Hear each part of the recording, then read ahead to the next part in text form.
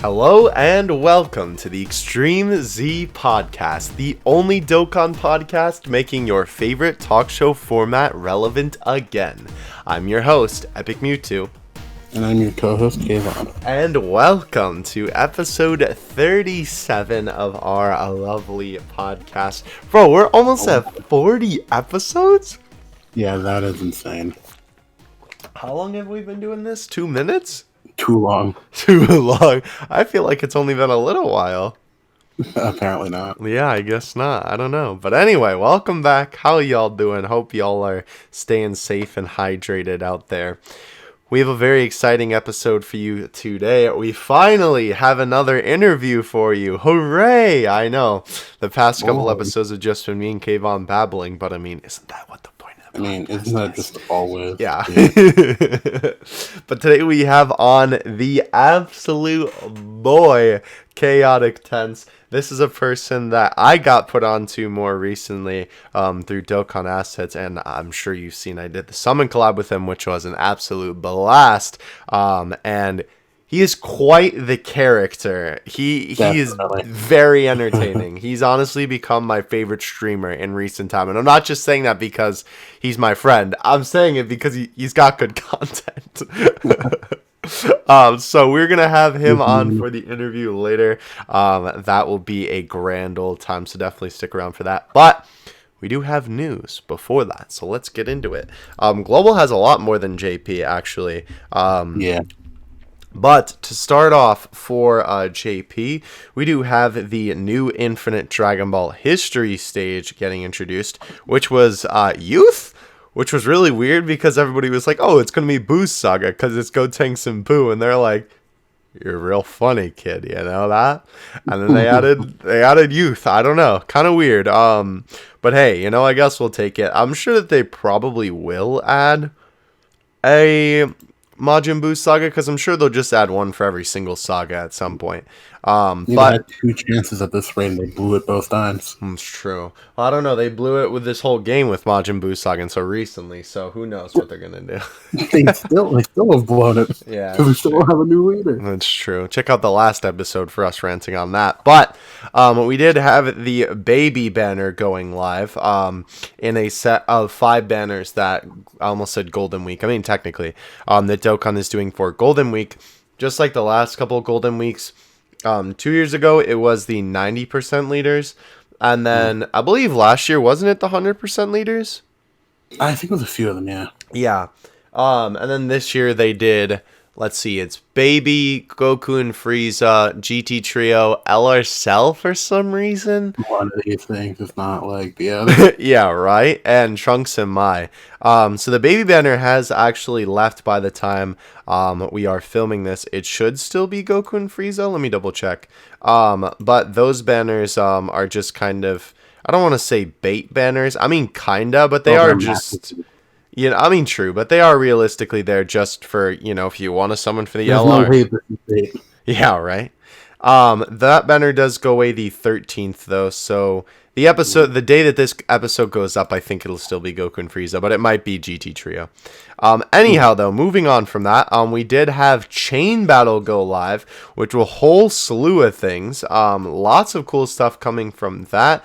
I think in the future, after we have a little bit more time to kind of give our thoughts on Chain Battle, maybe we'll do an episode on that, because I think we could honestly dedicate a whole episode to Chain Battle. And maybe bring a guest back on to talk about it. So we'll see what becomes of that. But basically, everything with Chain Battle went live. The mode went live. The friend co-op, quote-unquote, system went live. The loot boxes that kind of aren't really loot boxes that you get the little medallions for were also live. And, of course, the nice feature also went live. Nice. Couple of story events went live for the I believe it was technically for Golden Week GT stuff, and then we also had a new battlefield as well, which introduced a brand new battlefield LR, Babidi Indobora. LR Babora. Yeah, Babidi. Dabidi. There you go. I'm gonna tell you right now, I'm really, really glad that they didn't make them a summonable LR because no one would have summoned for them. I mean, still better than Nappa and Vegeta, though. What do you mean? That's such a dope moment.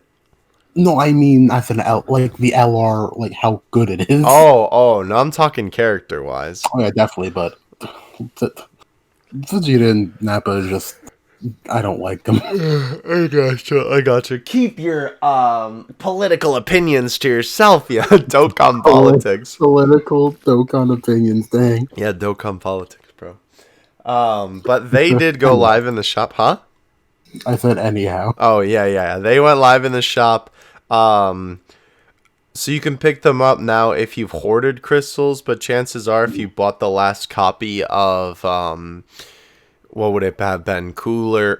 I keep calling them Cooler. King Cold and Mecha Frieza. You probably don't have enough at the time of this recording, but they are there now. I would say, good thing to note, their price is a very slight increase compared to Mecha Frieza and King Cold, only being 300k more. Or no, 30k more. Not 300k. They cost 330k, yeah. Gotcha. And they were glitched on JP, which I don't know if you're going to get into that. Yeah, I think, that's literally the next thing. Yeah. But...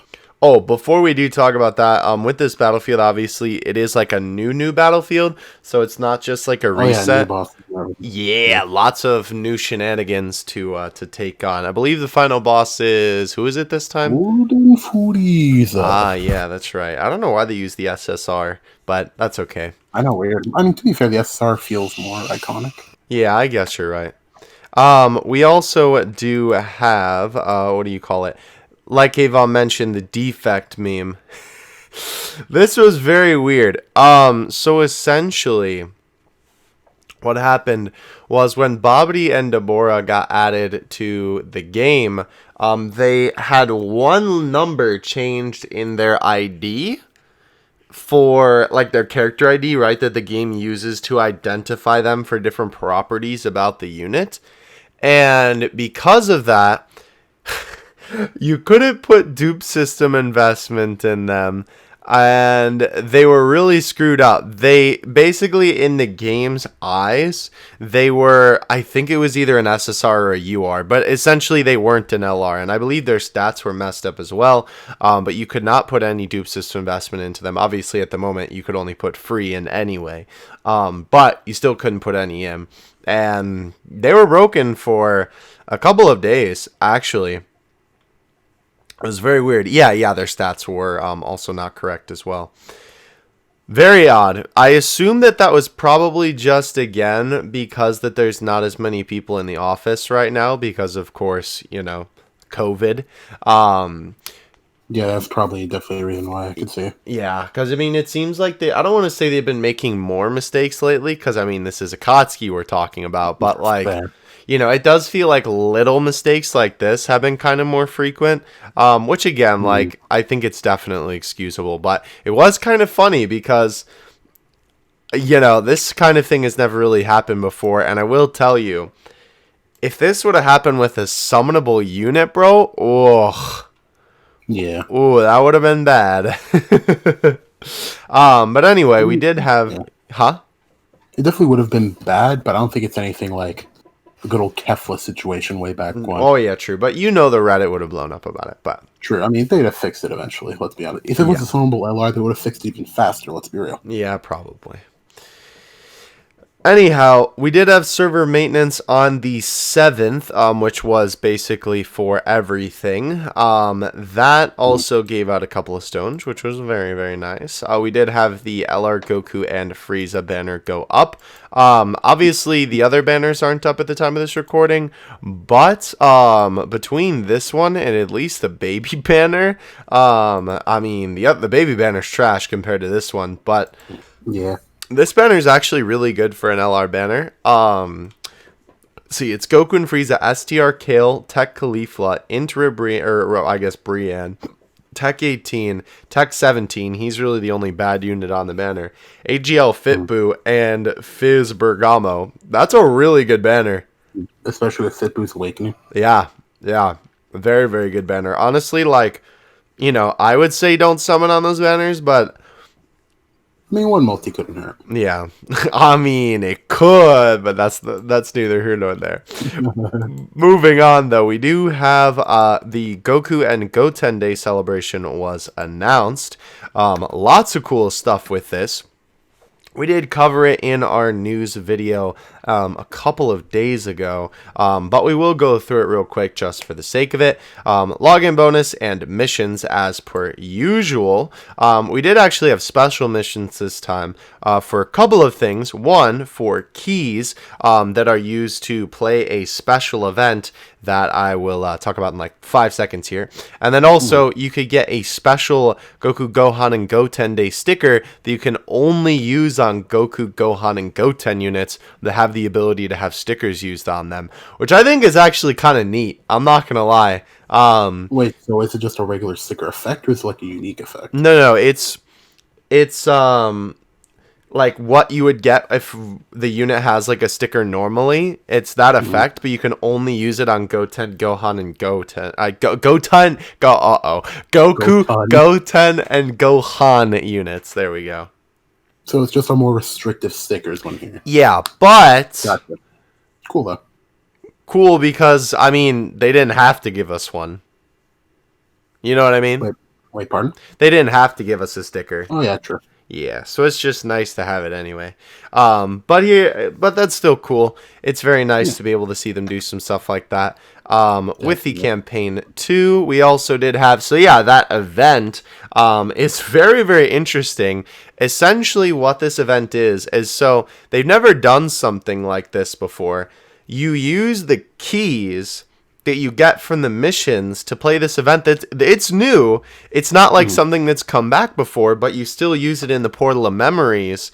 And then you have 3 different stages, one with Goku, one with Gohan, and one with Goten. And essentially you get character-exclusive equipment, which is a brand new thing that was added in this update. Realistically, I don't think that they're going to do too much with it. The only things that you could get were some super attack bonuses for any Gohan, any Goku, and any Goten unit. I think they're either level 3 or 4 too. I don't even think they're level 5. Yeah.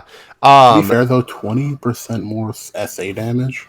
Oh no, it's really good. Really good, yeah. Yeah, but I don't think that they'll. Personally, I just don't think that they'll do too much with the character-specific equipment. Only because I feel like that would make equipment even more busted, and like crit equipment is already disgustingly difficult to be able to get, right? Like level 5 crit is almost impossible to get one of those. It's also currently broken on JP. Yeah, I can't imagine them making like a Goku exclusive level 5 crit equipment or something like that, and then making it like even more limited. Yeah. Or, if they make it like for a certain Goku, But I will say the nice thing is about this event is that the equipment isn't RNG based here. For every single run, you just get the equipment. So you get 5 of each. Yeah, so you get 5 of each for the Gohan, Goten, and Goku units. So, I mean, it's a nice addition, and I do think that doing a brand new event exclusively with keys is a really interesting idea. Because I think... Also, they... sorry to cut you off, but they have done that before, by the way. Where? The 350... Was it 300 or 350? 350, probably? I mean, I don't know what you're going to say. Tell me. The Gohan and Cell one. They had an event where you fought, I think it was Goku or Vegeta in the Hyperbolic Time Chamber. That was only with... Are you sure? That it was only with keys. Okay, well, either way, these are special event keys, though. Because there wasn't a special keys for those, I don't think. Event keys. Are you sure? Did they look different? You're 100% sure. Huh. Well, actually, no, they didn't look different, but they were called like limited event keys. Oh, and that section was completely unavailable at the time. Gotcha. Interesting. Well, either way, it's still cool to see that they kind of subvert expectation that like it's supposed to be old events and they can still put some new stuff in there. Yeah, definitely cool. Yeah, I do like as well that it's not like hard to get. It's not hard to get the keys either. You just like have to use a certain amount of stamina. So I think it's a really cool event. Honestly, I think they did a good job with that one. Speaking of things that they didn't do a good job with, oh no, I'm kidding. But the Raditz got an easy A, which was actually really good. But it's an easy A area, which sucks because no one really likes easy A areas, unfortunately. I mean, so at least he's a good unit. Yeah, at least he's a good unit for sure. I thought you were about to say, yeah, I like easy areas. I was gonna be like, boy. I mean, I don't mind them at this point, but I like I know better. They definitely did. They definitely have improved them a lot. But yes, I agree. The easiest are much better. But we did also get brand new Goku missions added to the Legendary Goku event with a bunch of categories. Don't remember them all off the top of my head. Do you want to actually? I'll pull that up in the background. For Goku event? Yeah, or if you can pull that up, that'd be great. Sure. Kai banner reset. Obviously, with Raditz getting the ECA, his event is here at the moment as well. We did have a bunch of other story events go up. We had missions, by the way. Yeah. All right, so the new Legendary Goku event mission for the categories. If you'll click here, thank you. The newest categories are Future Saga, Androids, Wicked Bloodline, Time Travelers, Goku Family, Vegeta Family, Super Saiyans, Androids / Cell Saga, Kamehameha, and JP exclusively right now, Last Resort. Nice. Oh, it is kind of funny too, because if they do decide to add this to global really quickly, they could just do it without Last Resort. Wait, yeah, they already did. Oh yeah, see, I am remembering because thought I was remembering our conversation, but I was remembering it wrong. Yeah, but they added it without Last Resort. It's interesting when they're gonna add Last Resort though. What do you? Well, oh right, because are they gonna add it are they gonna add it when the LRs drop? Yeah, or are they gonna wait till the next batch and just global has one extra? Yeah, I don't know. That'll be interesting to see.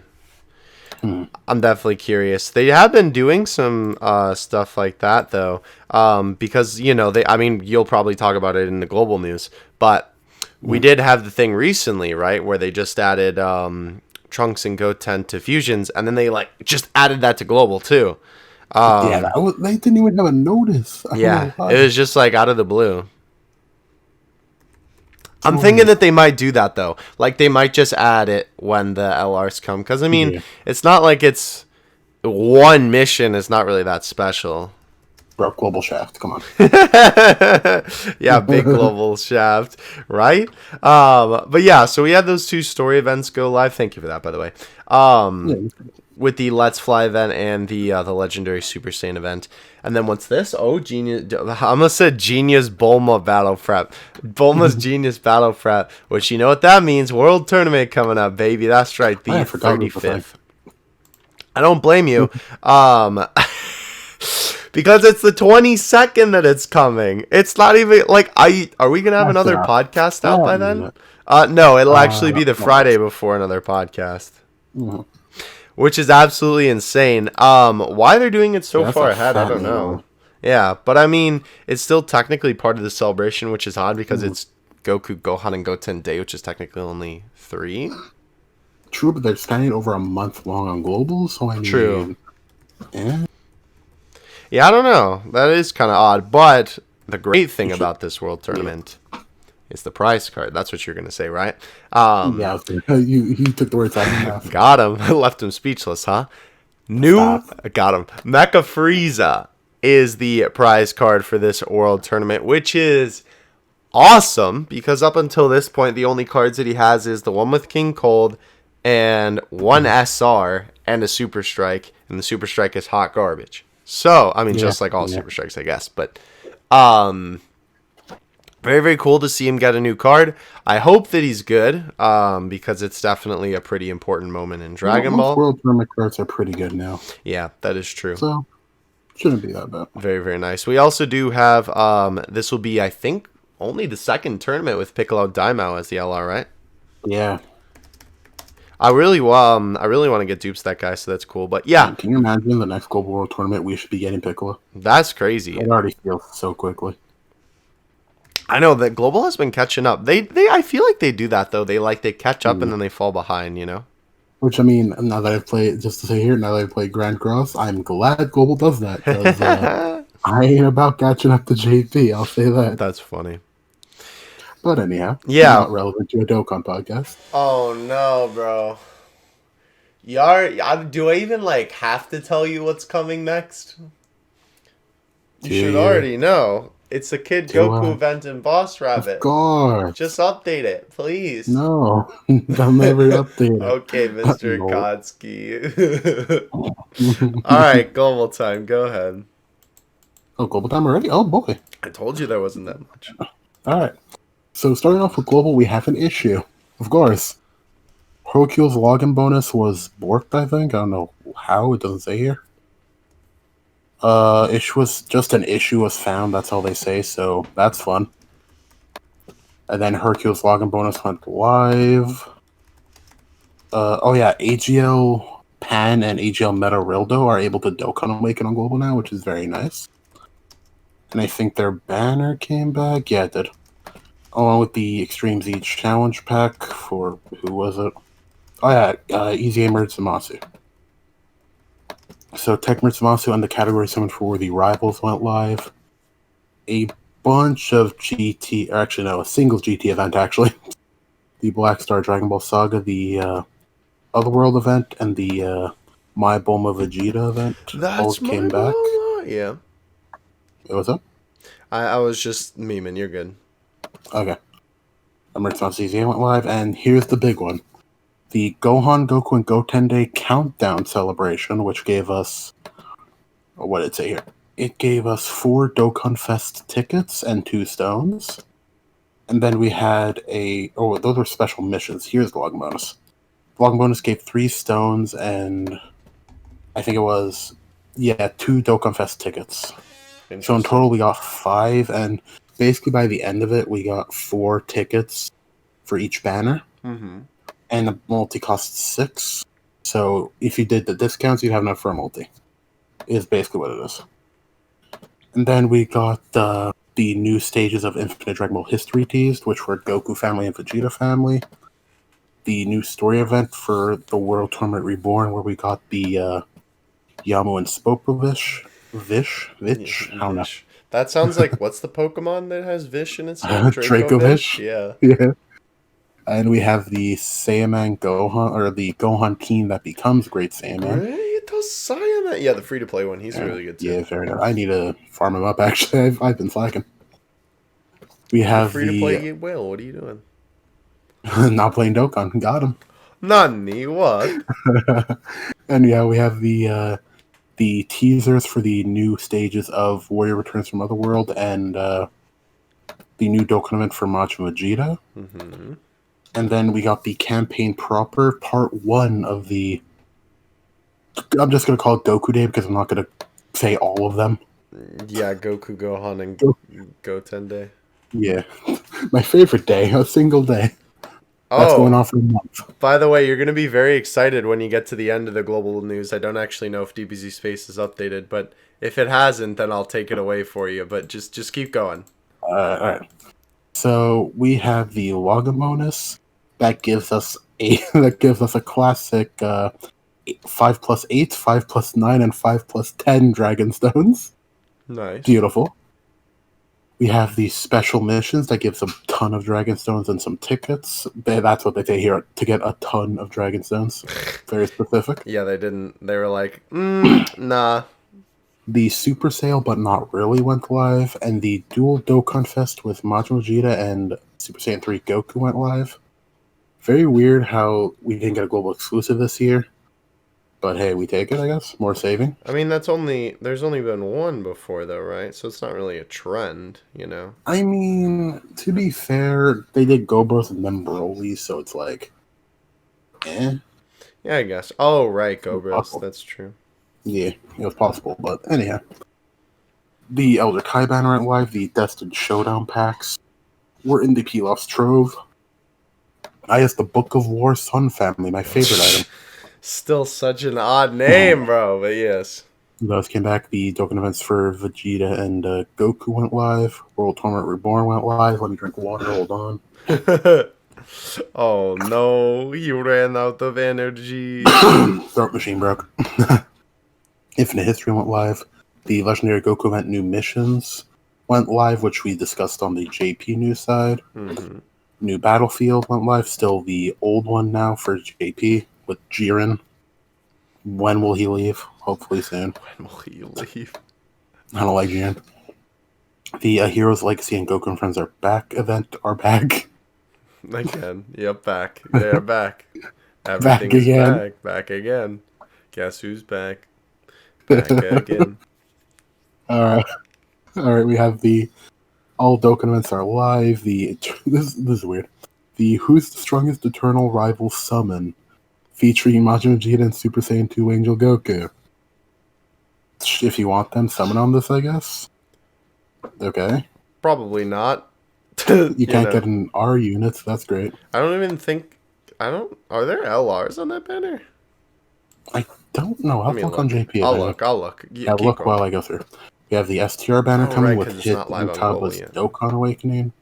We have the EZA for said Majin Vegeta and Super Saiyan 2 Angel Goku. Oh, excuse me. We have Extreme Z area getting updated for the Hero Extermination event to allow the Super Saiyan 2 Gokus to Extreme Z awaken. Oh, there Basically, are LRs on there, okay. Oh, nice.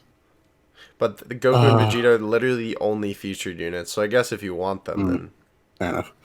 And then we have the Defeat Legendary Super Saiyan, Wrath of the Dragon, and Lord Slug event. All went live.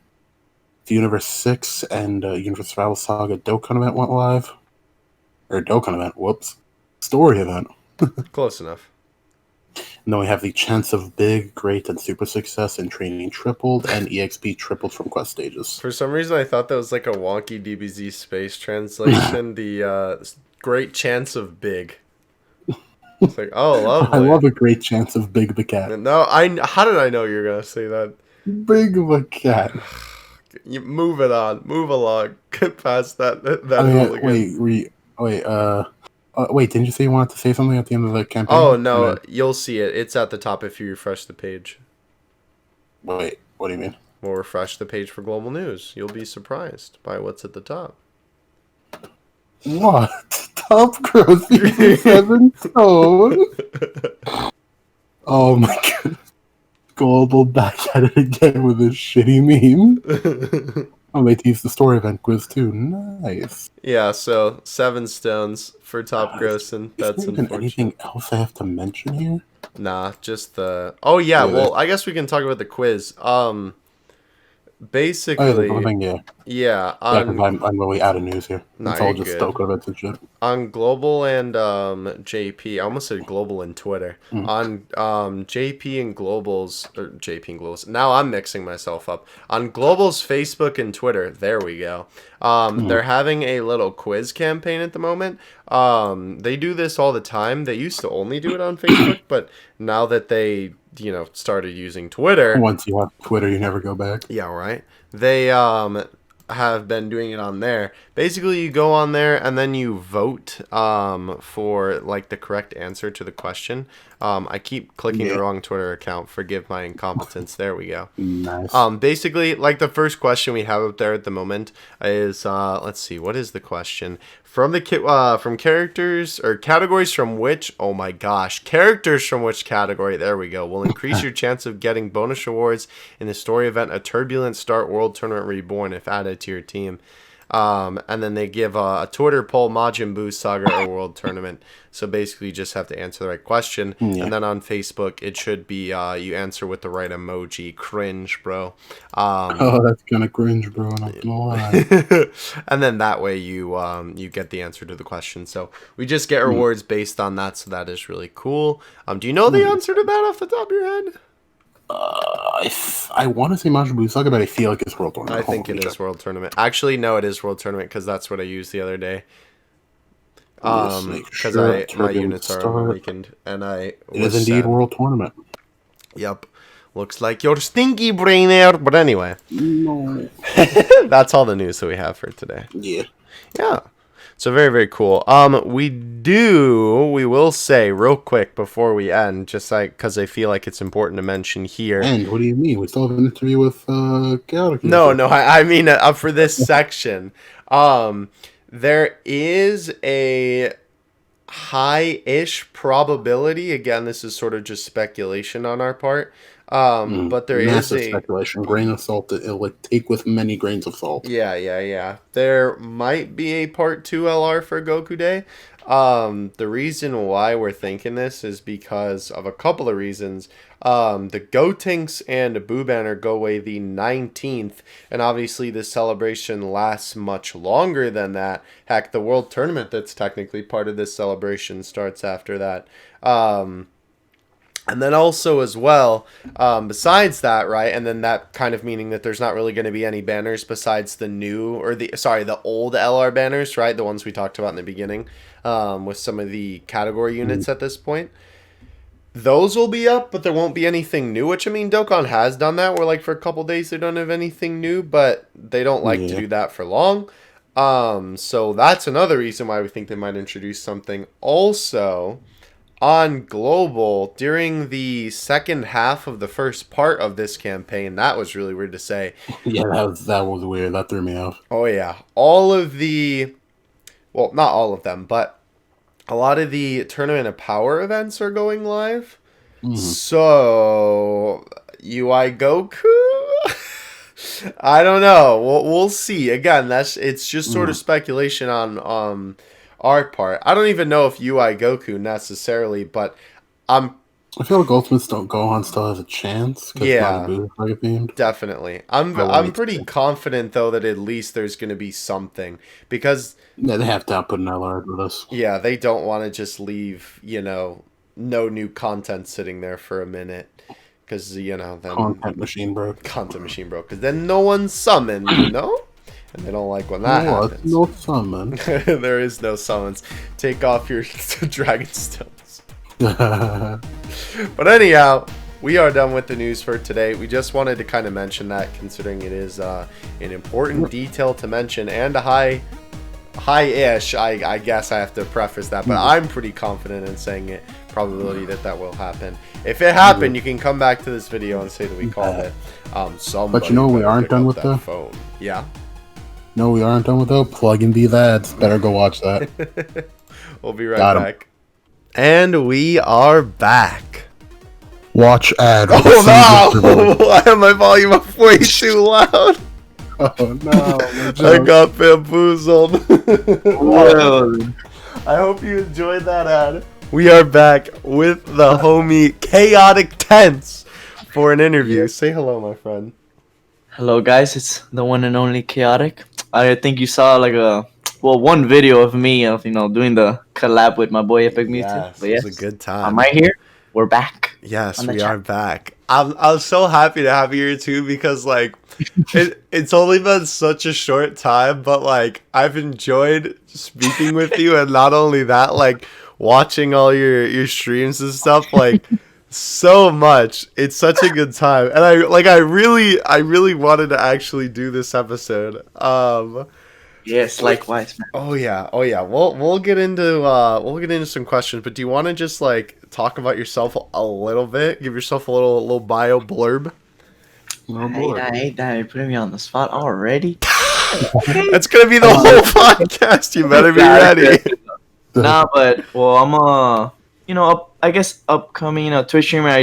I did start 7 months ago on Twitch, and it's been growing very crazy. I mean, I'm at, I believe right now I think I am at 1.4K, heading to 1.5K, and I'm getting close to partnership on Twitch. I've been an affiliate for over 6 months, I believe, so I'm getting really close to that partnership. And I've just been having a blast doing all the streams, doing the YouTube videos with the just different type of Dokkan content. My scary game series I have on my Twitch channel every Sundays and everything. I'm honestly, it's been the best time of my life with Twitch. It totally changed my life.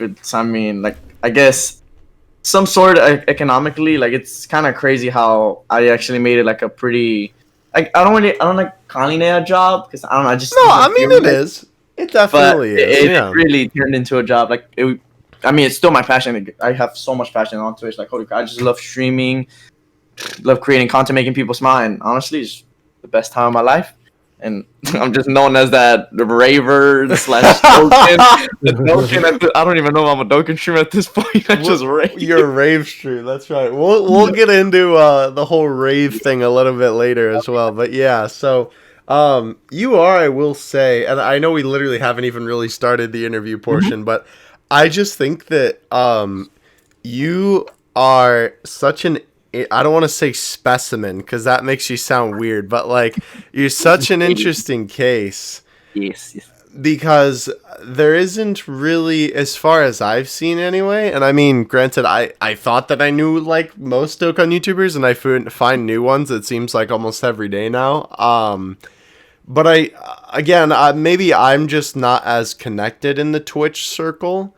But I feel like you're the only like mainly Twitch streamer that I've seen for Dokkan.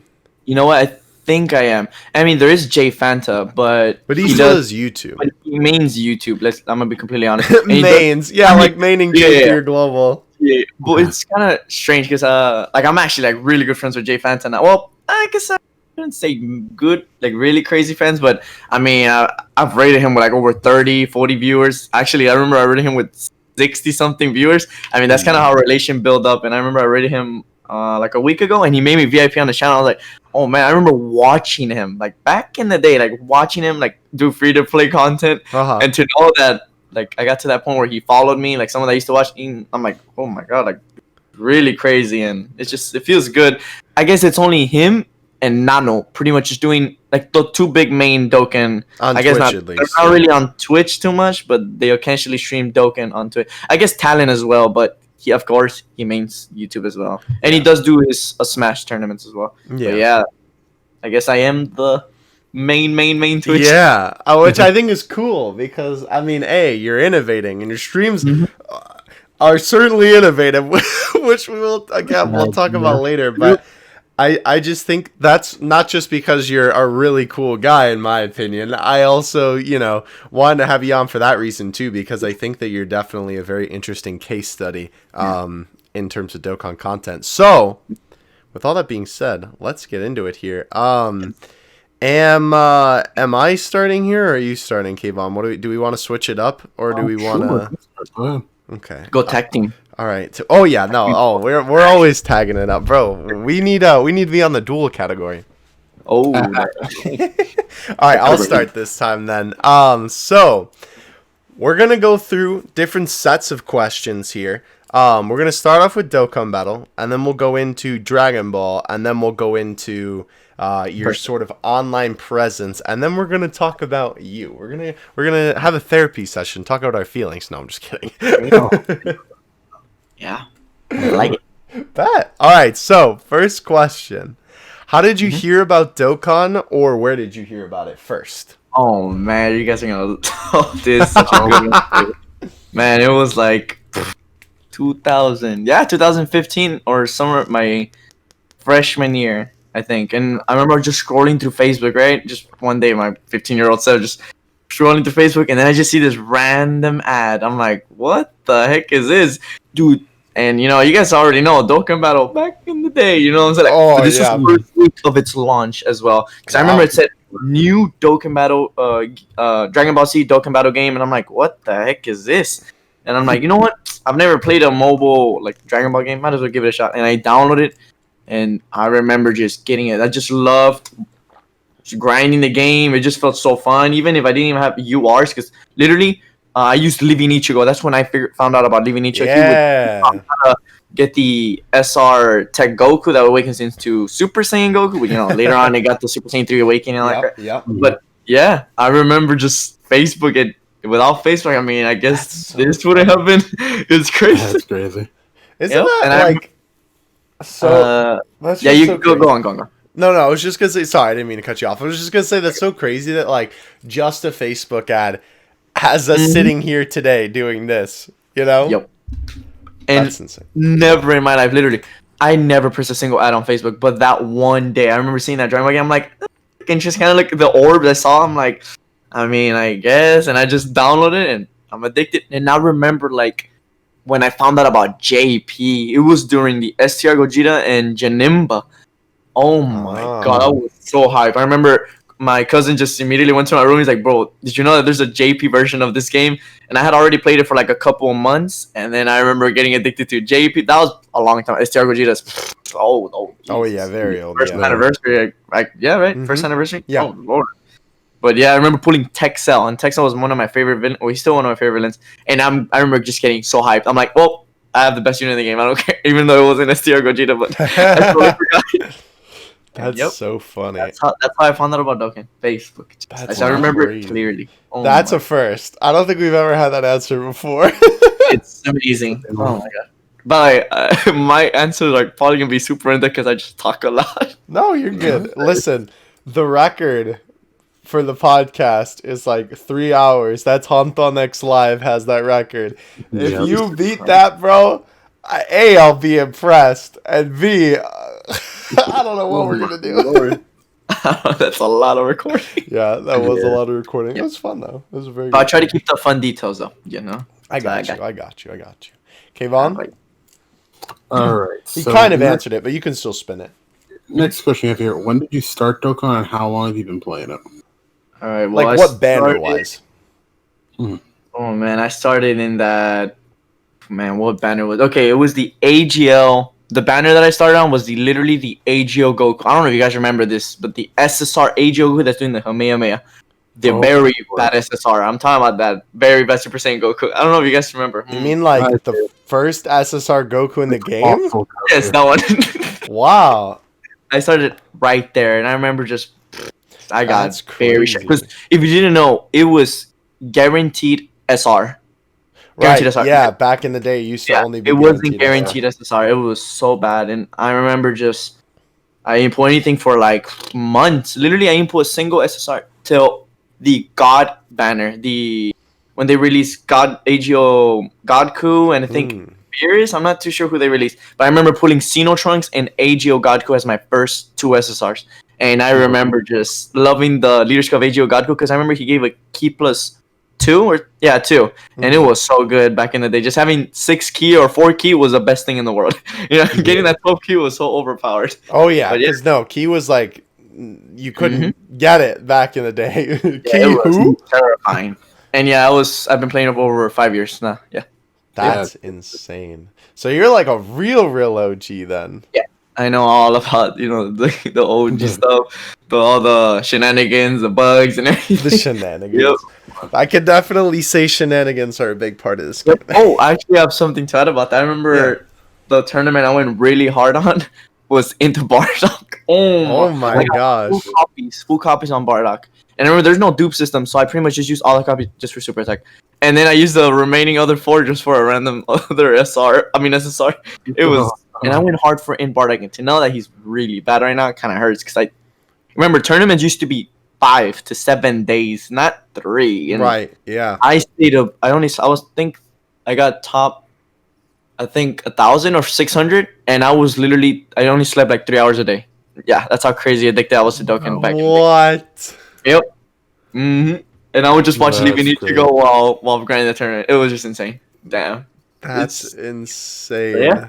I like that question, but yeah, that's pretty much what I That's crazy. Wow. Well, I know that these days that you main JP, because this question is talking about what version do you play and prefer, but I am curious. So, well, you can tell me why you prefer one over the other, but when you found out about JP, did you like switch instantly then and then main JP, or were you kind of playing both? How did that work? Oh my god. Okay. So I remember starting on Global, and when I found out about JP, I never really wanted to get rid of my Global. Okay, but this Global ended up getting lost because of the whole transferring system back in the day. It was very terrible. I remember if you had a crash on the loading screen, you would just lose your account. It was very, very bad bugs back in the day. It was Wow, that's like the insane. first 2 months of Dokkan was terrible. You lost your account, GG's. But yeah, I remember finding about the Estiar Gogeta and Janemba banner. I didn't immediately switch because they weren't great because I didn't put Estiar Gogeta. I didn't put Janemba, so I didn't pull the broken units. So I didn't get stuck onto AGO Rose and Physical Vegeta Blue. I remember when those 2 came out, and I'm still, oh my god, being in my engineering class, and screaming in my class, dude, pulling Vegito. First multi I pulled him. Oh, I screamed so loud. Everyone's like, dude, calm down. My teacher was like, calm down. What are you doing? I'm like, I pulled Vegito. I literally told him. And then I was just so hyped. But then again, that account got lost as well. I don't even know what happened. I didn't like connect it to my Facebook or anything because it was connected to my global. So I remember losing that account. And then I just, you know what? I was like, I'm going to quit JP. And I started maining global, which is the account I have right now. I actually have a global account. The one that barely started has over 1,100 days or 1,200. I'm not too sure. And it has Super Strike Vegeta as my lead. Yeah, it's super bad. But then Cody, you know, shout out to my guy Cody. You know him right after YouTube. Yeah. He bought me an account with over, I think, 6,000 stones. What? For the LR. Yeah, and I think 7,000 stones. Never mind. And I summoned on the LR Vegito and Gogeta, and I pulled like. That's when I really. I mean, you know what? I have 7,000 stones. I'm gonna do 2,000 on this banner. Save for beer, save for bar, and I just started summoning on every single banner. And I have a lot of good units. Now I'm just gonna main that account. I'm gonna be buying stones on now. But my global is stacked. Never gonna get rid of it. Never gonna stop maining global because that's where I started. And just gonna keep it. Just the only thing. The problem with global is that it's very lackluster with its events. Like it doesn't release EZAs constantly. It doesn't release like the missions, and it gets kind of still and boring. So I go to JP and I see all these crazy shenanigans like explosive battlefield, freaking tournaments every now and then what is going? Summon banners, mission, dude. It's just insane. Tickets. I don't know. I mean, but yeah, I do prefer JP right now, but global is still my main. It has a special place in my heart, so I'm gonna keep playing global. But yeah. Interesting. Yes. Interesting. I like it. Right. What was it? Wait, I was gonna say one more thing. What was I gonna say? It fell out of my brain. Oh no. I don't remember. Kayvon, just go ahead. So, when did you start spending on the game and why? Oof. Okay, that's a good one. Yeah, we're going in. We're going in, bro. Okay. All right. When did you start spending on the game? Okay, what banner was it? Oh my god, I still remember this. It was AGL Super Vegeta. Oh my god, I remember wanting him so bad. But guess what? I got the biggest shaft that year. I remember spending like at least, I think, $20. It wasn't that much, but I remember it was just enough for one multi. Mm-hmm. I remember getting so jealous. My cousin in one multi. You know how hard it was to pull 2 Dokkan Fett? He pulled both Broly and Super Vegeta in one multi. Wow, back then? That's crazy. I was so jealous of him that I literally re-rolled. I re-rolled my whole global. I'm like, nope, I'm not playing this game anymore. I'm re-rolling. And then I re-rolled just to get Super Vegeta. And, of course, that account is gone as well. I lost a couple of accounts, but, I'm so glad I have my main global now and main JP, but I remember spending on Super Vegeta. Did not pull him, and I just got so triggered. Even though I spent money, I just quit that account. I'm like, nope. Not having it. So then I started re-rolling, and I would just keep re-rolling I would grind like story and stuff, and I remember they gave out like 100 stones every time you re-rolled. So I would just do 2 multis. If I didn't get it, re-roll. Okay. And it was a struggle, but I pulled Super Vegeta and I was so happy. But yeah, that's pretty much when I started spending. And on JP, I started recently on the when we did the collab. That was my first time buying stones on JP. Literally. I'm not gonna lie. I still kind of feel bad about that. I know I shouldn't, because you already told me that I shouldn't feel bad about it. But like, I was like, because you told me you were like, because this is when I still didn't like, because that was our first time ever talking like on a Discord call, right? Yep. And because I think I asked or something, and I was like, what do you mean? And you're like, JP, right? And so I don't know, whenever I hear, maybe this is just, my whale mentality talking. Okay, whale. Yeah, okay, whale. But like, whenever I'm like, they main it, and usually most Dokkan YouTubers at least spend a little bit of money on the game. I was like, oh, okay, well, wait, what? I'm not afraid to spend money. I love this. No, but like, in my head, I was like, oh, okay, well, he spends on his JP all the time because that's his main account. And I was like, oh, all right, well, that's no big deal because they'll probably just be summoning for the units anyway, because like I summon on pretty much every banner. Yeah, me too. And then you're like, yeah, no, I've never actually bought stones on JP. How do I buy stones on JP? I was like, What have I done? But it was fun because I was literally still gonna try to find a way to buy some because I really wanted either the Goku or Vegeta or Gotenks and Buu. And actually, on our part, I put both Goku and Vegeta.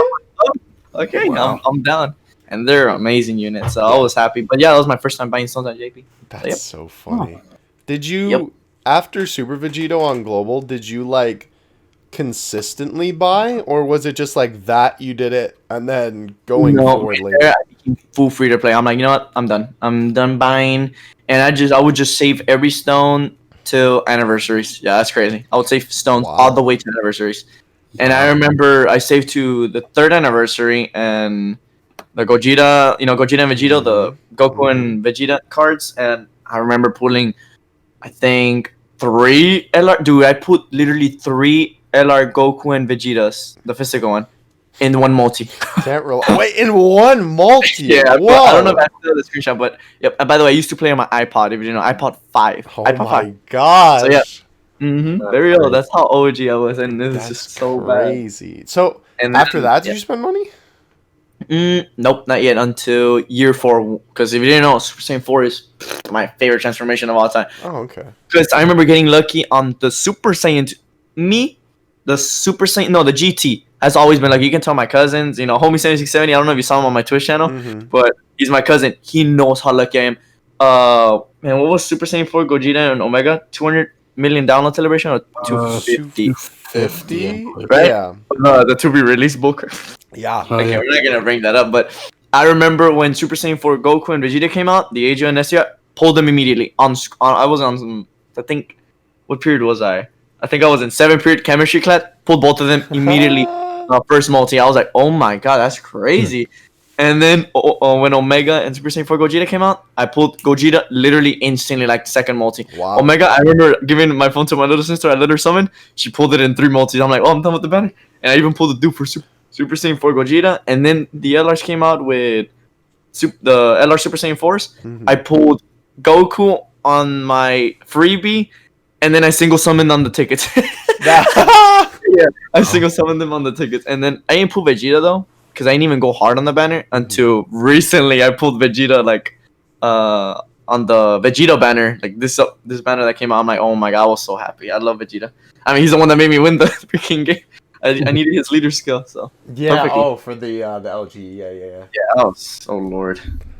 That's dope. That's awesome. All right. So. This is going to be an interesting one, considering of how far back you've played. What is your favorite LR, TUR, and team to run in Dokkan? So 3 different things. TUR. Okay. Oh my god. Okay. My favorite LR. It's crazy because I don't use him that much, but I freaking love him. And I have him on JP, but I just don't use him as much just because. I really love using LR Vegeta, not gonna lie, but my favorite LR has to be LR Int Rose. Oh my lord, just seeing, I remember I physically take damage just to see the rage, because I just love when he's like, Hoguni, I don't even know what the hell he says, but he takes out that damn scythe and it's so freaking clean. It's like one of my favorite active skills, and I just love seeing, well, the rage mechanic, whatever you want to call it. Well, I guess active skill.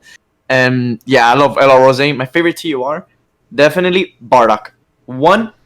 Best OST, I don't care, dude. Dude, such a freaking badass OST. And then Bardock just, you know how he says suck an egg? The meme, suck an egg. Dude, I love Bardock. And what was the last one that you had? Team. And my favorite team has to be the... I'm between 2. Either I have this unique team, the Siblings Bond. Well, it's the LR Gobro lead, the Siblings Bond / Goku family. I run a team with the LR Gobros as leads, Beerus and Whis as one rotation, and Bardock and STR, Bardock and Jean or Guinea. I don't know how to say her name. I just call her. Yeah, Guinea. I call her Jean. I've always called her Jean since like back in the day. Yeah, that 2 rotations, I love them. Just because Beerus, I love him, and Bardock is my favorite TUR in the game. So, and I love the Gobros, the active skill. Oh, so.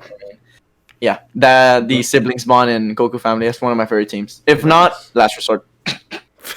I mean, fair enough. I can't knock you for that. It's broken, dude. It's broken. Jesus. Yeah, that's a very good team. Yeah, okay. Yep. All right. So, how do you feel about the quality of free-to-play cards in Dokkan and how they've improved? Oh man, coming from back in the day, dude. I mean, we came from Super Strike. The drop rates on Super Strike cards were terrible. No, forget that. Oh my god, the LR Goku when he first came out, how tedious it was to get even 20 medals. Oh no, the battle card. That was the worst part. I'm so glad they added that physical type thing where you fight physical LR Goku. I remember back in the grinding LR Goku. Oh my god, the card would just not drop. I remember just getting so triggered because I'm like, dude, like I have all these medals, but I can't get the damn card. Like, what is this? And it was so triggering. I would never get a 20. I would get 7, 5, 7, 5. And if I get a 10, I would get like, I'll have a whole freaking party in my room. Like, let's go a 10. Nope, just 5, 10, 7, 5, 7, 5, 7. And it was so triggering. But I mean, to be honest, Dokkan is so free to play friendly. I mean, let's be honest, that Krillin, you can make a whole broken free to play team. Like that Krillin is beyond, bro. I think for sure. I think he's like one of the best free to play LRs that we've gotten like in a while. I guess I don't even want to count Dabra as free to like the Dabra and Babidi. Then they're good, but dude, they're just their category. Or what the heck is that? That's very terrible. I like how they're on the. I'm gonna get at the topic right here, but I like how they support the Imagine Power, but they're not even on it. It's so garbage. But yeah, I definitely think Dokkan Battle is so free to play friendly. If anyone says otherwise, you're dumb because he has like LR Blue Vegito. Let's be honest, he's so old, and he's still he's probably one of the best Blue Vegetos we have in the game. Like better than take Blue Vegito because Blue Vegeta takes forever to build his defense, and I'm sure he does like 1,000 attacks, but he gets bodied. But yeah, I definitely think Dokkan Battle is very good with free to play cards. Yeah, Krillin is my favorite free to play card, by the way. Hashtag D3. Yes, bro, I love Krillin. He's so good. I was so happy when he got introduced. And his leader skills broke, and I'm gonna be completely +4 and 150%. Jeez, that category is gonna get really good in the future, and they're gonna regret giving him such a broken. I mean, as soon as that category gets like some stupid LR, that's gonna be dangerous. Yeah, it's dangerous. 8 kilo. Yeah, especially for that too. Oh yeah. Yeah. All right, so this is interesting considering you mentioned the bubble thing before, but would you play Dokkan if it wasn't a Dragon Ball game? I'm gonna be completely honest. No, just because okay, dude. I have to be like 100% honest. I don't watch. I don't watch any other anime but Dragon Ball. I don't know. Really? I've watched other animes. Sure, I've watched a little bit of that Seven Deadly Sins. Grand Cause is cool and all, but I just don't want it. I just love Dragon Ball to death. I'm literally just a hardcore only Dragon Ball fan. I've tried watching Demon Slayer. They're really cool, and I think they're really amazing. I actually watched the Pet of Sakura Sai. I don't know if you guys have ever heard of that anime, but I don't know. I watched like animes that are not really that popular. I just watched those, but like JoJo, never watched. Even though my chat spams me to watch JoJo. Oh, of course. Well, I mean that's probably gonna happen until you watch it. I'll spam you until you watch JoJo. Demon Slayer. I might consider watching it. To be honest, I definitely need to start getting into the anime sound. To be honest, but Dragon Ball to me is it hit like a special place in my heart, especially because of my dad. I mean, my dad's been watching it since he was born 1977. He's been watching it since 1989, around there. No, because that's when Dragon Ball first came out. 1994. That's when he first started watching it. Wow. So it's crazy, and I mean, he gave me Spanish mangas and Spanish coloring books, and I mean, they're cool. They're really old, and I mean, I just love Dragon Ball. But if it was a different game, no, I don't think I would be able to play. Like that ad on Facebook, like I said, if it wasn't Dragon Ball, I wouldn't have touched it. But it was Dragon Ball, and I'm like, it's true. I guess might as well try because it's Dragon Ball, and I love Dragon Ball. And right there, it happened. That's dope. Yeah, you saying that, I know this is bad. This is the first thing that came to mind, but you saying that, I was like, wow, that would be a really great video looking at old Spanish Dragon Ball merch. Yeah, dude, you should honestly. For like an unboxing-esque, like the the haul video that I did.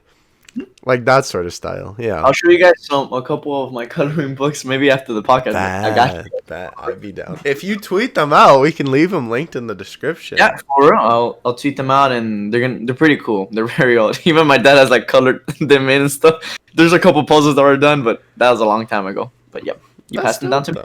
Yeah, that's awesome. Wow. That's so cool too to hear that it's like ingrained in the history. By the way, if you want some recommendations, you're talking to some good people in terms of anime. Yes. So I get into the anime world finally. Yeah. Because Dragon Ball Super hasn't returned in 2 years, and I'm losing my mind. Holy crap! I need a Saturday. Dude. Yeah, we feel. Dude, I need a Dragon Ball Super Saturday already. Yeah. Please. I'm honestly on that topic. I know to get off topic again. Oh boy, this is going to be a long podcast. I can already tell. Yep. I'm kind of surprised that they haven't, considering the popularity of the Broly movie. Like the Broly movie, like broke records. Yeah, I did. And I'm just really surprised that they didn't. Like they did take advantage of it. You know, there's so much merch and like they've done so much with it. I mean, probably Dokkan sales of every Broly movie unit has like well sufficed for making the movie. But like, Oh my god. you know, I still feel like they really could have capitalized more on making like Super 2. Yeah. And I can't. Oh my god, Dokkan is just being so sneaky. They're waiting. They're just waiting to release Jiren and Master Ultra. They're just being so patient. I'm getting triggered, dude. I just released them. Yeah, They're right. They're being patient. They're like, you know what? We're gonna wait. We're gonna keep releasing like these. I guess like movie. I mean, they're still gonna release BoJack and like I don't know. I guess base from Gohan. I suggest they do base from Gohan and BoJack. I don't want him to be Super Saiyan because then AGO Gohan is gonna get like Right. Yeah. I just don't like that. He better be base form and then I guess Super Saiyan with like a Tech Trunks transformation Super Saiyan and then active skill is you know I'm my father's son or whatever the crap he says and Yeah. perfect. That would be perfect and I love it. But yeah, That'd be nice. Dang, that'd be a good duo Dokkan Fest. I feel like they're saving that for the right time. Like it has to be either a download celebration or an anniversary. that's what I was thinking. It could be a download celebration. Yeah. I mean, I know BoJack isn't like the craziest, but I mean he's definitely hype. He could be so bust. I mean, alongside with the Int BoJack, and then easy the AGO BoJack and the STR BoJack, or the That'd be good. dude, it's broken. It's GG's. Movie box is just no, it's broken. Like that, MUI and Jiren do definitely feel like they could be download characters though, because I mean, like Cell and Gohan are two super hype moments, and you know Dragon Ball and like I don't know, that kind of makes sense because they always do a dual Dokkan Fest. I honestly, as unfortunate as it is, I think with this whole world crisis that we have at the moment, even if I don't know, at least in my head, if I was Mr. Kotsky himself, They're waiting. Yeah, I would. It's not a good move. Yeah, I can. Yeah, I wouldn't do it now. Like, even if I had it planned for like the next banner, I would move it back personally. Yeah, because they're not going to make as much money. Is not. Yeah, it's not the smart move. But yeah, I get you. Like, it's so weird, like this specific time because it's like you literally like will never have another time where there's more eyes on your game than like right now. Because, like, everybody has all the free time in the world to just play Dokkan all day, right? But at the same time, money is low. So, you can't spend on the game as much, even though you can play it more. It's very weird. But anyhow, let's move on to the next question. Topic, it just goes from me to just... This is exactly what happened with Hantan. This is how we got the 3 hours, bro. We're literally, do you realize we've been recording for 31 minutes and we're only on question 1, 2, 3, 4, 5, 6, 7? Jesus, how many questions are there, by the way? We're not going to talk about that. Okay, just keep going. Go to the next one. All right. Am I here? Did you ask the last one? I don't remember. Oh, no, I did ask the last one. Go ahead. This is a simple one. Who's your favorite Dokkan YouTuber? Yes, you can answer, not the. Don't feel pressured to say me. All right. I mean, if it is, I really love the way you do your videos, but thank you. I think my favorite Dokkan. You know what's crazy? I don't really watch Dokkan Battle anymore. Like, it's crazy. Respect to the truth and everyone, I just don't watch it anymore. I don't watch just Dokkan Battle content as much anymore. I just keep up with the Twitter news. But if I were to say my favorite Dokkan is probably the truth. To be honest, I just really love the way the energy he provides and like the way. I mean, that man has worked since the beginning of his YouTube. I mean, since 6 years ago, he was uploading like Final Fantasy videos, as well as like I remember he did like showcase on Budokai and like Battle of Z, a bunch of gameplays. I mean, he went from like very small to, I mean, look at him now, one of the most known Dokkan Battle, how do you call it? Content I guess YouTubers and stuff. Yeah, content creators. And I have mad respect for the truth, to be honest. And I remember I used to watch like a lot of nanogenics, but slowly kind of started fading away just because, I don't know, I just stopped enjoying it, to be completely honest. Yeah, that's it's okay. just weird. But yeah, the truth for me, I like watching them. Yes. I mean, that's understandable. I'm sort of the same way. Well, I love truth, first of all, just to get that out there. Not like that wasn't obvious already, but I'm sort of the same way that you are with Nano, that with Rhyme. Funny enough, nowadays, Rhyme has sort of become like a mini meme on the channel, with his whole like fart sound effect thing. Not really a fan of that, you know. And also, I'm not really a fan of his ape tendencies. I don't know. It's just not really my kind of like personality for the content, I guess. I do occasionally tune into Nano, definitely not as much as I did before. He's such a wholesome guy. I don't know. You know, I enjoy watching him. Anything, but yeah, Nano is a wholesome guy. And may I add, I do miss like Rhyme and Nano, you know, kind of being together, but you know, I guess they just don't. They kind of went their separate ways, you know, with their content and stuff. That's true. I mean, they do still collab, don't they? They do collab, but like not as much as before. I mean, let's be honest. I remember at one point everyone was watching just Nano Rhyme, like waiting for a collab. I mean, the No LRgenics, that was like that was an era, yeah. That was an era. I mean, just Nano just couldn't get an LR, and then when he finally got one, the race for who has the best, I guess most LRs, him and Rhyme. And I mean, it got to a point where the truth, you know, he wasn't really known for that many LRs until God knows what the hell happened. Yeah. Jeez, he whipped out his wallet on the table and he said, "Oh, what he does." Yeah. I am the truth. Yeah. And yeah, but yeah, I do miss Rhyme and Nano. It's pretty nice. Yeah, I can definitely agree with that. Yeah. And one thing, I love Rhyme's Pokemon pack openings. Love it to death. Love it. Oh, that. You know what's funny, actually, considering that, like, I don't really like Rhyme's Dokkan content that much. Granted, I haven't watched him in a while, but I totally agree. I actually really do like his content on the Pokemon channel. So good. So good. I love it. I love watching, because I remember watching Unlisted Leaf. I think that's his name. Yes, Ando. Yeah, I have an autograph from him, actually. I met him in person one time. What? That's crazy. I remember when he lost. Okay, I'm not gonna get off. Like, okay. I was gonna go like, remember when he lost all his like packaging and stuff. Oh, I do remember that. Yeah, bro, I love Unlisted Leaf. Dang. All right. Anyway, moving on. If there is one thing you could add to Dokkan, what would it be? Better friend system. There you go. Jesus. That's an easy one to knock out right there. No explanation needed. Hold on. Uh-oh, well. Let's see. Oh my god, I remember having like crazy ideas. I guess like I guess they do the survey thing, but I wish there was like an in-game thing where you can type in ideas of what you want. Because dude, I feel like so many people have such great ideas. Like I've come up with so many cool ideas, and I mean I can't really remember them right now, but I remember at the moment. No, I got you. Yeah, I feel that. So many ideas, and I wish there was like just an in-game thing where you can upload it, like specifically there. And of course, they won't let you just spam stuff. Like you actually have to like write it, and they'll physically check it. Yeah, like a mailbox. Yeah, that'll be pretty cool. Because I mean, sometimes the game is stale, and they just don't know what to release, or they're planning for something else, and then. I guess that could be cool. Or like fixing bugs. I mean, never mind. No, I have oh my god. World Tournament. Jesus Christ, dude. Fix the damn World Tournament. Give us a Tournament of Power. Just give us something different. Tournament of Power. That's a good idea. Dude, instead of World Tournament, just, because you know how we're doing the whole World Tournament of 28, 27, you know, and they're going through the whole Dragon Ball and Dragon Ball Z. Yeah. Just go. I mean, they could do cell games as well. Cell games. Give us a, second form Cell as the price, and he could have like a mechanic, like an active skill. Oh, and free to play cards need to start getting active skills as like not retreat mechanics, but active skills as like an attack.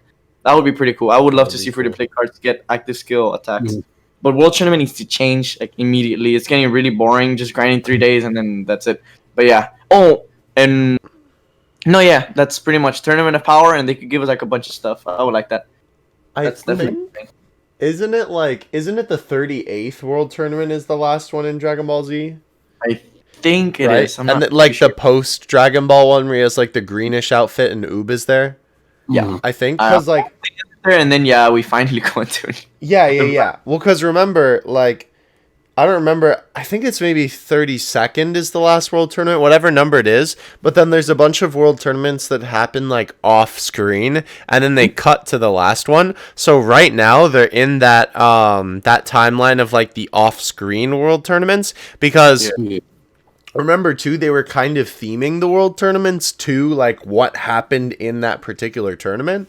Like, for the ones that they could, but then obviously when it happens off screen, they can't really do that. So I think it's almost like a perfect opportunity for that to be the case after they finish going through all the World Tournaments that were in the anime. So like after we get to World Tournament 38, I do agree with you. I feel like, it could definitely use a revamp like literally now, but I think that's a good opportunity for it. Cell games would be very cool. I would think that's cool. Like such a great. Maybe it could be like an actual tournament style game where it puts like how Smash has like the whole tournament thing. I mean, like it could be really cool. Just like a bracket, like an actual tournament. It would be pretty cool. You can actually take like I guess you can maybe do team ups like duels. I guess not PvP, but kind of like explosive. Where you can borrow PvE. Gotcha. Where you can like borrow. A lot. Yes, yeah. I've literally had that idea before. You sit next to the other person. You don't even have to make it technical. Like you could not make it live where like you could see their movement, but you could make it turn based. You pick your move, and then they're in the same room as you. They pick their move, and then you both see the super attack at the same time. RPG, I guess. Yeah. It would be really cool. Like I think that would be just amazing. I guess like kind of like Persona. I guess you can say maybe. That. I don't know. And then the boss would have a bunch of health, and you just both of you attack it, right? Oh, and more raids. I love raid bosses. To be honest, I think they're quite fun. Like maybe like a whole anime. You know how? Oh wait! Oh my god! I was about to say Sun and Moon. Jesus Christ! Sword and Shield. You know how they have like I love how the Giganta. The guy. I was about to call it Gigantamax. Yes, Gigantamax. Yeah. I wish we can have maybe like a whole type of kind of like that where it gets really big and the boss is just right there. Kind of like Xenoverse. You know how you can fight like a whole boss, and I mean the Great Apes are like humongous. Maybe we could have like a Xenoverse deal, and that would be pretty cool. Just teaming up, taking your teams, and having like actual animations of like the Kamehamehas and active skills. That'd be cool, bro. Like a versus Giants event or something. That would be cool. Oh, that'd be cool. Oh, an easy A Great Apes. Fair enough. I will say, the only thing about the World Tournament that I think prevents them. So like, think about it like this, right? I agree with you. Oh, it needs an update regardless, but I think a Cell Games-esque thing or a Tournament of Power-esque thing would be cool. But the only thing is, and I mean, I guess they're not necessarily limited by this, but this is just kind of like my like story-driven mindset, is that like the World Tournament in the Dragon Ball lore happens every single year, right? And so essentially there's like endless tournaments to be had, but the Tournament of Power and the Cell games do only happen one time, right? So theoretically, like with the event, right, they can do a bunch of them because the World Tournament happens constantly and all the time. But then like the Cell games and the Tournament of Power is only a one-off thing, so it'd be like either it would be a one-off event or it would like Cell Games 2. Yeah, you know what I mean? We can literally get a whole legendary event based on Tournament of Power. Like we can literally that would be get cool. like a whole board. You know how the boss rush. You know how it's like a whole board. You have to go through all of it. Maybe you can do like a whole where you're fighting pretty much every single universe's fighter, and every main fight that was on the Tournament of Power, you can fight them. And you can even like borrow friends, just like Explode. I feel like Explode Chain Battle is just bringing so many good ideas. You can like borrow teammates as well and fight like, I guess, Kefla. And if you take Ultra Instinct type or Realm of Gods, you get like additional buffs against that Kefla. Cool. And then fighting Jerry, and they can just every week update it and extend the board and just open up another universe that you're gonna be able to fight that week. And then getting different rewards. And then another week you find another universe or like a specific scene that happened in the Tournament of Power. And there we go. And that's pretty cool. Cell games, I don't even know. They should just come up with something. No, I agree. That's really cool. I do wish too. I've been saying for a while now that I still think that with Boss Rush they should do another 10 boss one, because those were the most fun in my opinion. And they keep doing these they keep doing these 5 ones. And I've heard people say that like a 10 one with like new Dokkan events would be too hard, but I think that's a really dumb mentality because dude, teams are so powerful. Yeah, like you can literally get through 5 of those events basically without losing any health, depending on your team. You can literally free to play. Just be Krillin. Just bring Krillin. Critting. Dude, it doesn't stop critting. What'd you say, Kayvon? I said the main problem is depending on your team. Mm-hmm. Yeah, but most people won't have. It's still possible though. Yeah. I don't know. If you have a team of full tanks, I think you could still do it. I think it's a lot easier than people think. I think just that 10 boss is kind of scary. I really hope they also come up with a legendary Vegeta event, legendary Cell event, legendary Frieza. Yes, I do hope so too. I keep doing that. Agree. I love doing the legend, just fighting it all the time, and then I guess adding additional missions, not the same category ones, but maybe this time you gotta you can actually see. You gotta take like sealers. Like the missions are probably gonna be different. Take 3 items, and you get Dragonstone. Take 2 items, no item it, and just make it creative. Like, come on. Oh yeah, definitely. And I mean, like, too, with the 10 thing, Kayvon, to your point, I remember when the original 10 boss thing came out, it was super difficult, right? Which is true, and that was, again, when I had a lot more limited of a box, but it was still doable, because it's literally just the same thing now. It's like, do you have the units to do it? It just depends on how developed your account is. It's not impossible. It's just super difficult. It's literally just scaling up the difficulty to how hard units hit nowadays, Yeah. I think they should still do it, though, regardless. Because it is possible. If extreme SPR is possible, that I know you and I both hate with a burning passion. Oh, that thing is hard, dude. Oh my god, I got destroyed. Yeah, that's what I'm saying. Okay. I like those modes though. Super Battle is probably one of my favorite modes too. Like, dude, I think that's one of the most perfect modes. It's just so fun. It's hard, it's challenging, and it makes you think. It reminds me of OG Dokkan Battle. When I'm like, holy crap, full power Frieza. I mean, I have this. What would I take? I think I would take Ain't Bobby D. Even if it was disadvantage because physical Frieza was physical. And Bobby D can stun. I'm chilling. He's stunned. I'm good. Tech Goldo, lowering the defense of yes, STL bro, the Tech Goldo memes were amazing. It's just pretty cool. Oh, or the R. Oh my god, it was like a demon. I mean, what was it? It was like an R World Tournament card that could seal. It was so good. Devilman. No. Devilman 999. No, it was like a. I don't even remember, but just he would seal. That's all he would. I don't even remember. It was probably Oceanus, wasn't it? I'm not too sure. Oh, but it was a World Tournament banner card, so I don't think it was. Dragon Man. Yeah, I think it was. Yes. Interesting. I think it was that one. Perfect. All right, Kayvon, you're up next. All right, how do you feel about Dokkan now? Oh, I think right now at its state, I think it's perfectly fine. I don't think they should. Of course, like how we said, they should just revamp like the here and there things. But honestly, if they keep updating the Legendary Goku event with new missions. Dude, I've never had so much fun. No, wait. No, Dokkan. wait. I think you're thinking of the wrong thing. Like the video news thing.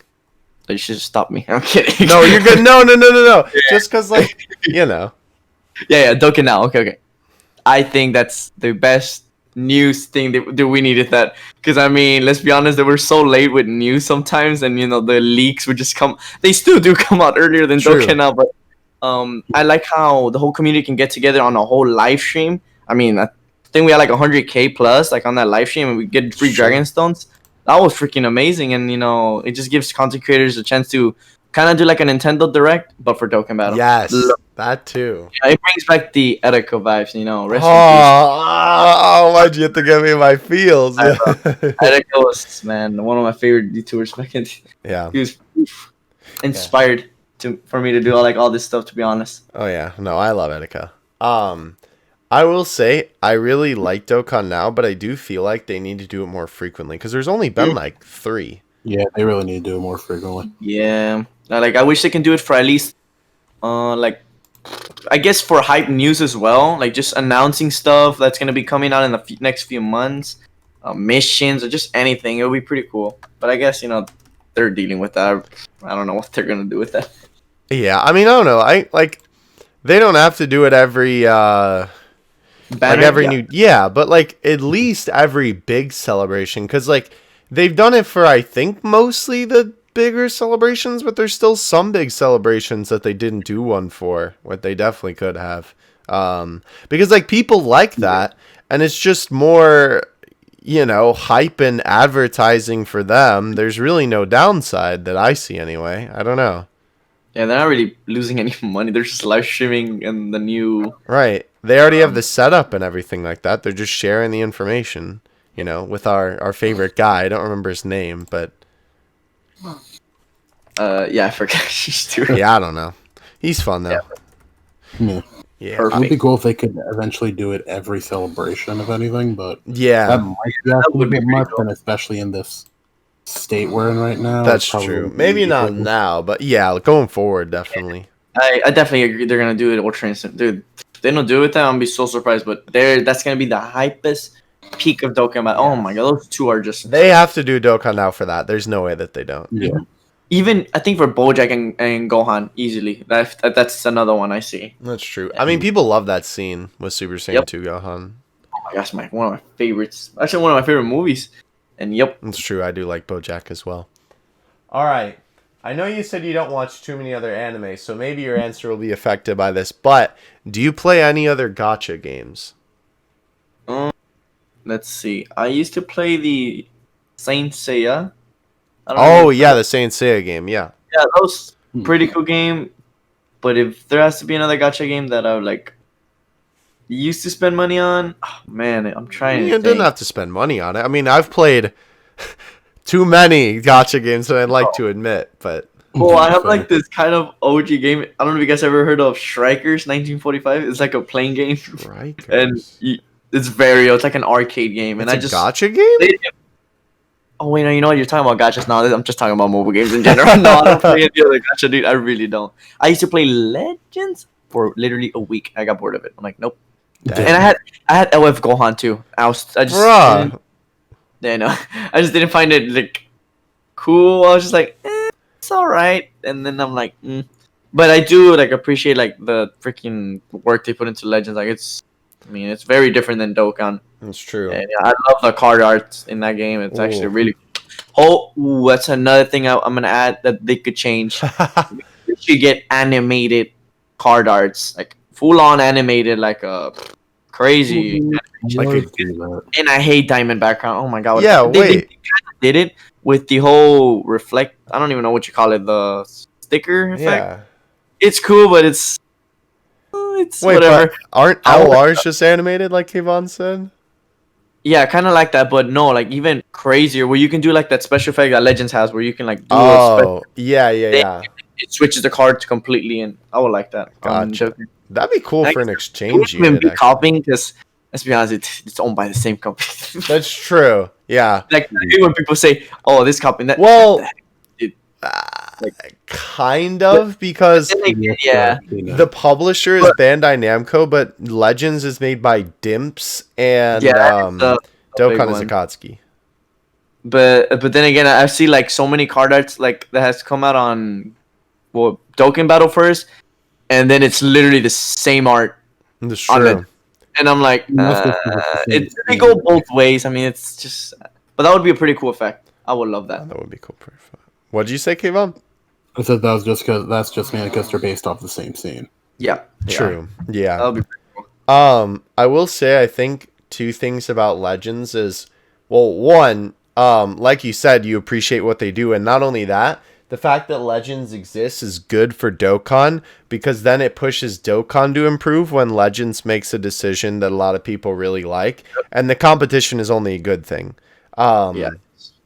I will say the other thing, kind of regarding what we talked about before, is that I think that the Legends devs are 100% a lot better at feedback because they have surveys all the time and they make lots of changes to improve the game for things that people really do ask for. And when we have changes that need to be made to Dokkan, it takes like a year for them to come through. Literally, it's very bad. Yeah, but I don't know. At least Dokkan doesn't take 2 steps back half the time. That is true. I do feel like when Legends does something good, they always go back a little bit too. They backpedal. Yeah. It always looks like Legends is like, oh, Legends is coming back, and then I don't know what the heck happens, and I'm like, oh, okay, never mind. I feel like right now, dude, Dokkan is just in a sweet spot. It keeps going bigger and bigger and bigger. Like That's these true. banners have been coming. And then I think the big thing that changed Dokkan, animation, super tech animation. I remember, I think they got that definitely from Legends. Legends was very killing it with the animations, the OF, and Dokkan released Gohan and Cell. I was like, what the heck is that? Whoa, calm down, chief. Or like Namek Goku. When I first saw Namek, I was like, wait. No, my first impression was Youth into Goku. Oh my god. When I first saw him, I'm like, I need this unit. Like, that was the first time that I was like, holy crap, I need that unit for the animation. Not because I was just broken or whatever. I need it because of its animation. And then Namek Goku came out and then Cooler, and I'm like, oh my. It was just, yeah, that's your inner Dokkan assets talking. Yeah, that's right there. It was. And yep, I definitely think the animations changed Dokkan forever. It changed it forever. 100%. Yep. All right, moving on to Dragon Ball questions. Yes. All right. So you probably answered this already a little bit, but how long have you been a Dragon Ball fan? Since I was around 5. Yeah, I was 5. When I first got introduced to it. So yep. I remember watching Dragon Ball first. I was watching I watched it like from the very first episode. My dad first showed it to me, and I just fell in love with it. I watched the whole I remember watching the Demon King Piccolo against Youth Goku. One of my favorite fights to this day. I love that fight to death. As well as when Junior fought Goku in the tournament. That was so amazing. Love that scene. May I ask, Yes. do you know when your dad's well, you kind of said the year, but like how he started watching Dragon Ball? Through the TV. He just saw it on on the TV one day. I mean, this was like in Mexico, this is like a long time ago. And I remember he told me that he would watch it through there and just got addicted to it, and he just loved it. I mean, he's literally like he's planning on getting like a Super Saiyan 3 and Ultra Instinct tattoo. Because he has like a tribal tattoo on his right arm, and now he's trying to get a Super Saiyan 3 on his left. And he's a really good artist. Like, oh my, he's the one that taught me how to draw. I mean, he showed me, like I said, he gave me all the mangas and coloring books that I have right now. And yep, it's just That's amazing. so dope. Does your dad watch your streams? Yeah, sometimes he does. It's funny. That's so cool. I'm sure he likes that. How does he? May I ask? And I'm not gonna say the word, and please don't say it, just because we will get hit with that juicy yellow circle. But the Entioi, you know what I'm saying? Yeah. Those raves.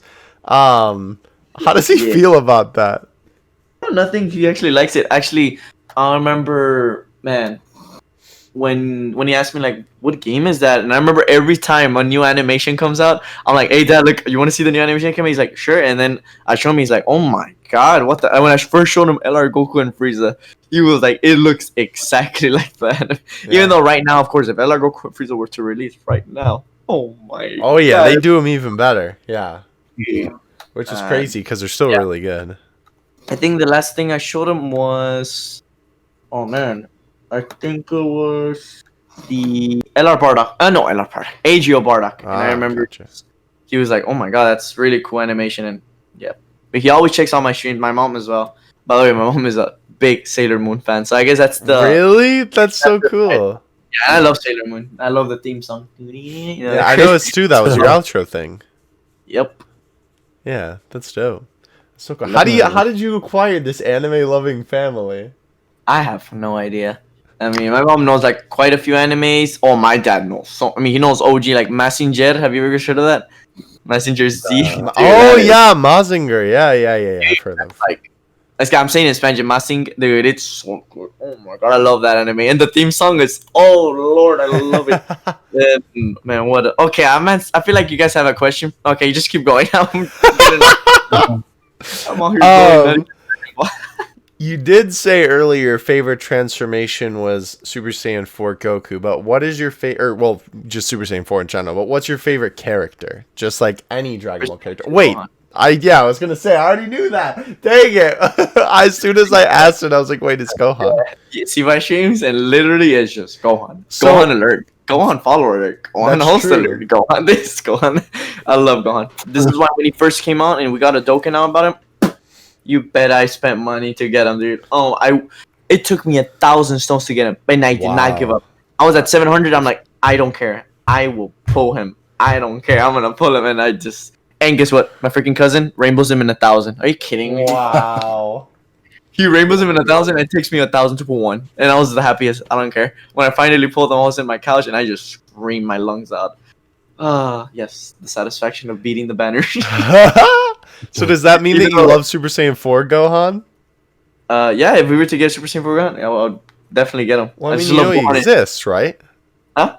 He exists. You know that, right? Yeah, I've seen him before. Yeah.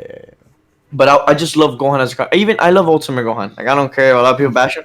I love Ultimate. When he first came out, I thought he was a freaking badass. Of course, he got cocky and got destroyed, but that's besides the point. I love Ultimate Gohan. The transformation was, to me, I definitely think we need an active skill where Kibito Kai shoots Gohan to give him the Goku close. We need that active skill in the game where he just goes That like, would be cool.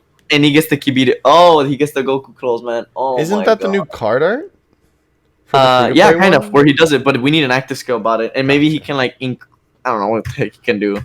I guess not even that. Maybe just like he can start Sea Sword Gohan, and then transform into where Kibito just comes and like he powers up, but then Kibito, That would be cool. And then the SA could be when he beats down Yes, Super Boo. dude. Yeah. Super Bowl. And Yeah, I guess the that active would be skill could just I don't know, so many things could happen. Well, I mean That'd be pretty cool. that could be the transformation active skill. Maybe even have a retreat mechanic where he retreats into Buhan. Bruh. Well, I mean, because like to be fair, even though that is the same moment, I was just gonna say they usually don't like use the same moment for another big card. But to be fair, I guess you could kind of equate it to like the new Majin Vegeta uses AGL Majin Vegeta's SSR art because it's just that particular moment. So they could still do it. Yeah, if not, they could just use like actual like the anime art, because I do agree the free to play Int Ultimate Gohan looks kind of choppy. I really don't like that card art. It just looks not too great in my opinion. But I mean, they could definitely like improve it and just make it really good. Of course, since if it's a Dokkan Fest or LR, it's gonna look great. Yeah. Oh yeah. Oh yeah, for sure. But yeah, All right, Kevon, you're up. I was trying to think where we were at. Favorite Dragon Ball movie?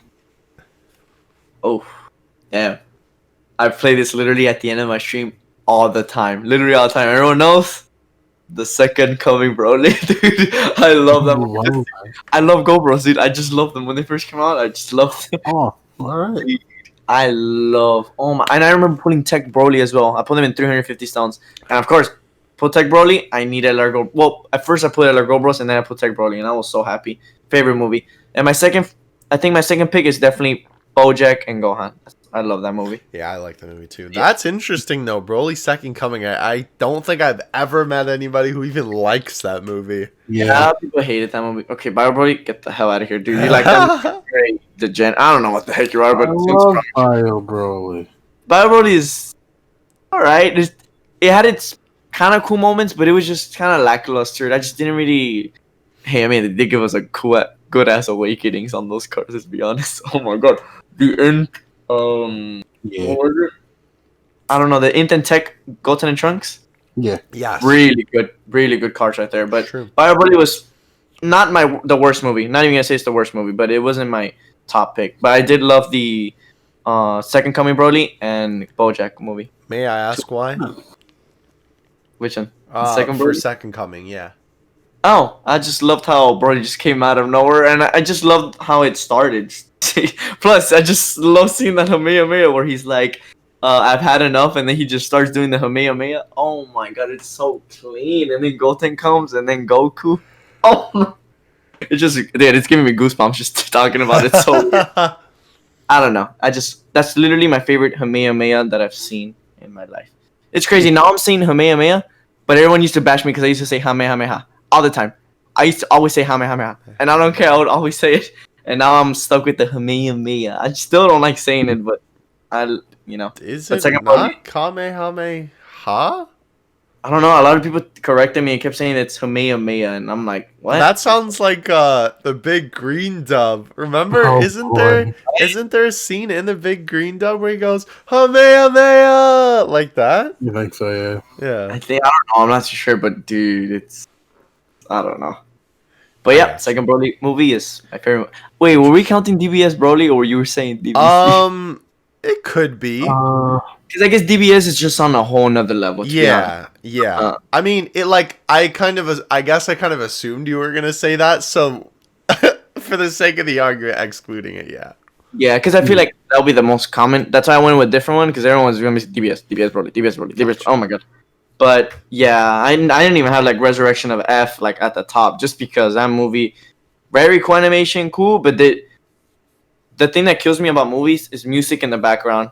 If there's no music while they're fighting, it triggers me. It just that's why I don't like Naruto. I'm sorry if I offend a lot of people. I'm probably gonna offend like a lot of people, but Naruto is very quiet. It's just trigger. I can't watch an anime that is quiet. And the Second Coming Broly, it just has like that metal type of song like in the back, or the Cooler movie. Oh my god, it has such badass metal music in the background, and it's so cool. But yeah, like Deftone, I think that's what the band is called. I'm not too sure, but yeah, I love the music in the background in Second Bio Broly. Interesting. Why do I keep saying Bio Broly now? Second Broly, dude. Just next question. Hey, get that man out of here. All right, so the answer can be Dokkan, and if it is, let us know a different one. But what is your favorite Dragon Ball game? Oh, all right. I have quite a few, but if I were to say a game that like marked my childhood, has Well, wait. to be... I guess I should ask: is it Dokkan? No.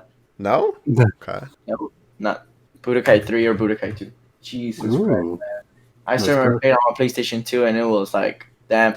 Oh, and I guess Final... No, it wasn't my favorite, but it's what I started kind of playing. So it like marks my childhood. Final Bout and Ultimate Battle 22. Those two games were really cool. They're really... I don't know if you guys even know. No, I've heard of them, yeah. Yeah? Okay, nice. I love the music. The thing that marks my childhood is music. I love just music in the background. Like, Ultimate Battle had one of the best, like, just, I guess, like, 8-bit type of music. Well, not 8-bit, but it was just very good music. And Budokai, I mean, everyone knows Budokai is one of the best Dragon Ball music. I don't even have Xenoverse in there. Or Xenoverse 2 was cool. Xenoverse 1 had a lot of bugs, but, and the servers for Xenoverse were just not great. In my opinion, they were always like very laggy and stuff. But for me, Budokai 2 and Budokai 3 or Tenkaichi 3, Budokai Tenkaichi 3 were really cool games. But yeah, nice. And if I were to say underrated game, it has to be Battle of Z. Not gonna lie, I think that the game really that's a hot take. Yeah, I know a lot of people are gonna hate it, but it was very unique at that time. But again, true. I'm not gonna get into that. But yeah, for me, Budokai 2, Budokai 3, favorite games. Nice. All right, so if you had to rank them, where would you, from a scale of like from 1 to 4, OG Dragon Ball Z, Super, and GT? How would you rank them? Also, like Dragon Ball Z, favorite to least favorite. Yeah, like a tier list. All right. So you said Dragon Ball Z, Dragon Ball Super, and GT. Yeah. Yeah. Oh Lord. Okay. Oh man, whenever I do tier lists, I get so much controversy. When I did Call of Duty tier lists, oh my god, I got bashed badly. I know, but you're safe here. Okay. Unless. Yeah, for sure. Okay, I love DBS, of course. Loved it to death. But I have DBZ at the top. I'm gonna be completely honest. Dragon Ball was amazing too. But the thing that happened in Dragon Ball Super at the beginning was very mediocre. The animation was just Don't remind me. even Goku Black arc was kind of very. Really? You think? No, hold on. No. Goku Black. No, trust me. Go back to some of the episodes and try to compare them to right now. It still looks a very little luckless. Like Trunks' his face was never. Oh, like, you mean animation? I got. Yeah. I'm a very picky to that, but. Of course, the freaking Goku, the Future Trunks arc was one of my favorite arcs. Holy crap, the music, oh man. So I definitely have DBC at the top. Jesus Christ, this is so hard. Dragon Ball Super at second. Oh yeah, this is gonna. I love Dragon Ball, right? Mm-hmm. No, Dragon Ball 3. GT last. No, okay, I cannot be kind of crazy like that. GT was super cool, but it had so much filler, and it was just. But for me, I've never hated GT. By the way, I'm gonna throw that out there. I have never ever hated on GT. Like I know a lot of people have hated on GT for like so long, but me, never. I mean, I have the original Dragon Ball GT like box that it came with. Like it comes with the It's not like the regular DBZ. Like it's actually like a book. You can flip the. Oh CD, yeah. And it comes even with the. Side where it shows you every episode that it has and even shows like the news and stuff. But yeah, I have the original Dragon Ball GT. I bought it when it first came out, and I love GT, but I know a lot of people hate on it. But yeah, DBZ, Dragon Ball Super, Dragon Ball, and GT. Interesting. I mean, I feel like it's almost become one of those things at this point where like it's sort of just a meme to hate on GT. You know, like even people who've never watched it. Yeah, but I mean, it is kind of funny. You know, like it's just people goofing half the time. You know, it has. I think GT, the reason why I would like to put it more on top, but I can't because I had a lot of filler and just it kind of didn't make sense sometimes. But it was just the uniqueness that Super Saiyan 4 is unique. The names of super attacks. Oh, super attack! I'm out here thinking battle. Like moves like the final shine attack. They really need to make that canon. That's so cool. Final shine attack. That is. Oh my! Or the times 10 helmet where he like puts his two hands together and to make like a powerful dude. That's so cool. That is really cool. But yeah, I really like that. So yep. And DBZ, the reason why it's the top, Gohan's my favorite character. Fair. Super Saiyan 3 Gohan. So that's my favorite fight. I've watched it like a bajillion times. Oh my gosh, bajillion. Interesting. All right. How do you feel? So this question includes, I guess, is kind of like off the coattails of Dragon Ball Super Broly. How do you feel about how the direction that the series is going? Wait, can you repeat that one more time? So how do you feel about the direction that the series is going? Like the story? Like going forward with Moro and all that stuff? Well, I mean, if you want the manga, but more so like how they're handling Dragon Ball from like the end of Super to then Dragon Ball Super Broly and then moving forward from here. I definitely feel like there could be more because they did leave us with like a crazy cliffhanger with the ending of Broly movie. Where Goku says my name is Kakarot, and I was like, wait, what?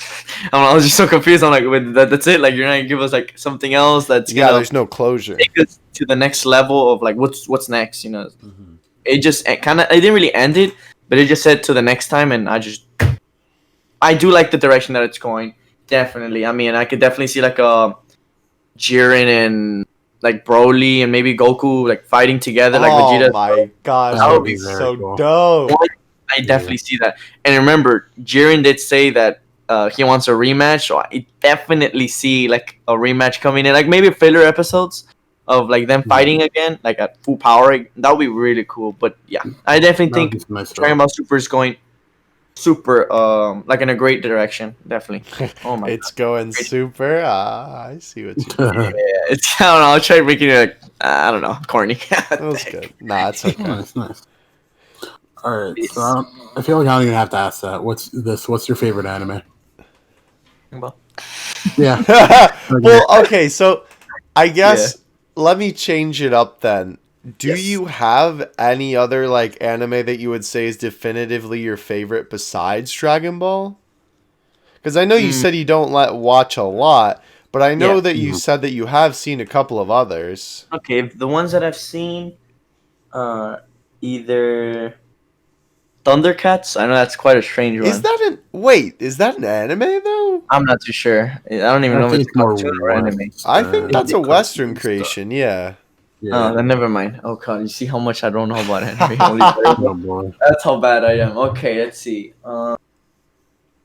Okay, hold on. Let me go into the deep. Yeah, go for it. Because like Mazinger Z, that's definitely an anime. That's Gundam. Yeah, I would almost put that, but I didn't really watch it that much. I would always like listen to the music and watch a couple episodes. Mm-hmm.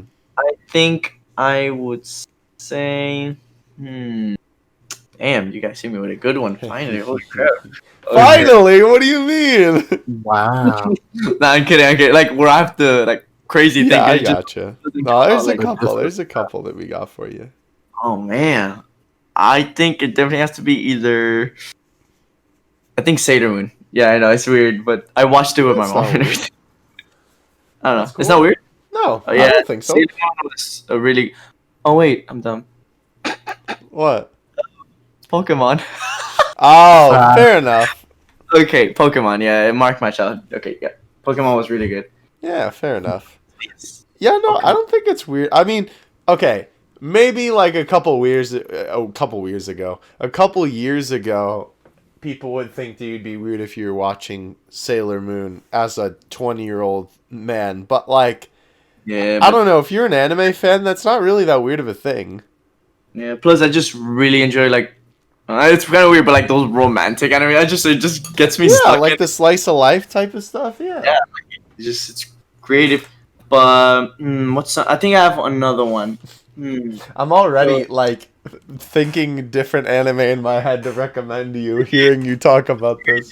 Now, I really don't know, but He-Man is also like a Western, right? Yes, that is a Western creation. Yeah. Yeah, I'm uncultured. Like I'm very OG. You can tell like I'm very very old. Like I only watch like those. Like I guess Saint Seiya too. I really enjoyed watching that. Like I watched everything with my dad. Mm-hmm. Yeah, but it's pretty cool. Or the, oh my god, what is it called? It's like the fighting anime. What is it called? It's a really cool anime on Netflix. Fighting anime. It's a. You got to be more specific. I'm trying to think. It's the. Are we talking like oh my god, what's it called? boxing or like? No, it's like dude. Never mind. Just dude, I can't think of it. Like Dragon Ball type of fighting or like it's like actual like fist fighting and stuff, like martial arts and stuff. So yep. I guess like I know what you're talking about. Kengan. Oh man, I can't think of the name. Here, I'm gonna quickly. Let me pull it up real quick. Hold on. Okay, go for it. This is reminding me. Do you remember Jinro brought up some like random anime that he told us? Kengan Ashura. That's what it's called. Kengan Ashura. I've never heard of that before. Maybe I would recognize it. You should try it out. I definitely recommend it. It's pretty cool. Kengan Ashura. So, I'll look it up. Yeah. Very like the animation on that is pretty cool. I like it. So yes, Kengan Ashura. I assume it's kind of old. Probably. Mm-hmm. Oh no. Actually, yeah, it's quite new. Oh, this is 2019. I think I've seen this main character before, but I definitely don't recognize the anime. It looks interesting though. Yeah, Kengan Ashura is a pretty cool anime. My dad has been watching it like every day. He watches it. It's crazy. He rewatches it. But yep. That's funny. Interesting. I'll check it out. It looks pretty good. Yes. All right. Let's see. Where are we here now? Okay, so now we're sort of moving on to questions about your online presence. Okay, Vaughn. No. It's your turn to ask the question. Oh wait, no, I did it. Oh, well, I spun the question. Okay, so I'll take. Yeah, that's right. Technically, it's my question by technicality. That's right. That's right. Yeah, I'll listen. I'm always taking L's. Okay, this is not, bro. My dad is made of L's. What do you mean? L King. Anyway, this is a question I have actually always wanted to ask you, but I was saving it for the podcast. Why did you choose ChaoticTense for your name? Oh man, this is such a good question, and I have just oh, dude, you're bringing back good memories. Let's go, dude. Okay, Call of Duty. This goes back all the way to Call of Duty. I used to be a pro Call of Duty player. Every day I would just grind like 14 hours a day, and I remember entering this I think Modern Warfare 3 tournament, and I used to be Purple Vine 7670. I know it's such a weird name, and I just chose it because Vines was popular, and my favorite color was purple, and 7670 was my cousin's like numbers that he had. That's why he's homie 7670. Remember we saw on my stream? Oh. So yeah, that's why I have it. But then I remember joining the there was the Elite on Modern Warfare 3. I don't even remember I'm such a OG Call of Duty fan, and I get crazy. But there's this Elite clan you can join, or I guess where they set up all the clans. And I remember joining it, and they told me that I had to change my username to like a more, I guess, serious or competitive thing. And I remember back in the day, they used to call me. They used to be like, "Dude, you're so chaotic," literally, because I would like get quad feeds or just feeds everywhere, and they would call me chaotic. And I remember one day I was just like, "Huh, damn, chaotic sounds like very like just there." Imagine just someone they're just like, "Hey, what's up, chaotic?" And I would just every time I would just picture in my head, "Hey, what's up, chaotic? What's up, chaotic? Hey, chaotic." And I'm like, that's nice. And then I remember when my first name was just chaotic. I was planning on just putting chaotic, but then there was this little phrase that people would tell me also that like he's tensing up, because whenever I would tense up the game, like just when it was like a 1v4, I was like tensed up, and I'm like, oh my god, I'm super tense. I'm nervous, and then I would end up clutching it. So then I just combined just the word chaotic and tense, and then it just chaotic tense, and then it just became my internet persona for that long because of Call of Duty.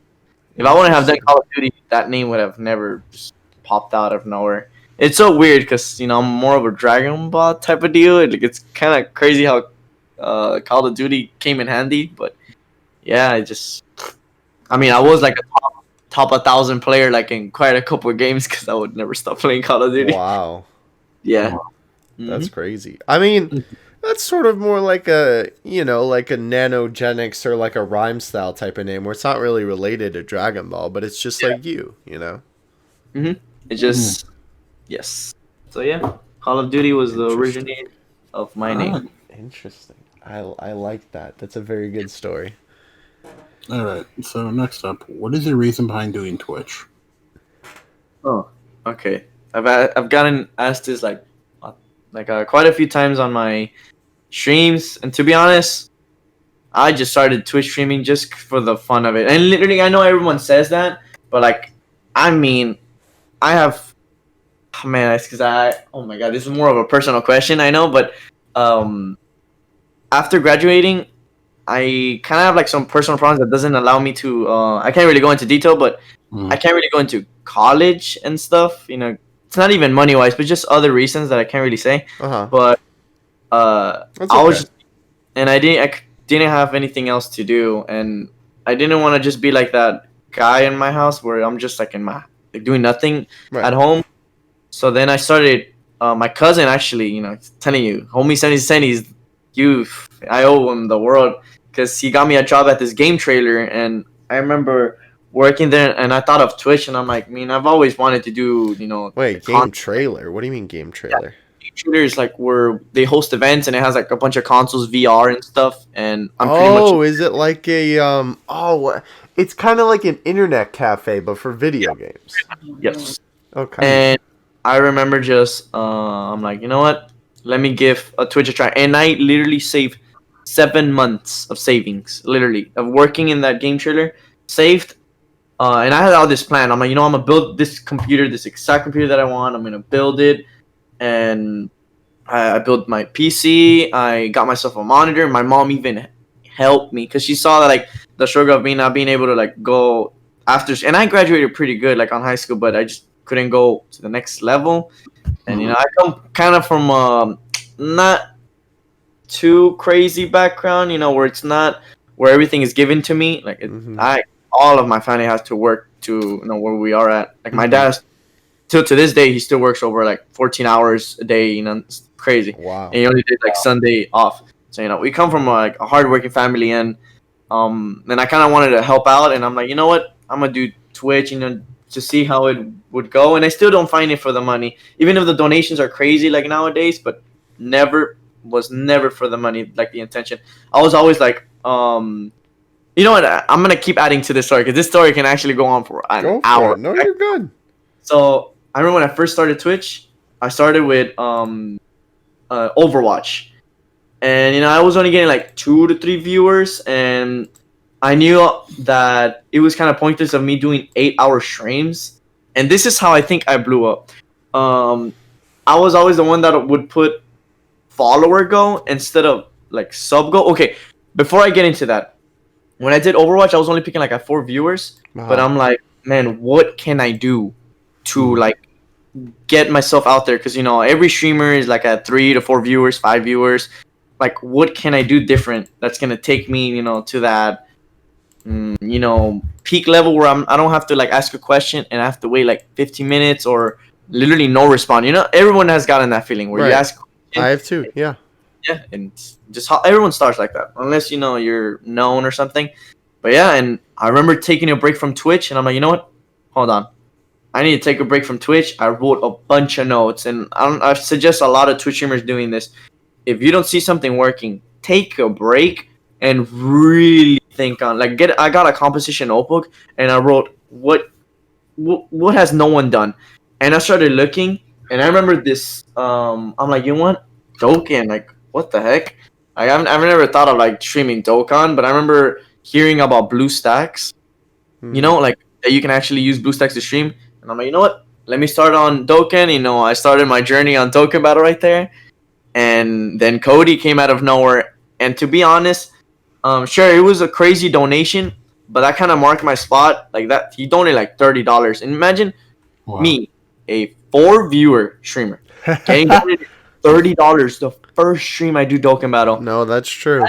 That immediately marked, wait, since I changed the stream, is this what's gonna work? And then ever since that moment right there where Cody did that crazy $30 donation, I'm just like, you know what? I'm gonna start changing just everything. And every single week I was improving the streams. Changing overlays every week. Changing notifications, changing the way the layout looked, changing the way I would act, because I was kind of like quiet back in the day, or just wouldn't act myself, like for some reason, and I was like very nervous. And then just I came up with the raves. Though when I told you those raves were the definition of how I blew up, it was no one does raves. Like you can go to Twitch and you cannot find a single person that does raves for every single it's insane. Like, I mean, expect me to. You saw it like live, and you too, Sparker. Wait, I don't even know if I pronounced your name right. I apologize. Yes, Sparker, right? Yes. I mean, it's just funny because all of us call him Kayvon just because, and that's how he usually shortens it. And then I caught that too. As soon as Kayvon joined the stream, you're like, "Oh, Sparker," and I was like, "What?" I ignored the first part for some reason. I just went immediately to Sparker. I mean, it looks hard to pronounce, I guess, from face value. Yeah, and then I remember just raves. What can I do? And I started with the crab rave. Because, okay, I'll be completely honest. I know Fortnite has nothing to do, but I remember hearing when I first heard about the crab rave, and I'm like, oh, crab. Oh my god, I love this song. This crab. Oh, crab. Yeah, I know. It's so dumb. Like, freaking corniness. And then I remember when Fortnite released it. I know this is very cringe, but this is when I used to play Fortnite. I know Fortnite used to be big and whatever. But I remember when they first released it on Fortnite, I'm like, immediately I bought it because I just loved how it looked. And then I'm like, I remember when one moment when I bought it on Fortnite, I'm like, man, wouldn't it be so cool to just like have like a theme style just dance that I can add on my stream? And then I thought, oh crap, and then I started really thinking. And then I added the crab rave. And then months later, I remember Cody requested this song called Brain Power. And I've never heard of Brain Power. I love Brain Power. I had never heard of Brain Power. And then out of nowhere, Brain Power got added. And I'm like, man, this song is very hype. Can I maybe do another rave with this song? And that's when rave started really popping off. And then I'm like, you know what?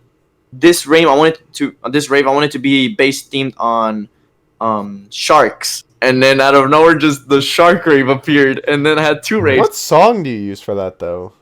Brain Power, the shark rave. Oh, and then later on, like, I'll get into the other raves. But then, of course, so I can save you, the anime rave. I'm not gonna say the word. Yeah, the anime rave. Yeah. Yeah. The anime rave, the very toxic, but whatever. I mean, I don't know if I would describe it as toxic. Yeah, but it's very beautiful. It's such a beautiful anime. Consider it. Well, Check it. Yeah, by the artist S3RL MTC, and I remember hearing that song, and I thought it was so funny, because it says all the weird shenanigans. Right, of course. Anime, cultured anime. Yes, yeah, cultured anime, yeah.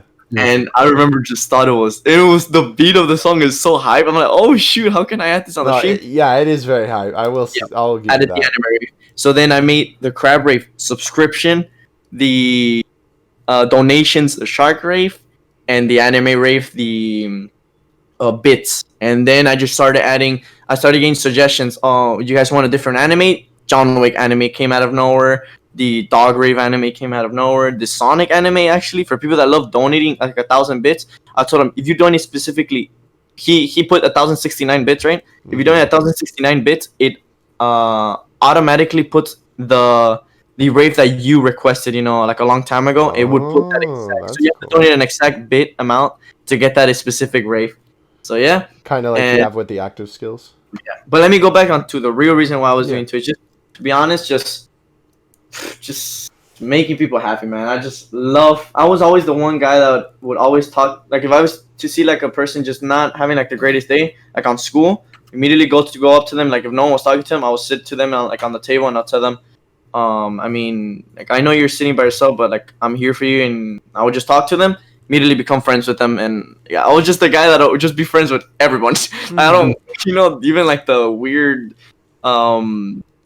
not weird, but the baddies. I don't even know how to call them, the whatever. But yeah, I would hang out with pretty much everyone. So I just love making people happy. And still, I think today's stream, the very last, when I was ending stream, oh my god, I put this motivational video, like about Arnold, explaining like why you should like never give up on like on your goals and stuff, and like never like let people like nag you and stuff. Like, it's just not good. And how do you call it?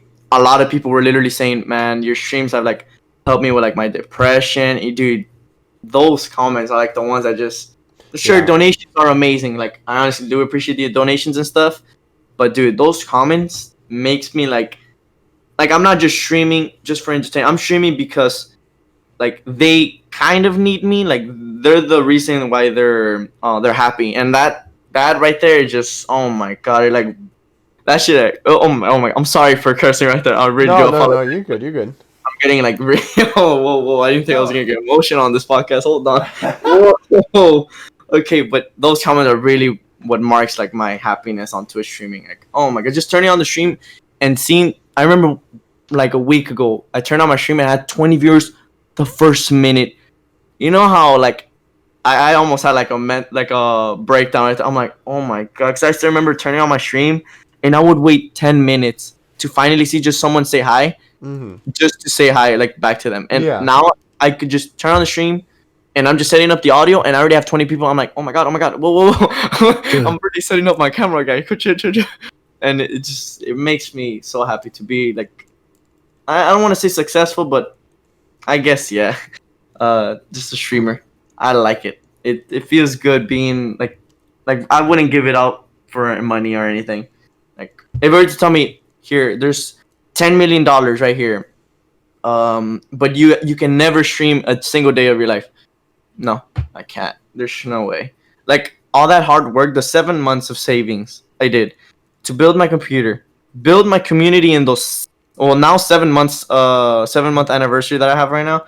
A couple days ago, there's no way I'm gonna let that go. There's no way I would. 7 months of like pure hard work and just dedication of me every day, just streaming 6 hours, 5 hours. The late night streams, even the late night talks on Discord, and just answering every single try. This is the thing that I can't even say that word. That makes me different.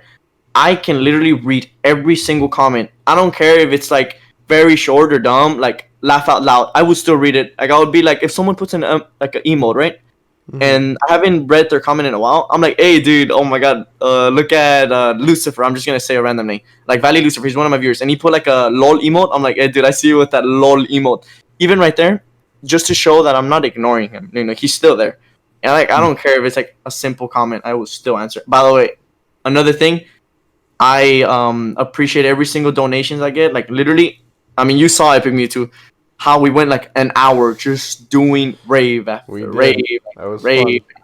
Yeah. and so yeah, man, just streaming is my happiness. In YouTube, it's cool doing it, but to me, streaming is just something else. I get to experience live reactions, especially like if someone's going through like family problems. Dude, I take that very seriously, and I try my best to help. I even tell chat, I'll make sure to say goodbye to this person if they're leaving, and it's just to show them that if they say bye to me.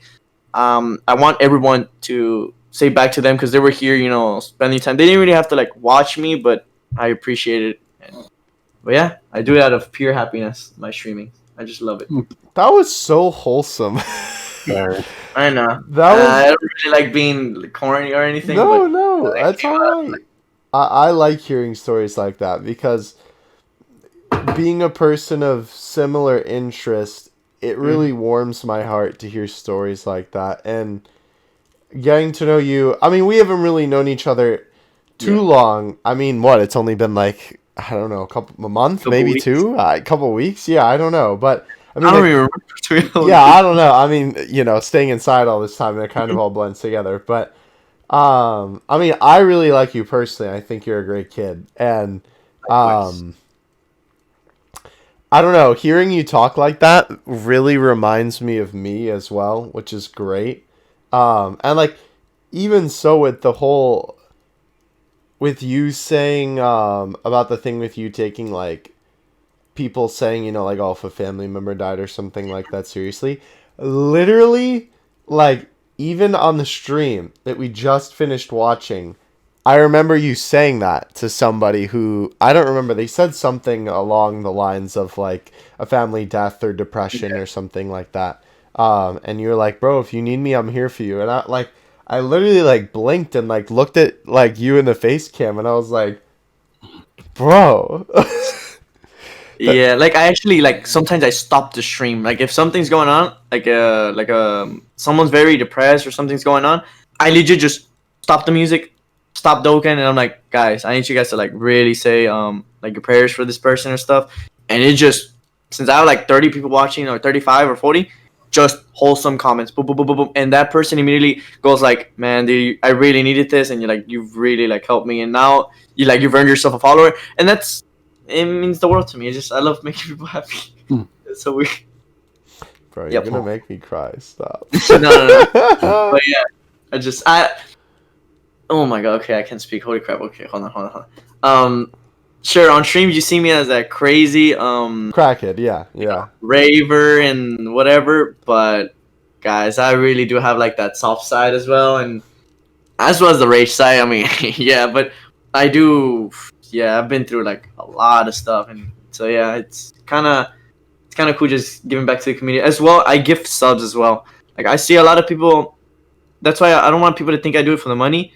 Even I gift my own subs with my own money. Like I haven't even gotten paid by Twitch and stuff. And I don't really like talking numbers, but even with my own money, even if I have like only $30, I'm like, guys, you know what? I feel like really good. I'm gonna gift like 2 subs. Or if someone says the specific line, oh man, I really wish I could support you, but right now I don't have money, and I really enjoy your emotes. I'm like, don't worry, and I will literally sub for them, just so they can be happy, and I'll gift like 5. I actually gifted like 3 subs or 4. Later on, I might plan on doing like a 10 gifted sub once we get to like 2K or something. That'd be cool.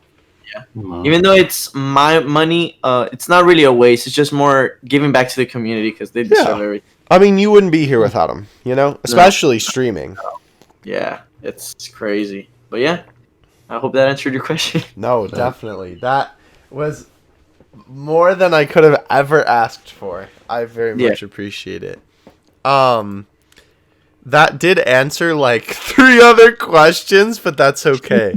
I want to ask this because I don't know if you streamed anything else. This is a little bit deviated from that thought that we just got off of, but that's okay.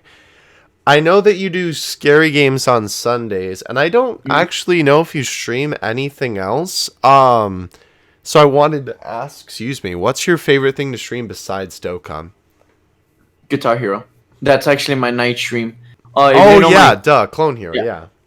So I was actually thinking of bringing it back, but it was just kind of very hard because I can stream every day, but not gonna lie, I did get a girlfriend, and honestly, she means the world to me. So I don't want just to be just like the streamer like every day, because I mean she means the world. She even comes to my streams every day, so that's why she kind of helped me make a schedule where I don't stream every day, because I remember I was kind of killing myself. I was getting very hurt, like my back was killing me, getting massive headaches. 'Cause I was streaming like 7 hours, 8 hours a day every single day from 5 to 11 to 12. Dude, it was. And you don't want to burn out either. You know? Yeah, I don't want to burn out. No, I remember I burned out. I had to take a 2-week break on Twitch, and it was when I was peaking like 50 viewers, but I couldn't anymore. Mm-hmm. And I remember I used to do giveaways, but I already explained that, right? I think about the whole giveaway thing on Dokkan. Yeah, we had like an hour-long conversation about that. Yeah. So I'm so glad Dokkan removed transfer codes for that thing, because a lot of Dokkan streamers were just gaining viewers just for. That's not even. I don't consider summons content. Well, no, okay, hold on. If it comes from your money, yes. But where you're just re-rolling, giving away, that's not really content. You're more of a giveaway, or you're just giving away accounts, and you're getting. And so yeah, I didn't really want to be known as a giveaway streamer, and I didn't like that at all. So then that's when I came up with the whole. All right, guys, this is what we're gonna do: old school Saturdays and scary. I don't know if I can say the A word. Like the. Yeah, just say Scary Sundays, Yeah, I remember. I think I said it before, so I hope your editor can like bleep that out. Or something. Well, I'm editing this one. It's fine now. Don't worry about it. Yeah, the Scary Sundays and stuff, or Spooky Scary Sundays. I guess I can call it like that. And yeah, so I'm planning on bringing back old school. That's remember how I did the whole Dolphin emulator thing. Mm-hmm. I used to play old school games, but definitely want to bring that back because a lot of people have been requesting to bring that back. And maybe also movie Fridays. This is something I've been wanting to do with subs, like where we watch a whole movie together, or even like a whole Dragon Ball movie, or just in general a movie and stuff, and just doing it with like Discord and stuff. I want to do that one day. So yeah, it'd be pretty cool just to give back to the people who have like support. Oh, I also do this thing where people who have donated over 10,000 bits. I have this company that makes not company. It's this woman, my mom's friend, which I guess she's trying to start her company. I'm glad she makes custom-made Yetis, and I think I've showed you a couple, right? I don't know. I don't think so. I'll show you some, but they're very high quality. And Cody's getting one. Expected to. Oh, the cups. Yes. Yeti cup. Yeah. I do know what you're talking about. But yeah, they're very custom made, and I mean, I make them and I literally ship them out. I'm gonna ship one to Cody very soon, and they get themselves like custom made ones. That's so, yeah, that's pretty much how I give back to the community. That's my giveaway. Instead of giving away like an account, not really significant because they really get shafted on the account. This is like a more like $40. It doesn't really hurt me. I'm giving them what they deserve, man. Like something, and we were gonna be writing like on the whole note on the thing, like I guess my signature. Just I know it's nothing but like a signature, and just writing a whole pretty much how much they mean to it. I also like on Twitch. A really cool thing that Twitch has that I do every week is that you can kind of send an email to everyone that is subbed. So I always put like, thank you for gifting me. Thank you for being a sub on my channel. Even if it was gifted, I highly appreciate you just being on my stream. And I do it every week. So I send an email to like over hundreds of people. That's awesome though. Wow. So yeah, it takes me a while, but I do it to everyone. So, yep. Like, it's just so awesome to me. Because it's just so clear that, like, you're so passionate about this. Yep. And I think that's so cool. Like, you can almost tell, like, when a person is doing it for the money. Like, this is why even as a path to partnership, I still do not put in my title of my streams 100 out of 150 sub goal. Never. It's always been just follower goal. Because why? I'm just trying to build a community. Yeah. Sure, subs can come in, in donations and stuff, but I prefer having a community. Like I've even told my chat, I prefer having 50 viewers watching me than having 5 viewers watching me, but getting over hundreds of donations. No, just not how I roll. Like imagine just like I'm just with 5 people, but imagine 50 people, no donations, but it's just a wholesome, community, just chatting and chatting and chatting and asking constant questions, and they're talking about your date, dude. That means the world to me. It's just it's so cool. But yeah, I'd rather have people on my back than just people who donate, even though they're really, I mean, they've helped me upgrade my whole PC at this rate. So Yeah, exactly. It's not all about the money. That's 100% for sure. So yeah. No, and I think there's really something magical about that. To be honest. Yeah. Yeah, I'm God, glad too. A lot of my viewers are gonna watch this thing and be like, "Oh, whoa! So this is the sad Pepe chaotic."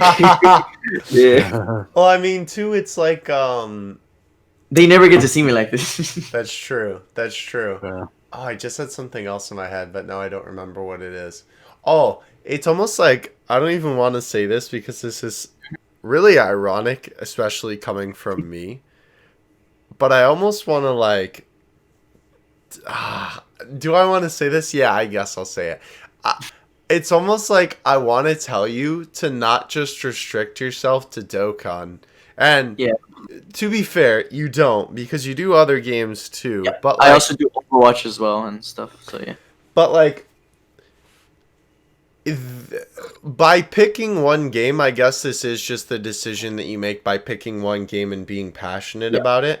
But like, and I mean, I'm sure you're aware of this, but by picking one game, you're kind of restricting yourself in terms of growth from the get-go because you only have so much that you're able to grow to, right? Like people who watch Twitch and play Dokkan, right? In my case, watch YouTube and play Dokkan. Like you can only grow as big as there are as many people like in that sort of criteria. Yes. And so it's wait, hold on. Can I add something real quick? Yeah. Okay. So I'm so glad you brought that up because that is exactly what I did, and that's what made me kind of blow up on Twitch. Literally, I was doing Dokkan content. And I was kind of getting burned out of it. Now I don't get burned out of it because of course I have JP and Global, but the thing that I did, I'm like, you know what? Sure. That's why I started with Outlast. So I was doing Dokkan Battle, and then on Sunday, I'm like, you know what? Let me play. No, I was doing just every day. I was playing Dokkan Battle and then playing a scary game in the night. So I'm like, what can I do where people are not immediately leaving as soon as I switch games? What can I do? And I'm like, you know what? Let me just try it for a whole month. And I did Dokkan Battle, night stream, Guitar Hero, and then I would get 20 viewers. Then I would play Guitar Hero, 7 viewers, and I'm like, oof. But I'm like, you know what? It's gonna be like this. Let me keep doing. And this is a big tip I give beginner streamers.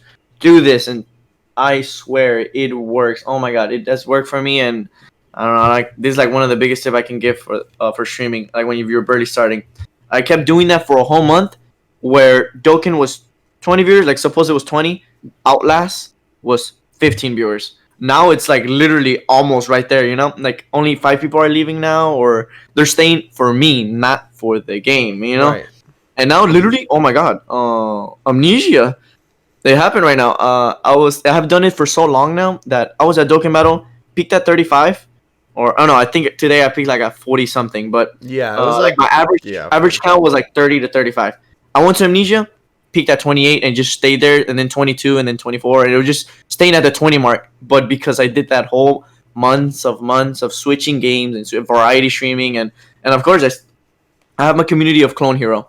I have the community of scary games, where people, my viewers. I have the community of Dokkan Battle, and I have the community of, I'm actually going to bring Smash. This is why Saturday, I'm so glad Saturday is available for me. Yeah. So I'm going to bring Smash Saturday tournaments. So I'm going to be hosting tournaments every Saturday now. And what you get, either Nitro for Discord or a gifted sub. So yeah, that's what I'll be doing every Saturday. Come on. Yo. Yeah, I know. Controller, bro. Let's join. I need to get myself a Switch first, and then I'm gonna host everything and boop, host the whole tournament. Oh, my man doesn't even have a Switch yet, and he's already planning for it. Wait. Tell you, that's how much I think of stuff. Are you that good? No, I'm not good. I'm just doing it for viewers. Like if I lose, like I'm gonna be competing, but if I lose, now I'm just spectating all the viewers, and I'm live streaming the whole tournament. Oh, I'm gonna come in there, bro. Yo, that stream is pretty much clout for people who want, like, I don't want to say clout, but pretty much self promote. So if you win, you get a whole shout out. You know what I'm saying? And pretty much all the people that are there are, if they're streamers, of course, I even like streamers that have seen me. Oh my god, Master Carter, he rated me with like 3 viewers, or no, I think, yeah, 3 or 5. I'm not too sure. He's been watching me since 200, and I remember he didn't grow as much as me, but I remember I went to a stream and I'm like, hey, oh my god, I remember you, my guy. This is your stream, and he's like, oh my god, man, you have changed so much. He's been watching since 200. Months later, I come. Sure, he didn't gain as much as followers as me, but imagine out of nowhere, he watched me when I had 200. I go back to the stream, I have 1.4K. Just imagine the feeling of that. He's just like, that's what? Crazy. What happened? Like what happened? Like I remember when he told me, I was like, yeah, I don't really know what happened. Well, I do know, but I don't really go like the crazy detail about it. But yeah, but it's crazy how people just are like, oh my god, man, you really made it. Oh my god, my Messenger, Instagram, Discord gets blasted. I'm like, what do you do to become successful on Twitch? And a lot of people, you look at YouTube videos and it just says, be yourself, do this and that, and it's the same thing. And sure, those things do, but I've always told people, look, if you want to do Twitch, you really have to think on what you're doing, because you're not just gonna. Sure, you can be the best streamer alive. You could be the best gamer, but if you don't have anything to like back you up, this is the okay. You know what? Let me give the absolute biggest tip on how to grow on Twitch. And this is crazy because a lot of people have told me, a lot of YouTubers have said, start on YouTube, throw your viewers from YouTube to Twitch. That's what literally Twitch is. That's what it's used for. You use social media to bring the viewers to Twitch, right? Mm-hmm. Twitch is pretty much like a business where everything's going to the streaming. But what I tell people, look, you got family, you got friends.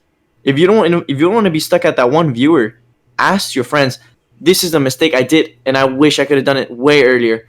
I was that guy. I would not tell a soul that I was a streamer. I was just so nervous about it. I'm like, only my cousin knew, and I guess my parents. Once I shared it on my 700 friends from school on Facebook, out of nowhere, friends started appearing, and I started having fun because my chat was finally going. It was just friends, and I knew what to talk about. And then since I was I was getting bumped up on the numbers on Twitch. Mm-hmm. More people were coming because they're like, oh, he has more viewers. Let me check him out. Boop. It was bumping up. Big tip right there. Tell your friends. Don't be afraid. Don't be afraid. And get a webcam. You absolutely get a webcam. People want to know your reactions on stuff. They want to see you say hi to them. They don't want to just hear a voice, So I'm glad you do that, Epic Mewtwo. By the way, I respect that. So thank you. So yeah, that's a big tip. If you want to grow on Twitch, tell your friends and family. I mean, my mom has supported me. She's actually, for my graduation, she gifted me. We were doing this tanda in Spanish. That's what it's called. It's pretty much like a loan where a group of people get together, and every week you give like $50, and then when it's your date number, they give you the whatever amount. For me, it was 1,050, right? I remember I did that whole tanda. The 7-month savings I did. That's what I did it for. Every month, every week I was paying $50 until I got to the 1,000. When I finally got it, my mom did the same thing, but for grad, I didn't even know, and she gifted me another 1,000. So I had 1,000 for graduation and 1,000 for me. I used all that and invested it into streaming. I'm like, you know what? Let me try it out. And to this day, on the road to 1.5K in partnership, and I have never been more grateful in my life that I made it. So yep. No, that's dope. That's yeah. If it wasn't for my family, this would have not, or my cousin too. It wasn't gonna be possible. Nope. Support is number one key. Yep. So wholesome. Yeah, you keep asking me these questions, but I have so many answers. But yeah. No, that's awesome. And like, I definitely need to make a YouTube video on this, to be honest. But yeah, do. That's why I love doing these podcasts. So sorry if you can hear the birds chirping outside. They're starting to wake up. That's why I love doing these podcasts, because like my hope with them is to not only just like, talk about Dragon Ball and have some fun, but like really get down to the nitty gritty of like what makes you who you are on this platform. And I think that's really important. Because it says a lot about not only you as a person, but the kind of content that you're trying to provide and the intent behind your content. Because, like, obviously you can always be, like, wrapped up in a game, you know, and you never really talk about this sort of stuff. So it's really cool to hear people's opinions on it. Yep. And I just, every time I'm ending stream, I always just, like, get quiet for a second. Well, I put, like, music in the background, and I literally just talk to my chat. Like, I have, like, a 5-minute just sit down, and I'm like, guys. And I start reading all the donations and stuff. Like, I really do appreciate it. I just talk to them, you know, saying my goodbyes, and it just they mean the world to me, dude. Like, dude, you gotta love. I hate calling them fans as well. I hate that word. Like, anyone that says fans, I don't really like that word because we're not rock stars, you know. I call them family. I mean, like, you playing Clone Hero, you are, but yeah, they're pretty much like family, dude. Like, what the heck? no, Oh my 100%. God. That's true. Yeah. And I mean, that I will say, maybe I'm not aware of it, but as far as I know, YouTube doesn't have a thing. And I mean, I guess it doesn't matter as much if you're streaming on YouTube, but like, that's why I love Twitch, because they have the just chatting category. Yeah, it's very cool. I sometimes switch to it, and I love doing that. Because you're just chilling for a little bit. I sometimes just react to viewers' videos, and I'm just they're chilling with them, and I'm just having a good time. And or if not, I just talk about, like, oh my God, this is one thing I've always wanted to add: Therapy Thursdays, where I just sit down on just chatting, and I talk about every single problem that, like, if a person has a personal problem, they can talk about it right there, and that's the day to do it. Therapy Thursdays, and they just talk about them, and then us as a community chat, we encourage them, and, you know, we just make them have a better day, and there we go. And that's something I've always wanted to do. Therapy Thursday. I really need to bring that. I need to come up with a way to bring that. But yeah, that would be cool. Yep, that would definitely be cool. I would love to see that, actually. Yes. I hope you do that, because I will definitely pop in for that. That's awesome. Yes. All right. I think. This is your question, Kevon. I'm gonna be honest. Which question are we on again? No, you're good. We're down to right after favorite thing to stream besides Dokkan. All right. What's your favorite stream moment? Oh man.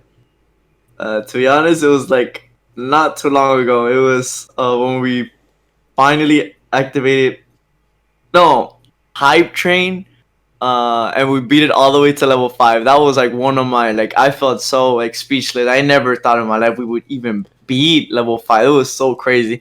But yeah, that marked, like, damn, that was a really good memory. Or if not, when we reacted to the Gogeta and Vegeta super attacks. Oh my, that stream was very crazy, and I enjoyed it so much. But yeah, those two were one of my best memories.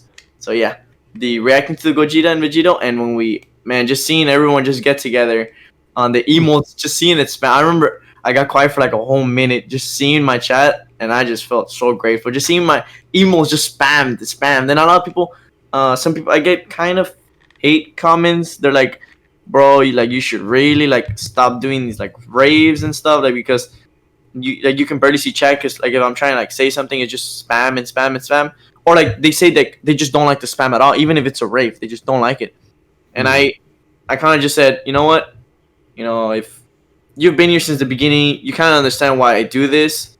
Plus, it's, you know, it's just something that's unique about me. I'm not going to remove something that kind of marked who I am, like, raves. I would never remove them, even if, like, I become big. Nothing.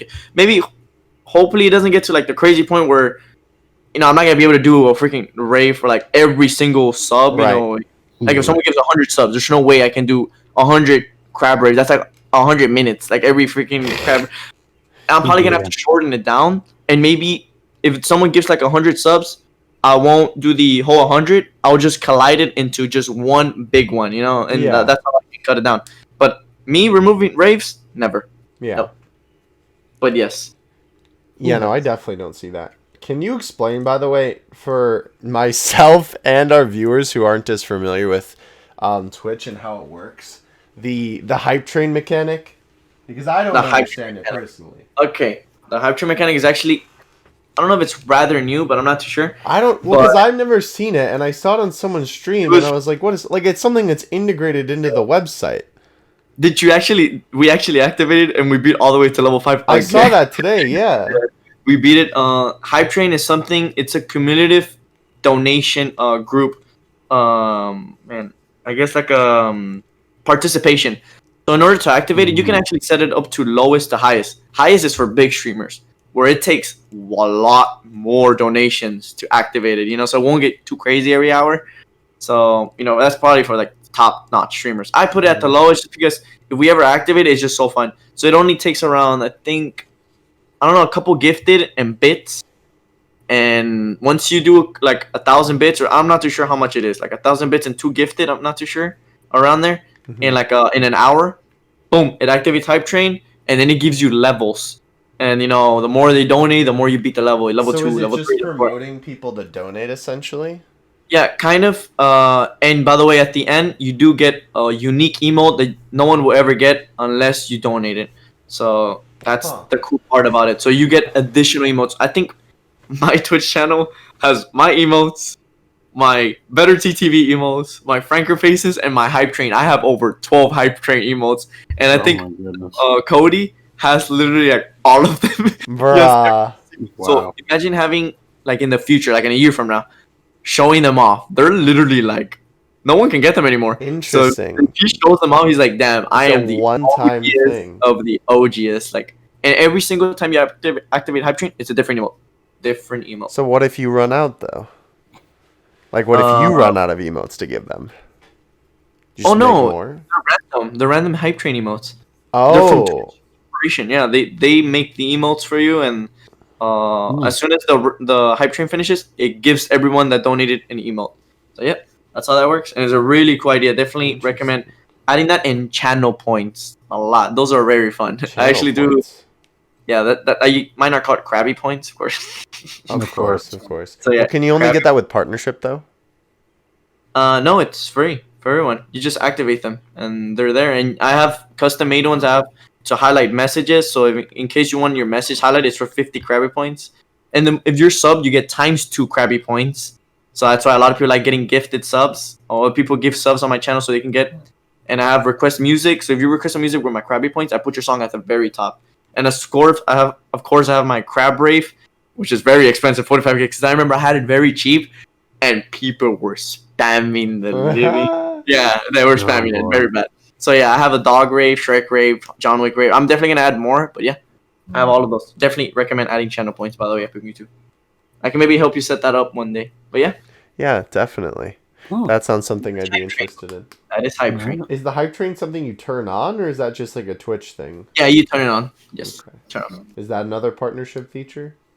No, I'm not partnered. It's just partnered. Sorry. What is it called? When you're the thing that you have. Affiliate. Yes. Thank you. Once you get affiliated, I think you get it. But I think it's. I'm gonna make sure if you don't have to be affiliated, but I think you do. I'm not too sure. Okay. You know how? Oh yeah, I think you do because you only get bits when you're an affiliate. Yeah. And subs. Yeah, never mind. It's for affiliates. Yep. Yeah, that's. So once you get that, yeah, there we go. Perfect. That's how it works. Interesting. Good to know. All right. So you did. Oh no. Here. Wait. I'm trying to find where we are. I lost my place now. Oh. Okay. So I know that you don't do YouTube videos as often. Because you're definitely more focused on the Twitch side of content. Yes. But if you had to pick, what would be your favorite video you've ever made? Favorite, my highlight. I know it's kind of strange, but it was either Dokkan content is cool, but they're not really my favorite videos. They're just either using Tridents, and not even my account. It's just Trident showcasing units, or I'm just doing the OSTs. By the way, thank you so much for showing me how to do them. I got you, bro. Yeah. Even though I'm probably like not even the main source, I'll be completely honest. Like I already missed like one of the OSTs. I think a new one got uploaded, but I don't even know what it was. Oh no, I uploaded Super Saiyan 3 Goku and Majin Vegeta because they came to global.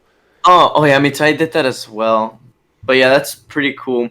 But I think my favorite video was either I have one of this. It's close to world record I don't even know if it is because I've never seen anyone do this. My keyboard, Fury of the Storm, I think 98% run. On Clone Hero? Oh yeah, it was a very crazy run. I've never there's not that many keyboard players, and I'm a guitar / keyboard, but I started with keyboard, and I'm in 98% on that song. Wow, with all taps, so it means you have to tap every single note that there is, and it's very hard. So yeah, I remember getting that, and that was one of my favorite videos I did. I'm definitely gonna make. I feel like I should add more Clone Hero content on my YouTube channel. I agree. Especially because there's Dokkan battle music on the Clone Hero, like you said. Mm-hmm. That could relate to that. Yeah. If not, my highlight video. I mean, fair enough. No, it was very entertaining. That was my first taste of your content. Yeah, that highlight. It's quite interesting. Yeah, the very beginning was already like, oh, or the Tapion battles. Oh, we're not even get to that. Yeah, no. Go watch the video. We'll leave it linked in the description if you're interested. Or well, if I remember to put a card up at the top, I'll do that there too. But yeah, no, that I mean I understand it. It's like your best moments from streaming, so that makes sense. Yes. Yeah. No, I get that. Yeah. Yeah. What Kayvon, I keep losing my place. Oh no, what were you gonna say? Yeah, something real quick. I definitely want to make more IRL content on YouTube. Like, I kind of wanna I love Dokkan and battle at all. I mean, I love it to death, but YouTube for me, I feel like I can take it a different place, just different in Dokkan, not just Dokkan. I can definitely do playthroughs, walkthroughs on games. I really want to do that. That's really fun. So I won't have to play them on stream, so because of course I do scary games, but maybe different games over here on the YouTube side, like walkthroughs and playthroughs. I would really love to do that, and IRL content, not, I guess, kind of vlogs. Yeah, I would like to do vlogs. They're fun. I can definitely talk about stuff that I'm gonna be planning for the next couple months, what my intentions on everything and just everything. I want to do vlogs, so yeah. That's dope. Nice. Yeah, no, vlogs are fun. I've done a couple before. Some have never been released, unfortunately. But they are fun to do. And I do agree with you. You can definitely take that content other places. And I mean, too, knowing you, if you really did want to stay focused on Dokkan content, I'm sure you could whip up something creative. I mean, you know me. I have a bunch of different series. Yeah, that are very untraditional when it comes to Dokkan content. I like it. Yeah. Wait, what? I like it. Thank you. I'm glad you do. I enjoy it too. I think I've definitely found my little niche that I very much enjoy. And I'm glad it seems like other people are too. But yeah, no, that's cool. I definitely want to do that Reddit meme thing. That's a really cool thing that I would like to do, especially because I have a community on Twitch. And I mean, I feel like a lot of people on Reddit would just go crazy on that, and I can have a whole YouTube video based on that. Do you mean how Nano does the meme review that he stole from my channel? The meme. Is that what you're talking about? Kind of like that, but yeah, kind of like that. But I guess they send me memes of me. Gotcha. Pretty much my clips. Oh, so you could make a subreddit. Yeah, a subreddit of me, and they just send me memes of not just Dokkan battle, but just of me. They can create a get a video, and then they get a picture of it and stuff. Yeah, r/ChaoticTense. There you go. Not Q&As. Oh my god, it's a big one. I want to do Q&A so bad. Oh, or like an AMA, I guess, if you're doing it on Reddit. And that is definitely something I need to maybe a 1.5K special. I need to do a Q&A. So many people have so many questions how did I start? And I mean, I'm answering them right now, but maybe in depth on those Q&A. No, definitely. Yes. So that'd be good for a special. Yeah, 100%. Appreciate it. Yes. This is a good question for you to ask, Kayvon. Go for it. Let me see. So we're after the favorite video? Yeah. Alright, so this is a pretty easy one. What's your favorite meme revolving around your channel? Okay. My favorite meme. Well, I'm a living meme, but you guys already know. That's true. You are a living You gotta pick one. It's this picture I have. Okay. Let me see if I can send it to you guys. No boy. I'm already laughing, but it's me doing this weird face of Oh, yeah, the face. the air. Yes, I have my hands up in my like face, and I'm doing like this. Let's see if I can find it. You Oh my look god, literally insane, yeah. it was me because oh my god, what had someone said? I don't know. It was a very like not safe for work comment, and I'm like, what the heck? And I did that face. Let's see if I can find it. Oh my god. Oh, right here, right here. Let me send it to you. It's this one. Kayvon, if you haven't seen it, this one right here. Oh my goodness. That is terrifying. Yeah, that was terrifying, and it became such a big meme, and it was very funny. If not, if I have to say memes, my crab rave, my shark rave, my anime rave, and all the raves that I have, those are all memes, literally. Oh my gosh! One day, I'm pretty much. I swear, I think I brought back the crab rave. No one was really hearing that. I guess you hear it now and there, with notifications and stuff. But like, I really took it to the next level. Yeah, you did. Bro, I could imagine like a Dokkan rave where you have like a bunch of different super texts playing at once. Really? That could be kind of interesting. Cool. Yes, I think maybe like a mashup. You know how we were talking about a whole. Yeah. I'm definitely gonna do that. But I mean, like, you could have like a bunch of different super texts playing on the screen all at once. That'd be pretty cool. Just like covering the screen in essays. That'd be pretty dope. That would be. Oh, that's a good idea. Nice. Yeah, you could even use the active skill raid or rave rather. Just a bunch of just. You already have them clipped anyway. Mm-hmm. Yeah, You could do that. Definitely. I don't know, just a thought. But anyway, that's my biggest meme. yeah, right. No, I do like it. Okay, this one is a little bit different because obviously you've talked a lot about your Twitch chat, but how often do you read your comment section on YouTube, and how do you feel about said comment section? Oh man, I actually comment on I respond to every comment. Actually, the OST video, right? Mm-hmm. The boo has over 17K views, I think, and has over 100 comments. Every single comment has a response for me. I don't care if I'm like in the restroom, I will respond, and I will respond like different to every comment. It's not like, oh, thank you. No, I'm like literally, oh, you're right, bro. Like like this OST told me now this like what we needed in the game, like, and I respond like different every single comment, and I think about it like so fast because it's like I'm on Twitch. Do you ask me a question? I answer like on the spot right there because I have like other questions that are coming up like in seconds. So I guess I got pretty good at that. So yeah, constantly I'm answering comments, and I like and heart. Yeah, I do that too. Yeah. Yeah, I love doing that. Like as soon as it's because I have the notifications on my phone, so then I get it, I'm like, boop, like heart, and then I respond in the quicks. Yeah. And yep. How do you feel about like general community response in that area? Like what type of feedback I get? Yeah. I think it's quite amazing. No one has ever really except when I reacted to the Blue Vegeta and Gogeta essays. I did get kind of not really. It wasn't even bad. It was just they were saying. I forgot to explain to, and plus that stream. I remember when I was reacting to them, I was looking two ways, and they were thinking I was just reading chat and not looking at the super text. But I have a double monitor, right? So I can see Dokkan in my first monitor and in my second monitor. So I guess they thought I was just prioritizing chat and not the. Why is that a bad thing, though? See, and you see, that's the mentality that I'm trying to fix on a lot of people. They think, like they're so used to streamers not paying attention to them, but paying attention more to the game, that they find it weird whenever a streamer is prioritizing the chat over the game. Dokkan Battle, this is why I tell people, look, Dokkan Battle is fun, my guys. But, guys, like, I've seen these animations 1,000 times. What makes it different than I'm just looking at the Vegito animation, like, for the 50th million time? Yeah. And I'm not looking at chat.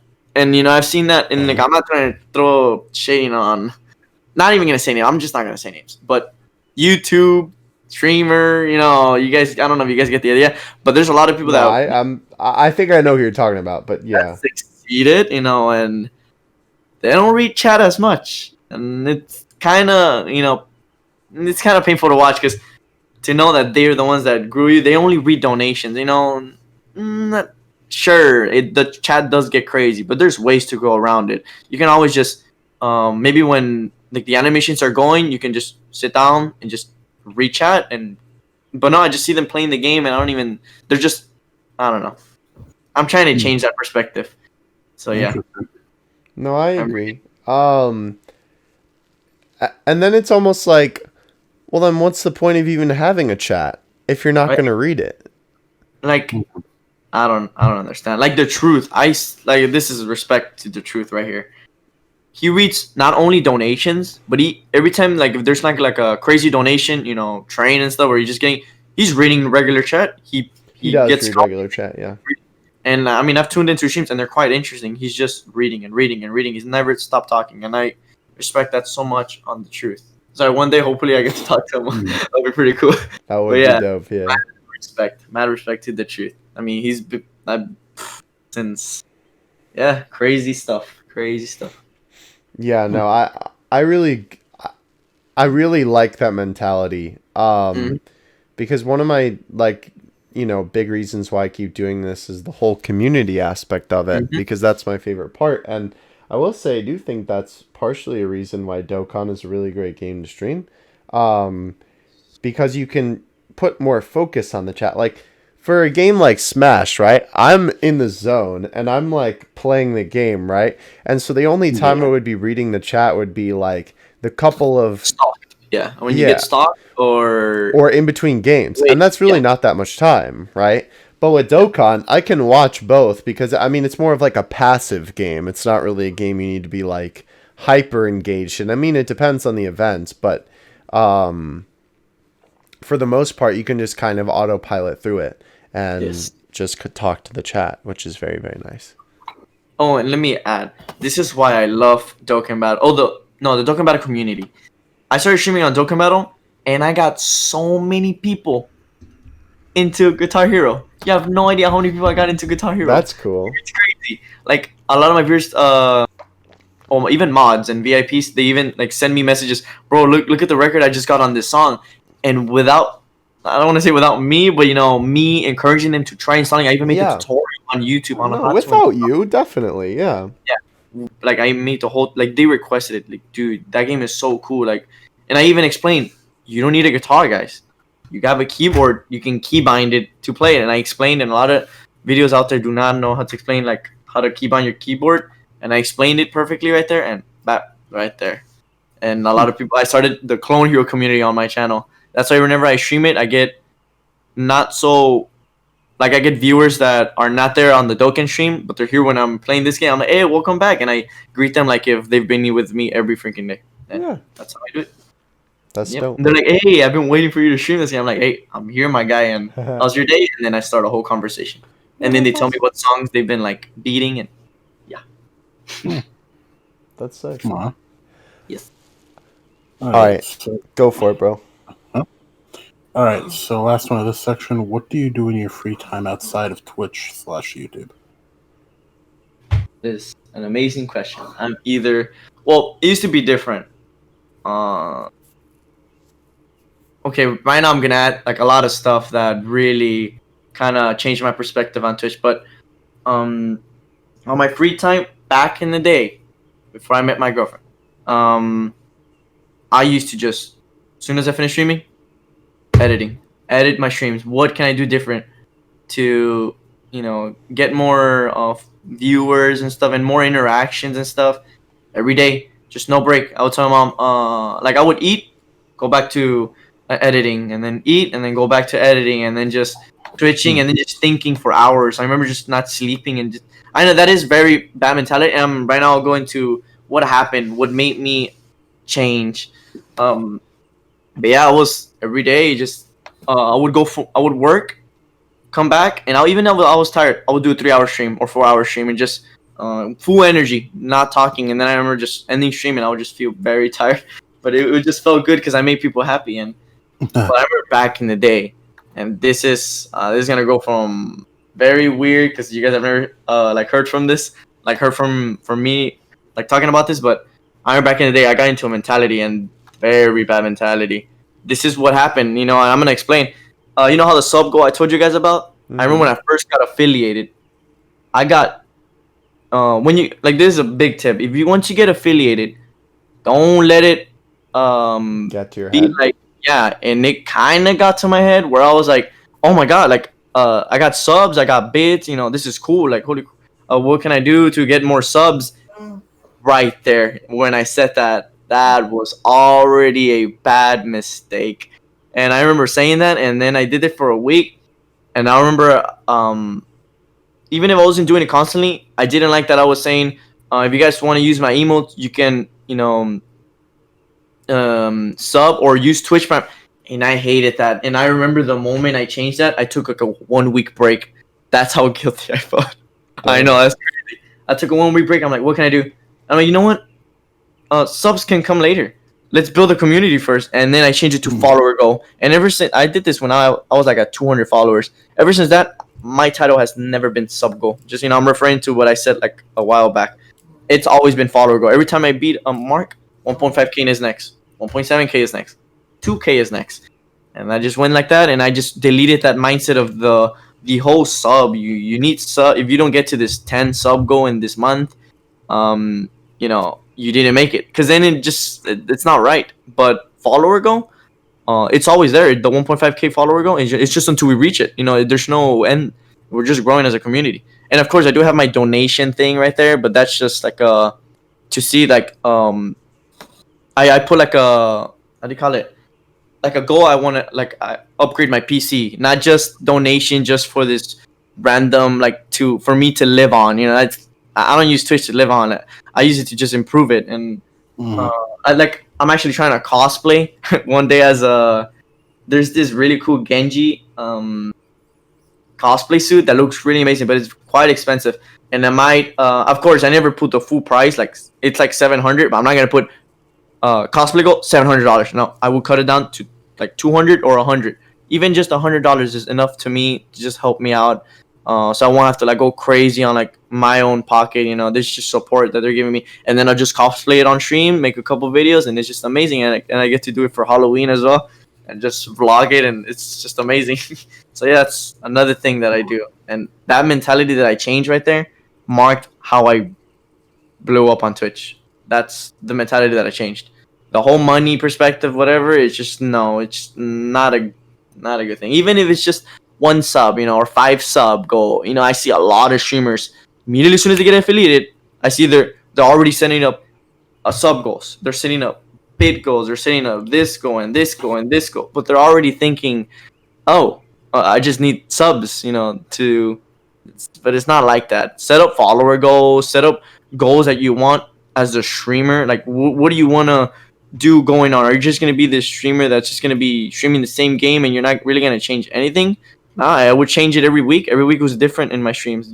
My overlays were changed until I finally found this one, which is probably going to change in like a few months, to be honest. I'm going to find something better. I'm going to improve it. It's going to just be better. I'm probably going to have someone like professionally make me overlays that I can have. And, it just, you keep improving and just keep growing.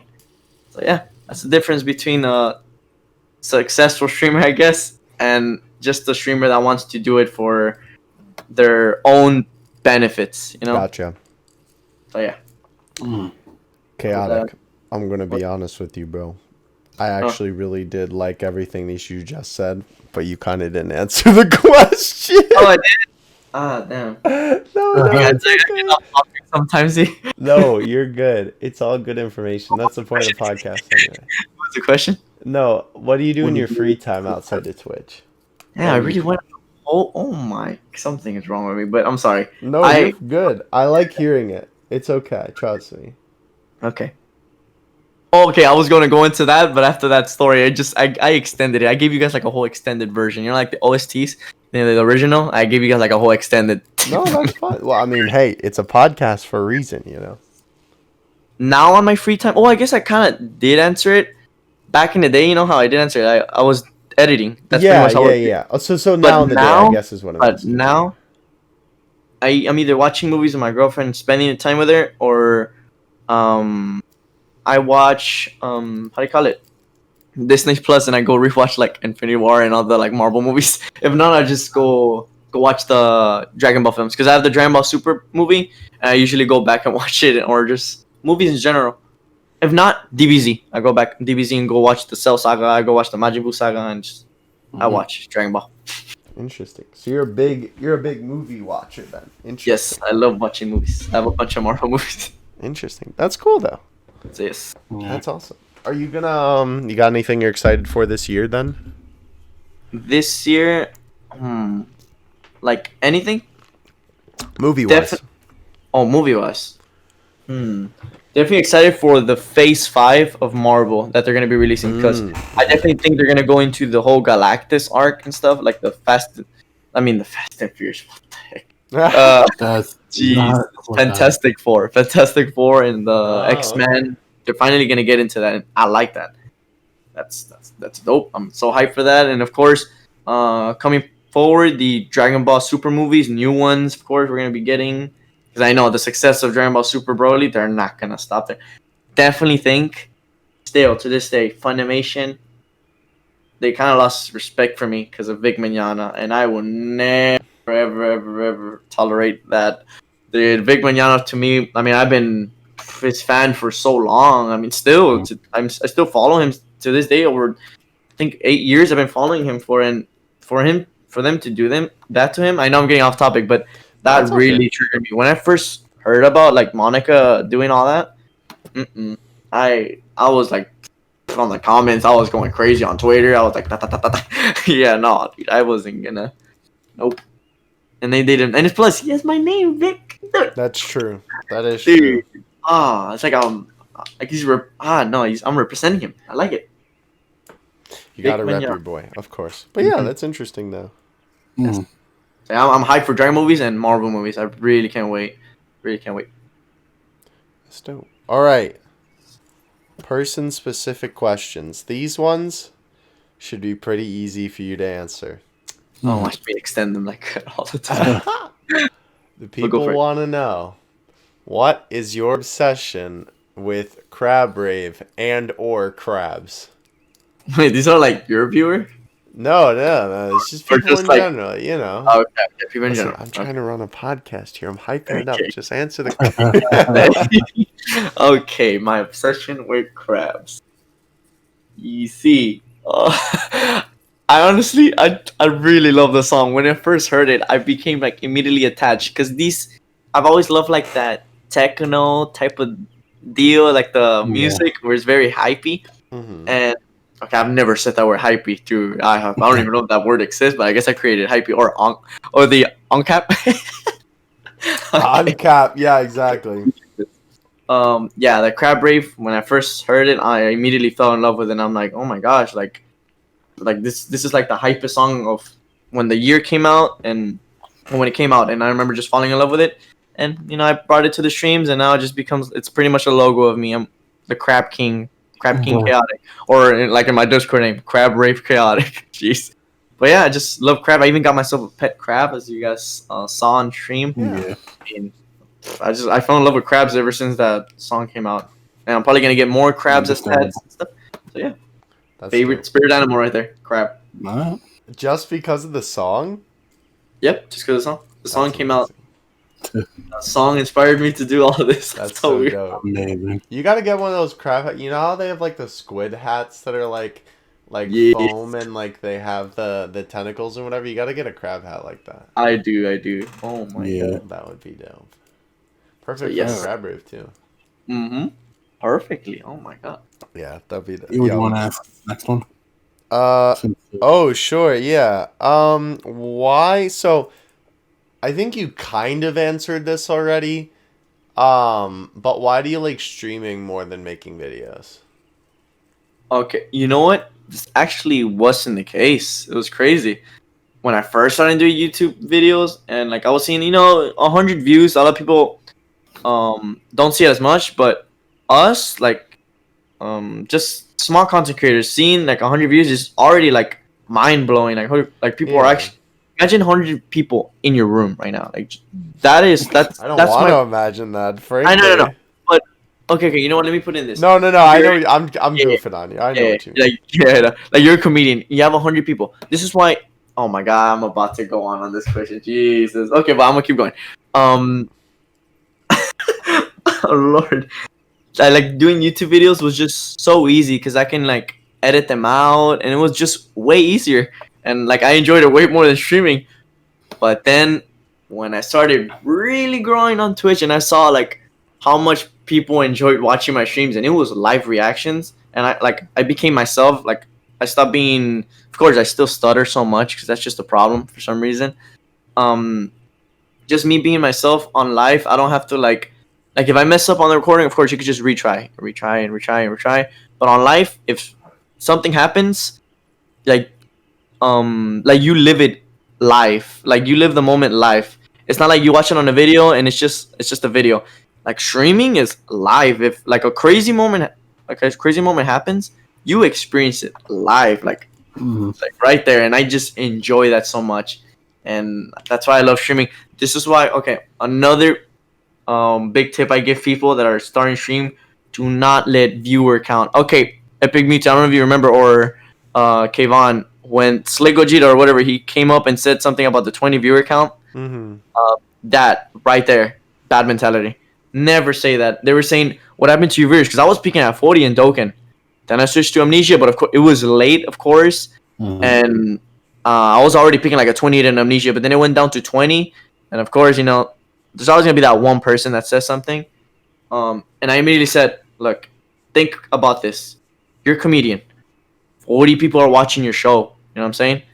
That's a lot. And then imagine just 20. 20 people are there to watch you for you, not for something else. They're watching you for you. 20 people is a lot. Like, damn. Like, I always see it like that. Like, I'm in a mini rock band, and I have 20 people hearing me play like my music. That's crazy. And this is why I think a lot of viewers don't understand like the way us little small streamers started. 4 viewers.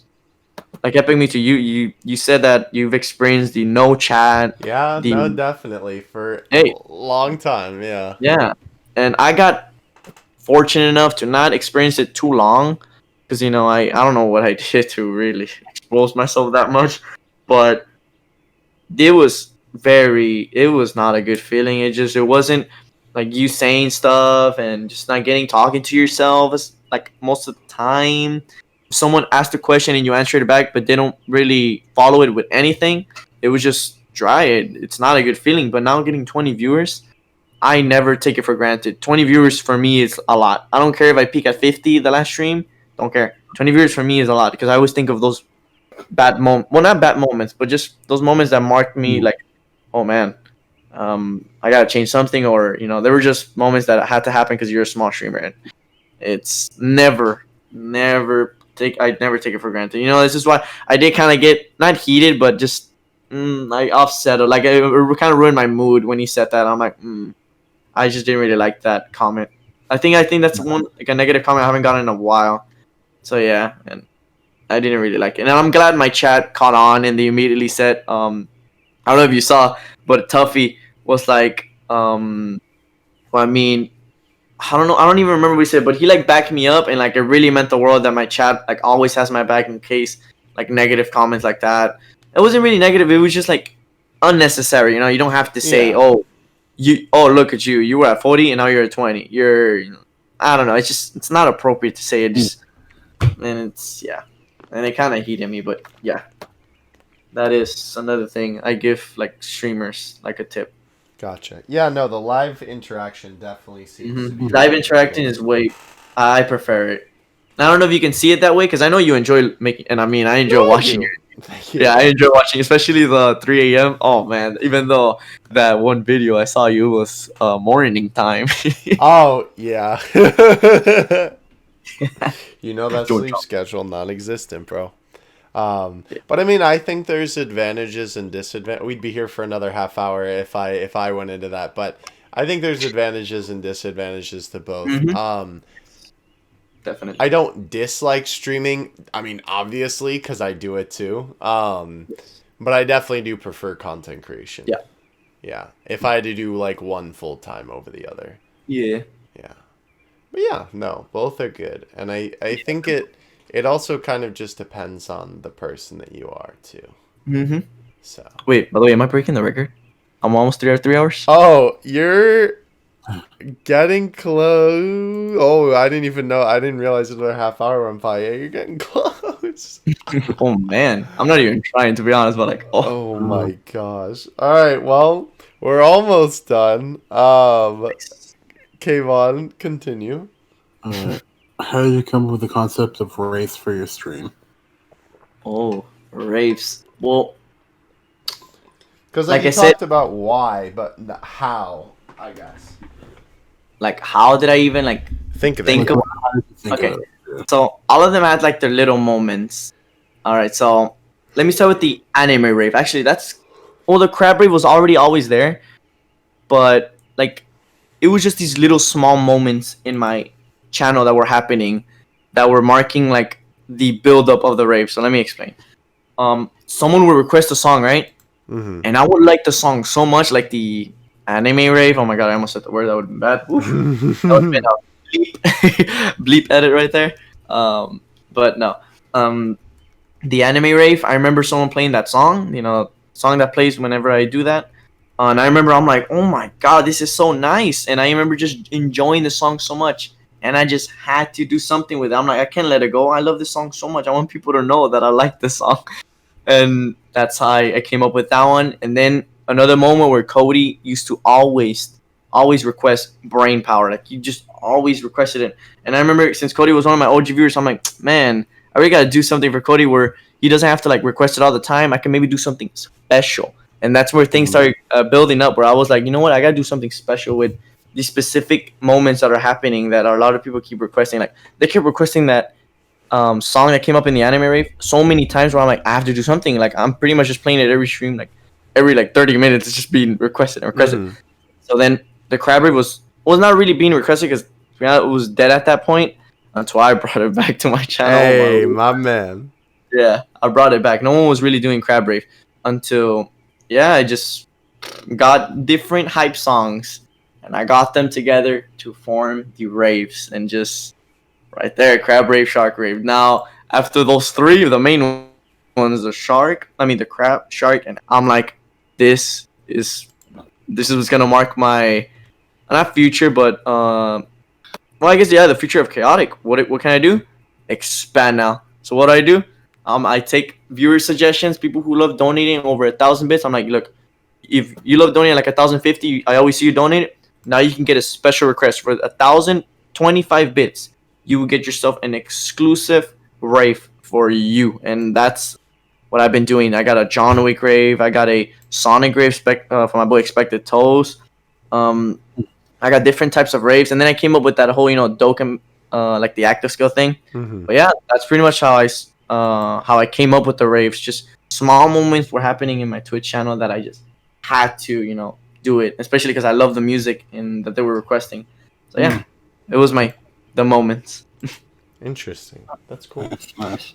I mean, it helps that OBS has all those different features that can kind of bring that to life as well. Yes, you can, and I love it. Yeah, or I guess you do use Streamlabs. Or is it Streamlabs OBS or is it just Streamlabs? It's, I think it's Streamlabs OBS. Streamlabs OBS. Yes. Gotcha. Interesting. All right, we're almost there, my guy. We're almost done.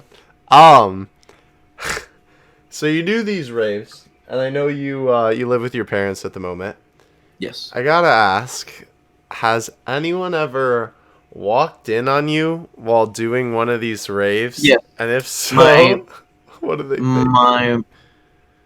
I think my mom has because I lock my door all the time just in case so they won't annex me.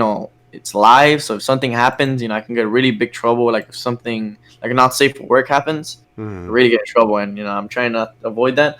But my mom always knocks and everything. But I remember one time she had like opened the door because she had to really ask me something, and this is all that happens. She just opens the door, and like as soon as I hear it, like I just like look at her and I just give me a moment, like give me a minute. But they never say anything. Like after streams, I remember my parents always tell me, "Damn, we always hear you because I can't hear myself. I have my headset on. Yeah. But they can because they're across the room, and they're always like, they just love like the energy that I'm giving and stuff. And my dad sometimes make fun of me. He's like, "Thank you, bro. Thank you, bro." Because I'm always like, "Hey, thank you so much for that." And he's like, "Thank you, bro. Thank you, bro." And I'm shut up, dude.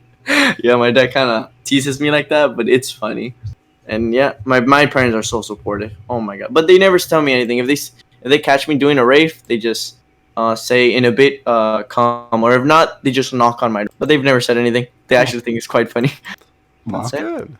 I'm glad to hear that it's like, Yeah. you know, because some people, some of their parents don't support them in their endeavors. I'm lucky as well Yeah. that my mom does as well. But that's really cool to hear that even when you're doing that, you know, Yeah. kind of me, Marino, that's the case as well. Let me add a little bit of like something different. I remember back in the day, like my parents were supportive. I think my mom was always like, because you know how I told you about the like personal problems that I can't really go to college. She Yeah. always wanted me to go to college, but for her seeing me do this, she was like, like she didn't really want me doing it in the very beginning. But then she saw how many people were coming to my stream. Like, I don't want to say donations, but like, I mean, how for a would that- parent making money, you know, yeah, I get it. she started doing like, oh, you're actually like, you're not just doing this, just like you're building a community, and you know you're earning to grow it even larger, you know, with the whole donations and stuff. And then that's when she was like, you know what, I just, and then she 100% started supporting every day. Now they ask me, oh, how was stream today, and did you get more viewers, did you peak this and that? And then they ask me like did Cody, because they know some of my viewers as well, because I always talk about them, like especially my main viewers, I always talk to my parents about, like Cody. My mom even was the one that suggested the Yetis. So because without my mom, I wouldn't have been starting the Yetis. It's just something to give back. So Right. and it makes people aim for that Yeti, that 10,000 bit. Plus, you get a really cool badge, a shark badge, as your little badge. I don't know if you've seen it on Cody. He has like a little. I've seen badge. it. Yeah, I've seen it a couple times. So people are like expected to. I don't know what I'm gonna have to give them 2 just for one of his family members, because he's donating over 30. Oh my god, 30K bits. That's crazy. That's insanity. It literally, I think. Oh my, no, that's insanity. But yeah, my parents are supportive, and yeah, nothing really happens when they come in. They're just like, oh, I'll give them a moment, and then I just touch it. All right, guys, I'll be right back. My mom's calling me. There we go. Okay. I have to ask though. So on the topic of the Anyoi raid, right? Like, personally for me, right, and the way that I was raised, my mom would absolutely like decimate me if that's the kind of thing I was doing on my stream. I mean, okay. Yeah. Okay, let me explain. Okay. Yeah, So well, it's just different strokes for different folks, I guess. But I guess what I'm asking is, like, are they okay with that, or like, what do they think of it? Because it's just such like a, I don't want to say a non-traditional thing, but you know, typically as a parent, I would think that they would kind of be like, inappropriate. It's very inappropriate. Yeah, and it is, even especially because I added, you know, the not safe for work emotes, you know, with the whole big, you know what I'm saying? It's weird, but the 18, yeah. Yeah, but I remember before doing that, I showed them to them, and I explained briefly. Look, this is not this is nothing wrong. This is just this raves that I have, and it's like an anime rave, and that's how I explained them. And I even actually a couple of days ago actually explained what the song meant. You know, it's very inappropriate. You know, they say, you know, doing that to Yeah. I got you. I actually explained it. I explained to my mom, and she's like, she didn't even say anything because she knew that I was doing it as a just as a like, man, I don't even know how to explain it. It's like a joke, kinda. Yeah, kind of, yeah. And it was just some like a funny, unique thing about my channel. I told her that no one's doing this, and she took it as I like, and she's like, I really like that you're being unique and different and stuff. And cool. She just didn't say anything about it. I'm so glad she's supportive about that. I know there's a bunch of weird not safe for work stuff, like going in that one scene, you know, that specific scene. Yeah. A lot of stuff. Like, for new viewers, they're like, oh my gosh, what the heck did I walk into? You saw so many comments, like so many new people were like, what did I walk into? What did I walk into? what, dude? Oh my god! I come back to this, and Vic is doing this, and I'm like, oh. My. So yeah, and like my profile pic, like on Discord or YouTube, pretty much that is literally everywhere. My Discord, my Twitch, my YouTube, my Facebook, my Instagram, like that profile pic is literally over that 18, and I get so many people on YouTube. I even get followers I follow just because of the profile pic because they love that. So I see that people love that. So I'm like, you know what? Might as well. That's how I came up with the anime rave. Another thing because other people were liking that emote. So I'm like, might as well give those weird, people that. And No, I I enjoyed got it. you. I mean, I And don't I know. enjoyed it. No, go ahead. I was just gonna say I don't know if it's weird, but I mean I know what you mean. Yeah, it's not weird. Sorry, but I'm it's, closing my window because of all the birds. yeah, it's fine. But it's not the normal. It's just Yes, very. that's for like, sure. Yeah. Especially on Twitch, and no one. Like I remember like being scared. I'm like, man, is this like? Am I gonna get banned for this? 'Cause it's a lot of. No. But okay, if As long all as you these. don't show anything. Okay, I'm not gonna. Oh no, I can't bash. Female streamer. Okay, you know what? Like, that's another topic. For No, another e-girls, podcast. Yeah. That's right. Yeah. If they can do all that crazy shenanigans, there's no way I'm not allowed to do that. There's just no way. I want to ask, how do you feel about because I mean, I don't know if you're into the whole like the whole community, not the whole community aspect of it, but I mean like the general Twitch community and like kind of just how people feel about it. And then of course that's sort of an aspect of it. Like, how do you feel about the current state of Twitch just in general? Definitely think there's a lot to improve on. Like, Twitch is in a spot where it's okay. I really wish Twitch can do this. Help promote smaller streamers, like a way to help the smaller streamers that really are actually putting content out, not that like how we said, e-girls or whatever. Like that is just not content you're supposed to kind of promote. True. And it's not like Twitch is not a not safe for work website. It's Yeah. more of like like you know what I'm trying to say, right? But I do, yeah. yes, it's more of a they're seeing you. What are you providing? Why are you doing Twitch? Like what are your intentions? And what type of content you're going to be providing. And then they give you a lot of options, just chatting, but some people take it and they take advantage of that, and I don't really like that. I really hope Twitch gets there. I mean, that was let's be honest, Alinity, that whole problem was for ages. He never got banned for anything. It was unfair because they were banning people who were doing nothing wrong. Yeah. And but something, not even something slipped. It was just very minor things, but they were getting either banned or how do you call it, suspended for 3 days. And I think that's unfair on Twitch's part. Like they really need to get their. They need to go back to OG Twitch where it was a community, not just a favoritism, big streamers and all this dumb stuff that they're doing. I don't like that. I really hope Twitch changes because I want to see Twitch get bigger. Not gonna lie, I do love Twitch better than any other platform. Of course, YouTube doesn't really count because YouTube's more content creating. It's Right. streaming is like a side of it that it has. It's not really a streaming platform. It's mainly content creation. But like Mixer and all those, I just don't see them competing at all for Twitch. And I would hate to see Twitch just go down. I don't want it. I want it to keep going higher and higher and higher and higher. Just But yeah, they really need to fix that. The whole issues with unfair banning, like the restrictions they've been doing lately as well. Mm-hmm. Like it's like YouTube kind of. You know how oh my god, I don't know what it's called, COPPA. Or I don't really know. Oh, yeah. Let's not get started on that. Yeah, that is, COPPA, yeah. That is. I mean, terrible. that's not necessarily though. Well, okay. It's not necessarily YouTube's fault because that is a law, but I will agree that the way that YouTube implemented it was awful. Very awful. And then Twitch got very strict with a lot of stuff. You got to be careful on what you show now.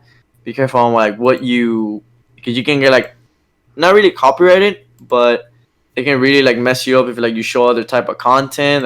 That was good back then, but not right now. But Right. yeah, it's getting stricter. But I'm trying my best to be careful. But yeah, I definitely think they should. I see Twitch growing up like really big, but at this rate that it's going for the big streamers and like the small streamers, it's not the best at right now. Yeah. It's really unfair. Really unfair. I don't like it. But yeah. Interesting. Good thing I'm good though, because I'm just chilling. Yeah, you're doing pretty good though. Until I get like a warning on Twitch that you shouldn't be showing this, that's gonna suck. But I don't think you're doing anything wrong. I think I'm good as long as I stay away from all those really bad words and this is why I try not to say too many curse words, because I don't know if at one point Twitch is gonna make it like a very restrictive channel, platform. You never know. It could turn into YouTube. Literally could turn into YouTube, where it just Yikes. everything is just Susan, get your hands off. Yeah. They do that, I will cry. Oh no, because I'm not like, my mouth isn't the dirtiest, but it's not clean. Sometimes I do. Right now I'm trying my best not to do all these crazy. I respect your channel. Thank you, man. So yeah. But on stream, I do act myself, and sometimes rage moments, little moments, or just I read comments, even if they have bad words in it. I read it just the way it is.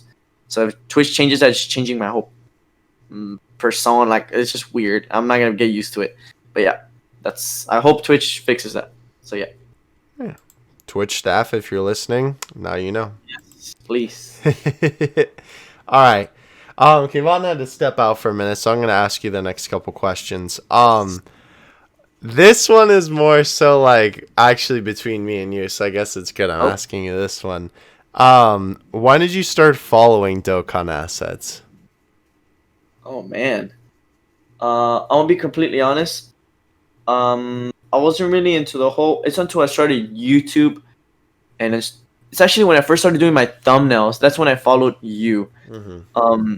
When I'm like, you know what, I need, like, how do I get all these PNG files? Like, I didn't really know anything about that until I was just skimming around. I think someone retweeted you. I'm not too sure. Yeah, I've had a couple of the big boys retweet me before. Either it was Goresh or someone. I'm not too sure. But I remember someone retweeted you, and I'm like, oh man, damn, that's a really cool. Like, I love how it was just PNGs and everything. And I'm like, let me go check them out. But it was definitely like, it wasn't even that long ago. I'm gonna be completely honest. Like, couple months ago, whenever I think, man, what unit was it? Because I remember all my PNG, I would just search them up on Google, just merge Samasu PNG, this and this and this PNG, and yeah, I remember just seeing a retweet about you, and it was like a whole list of PNG files. I'm like, oh my god, who is this? And I follow you. I think like maybe.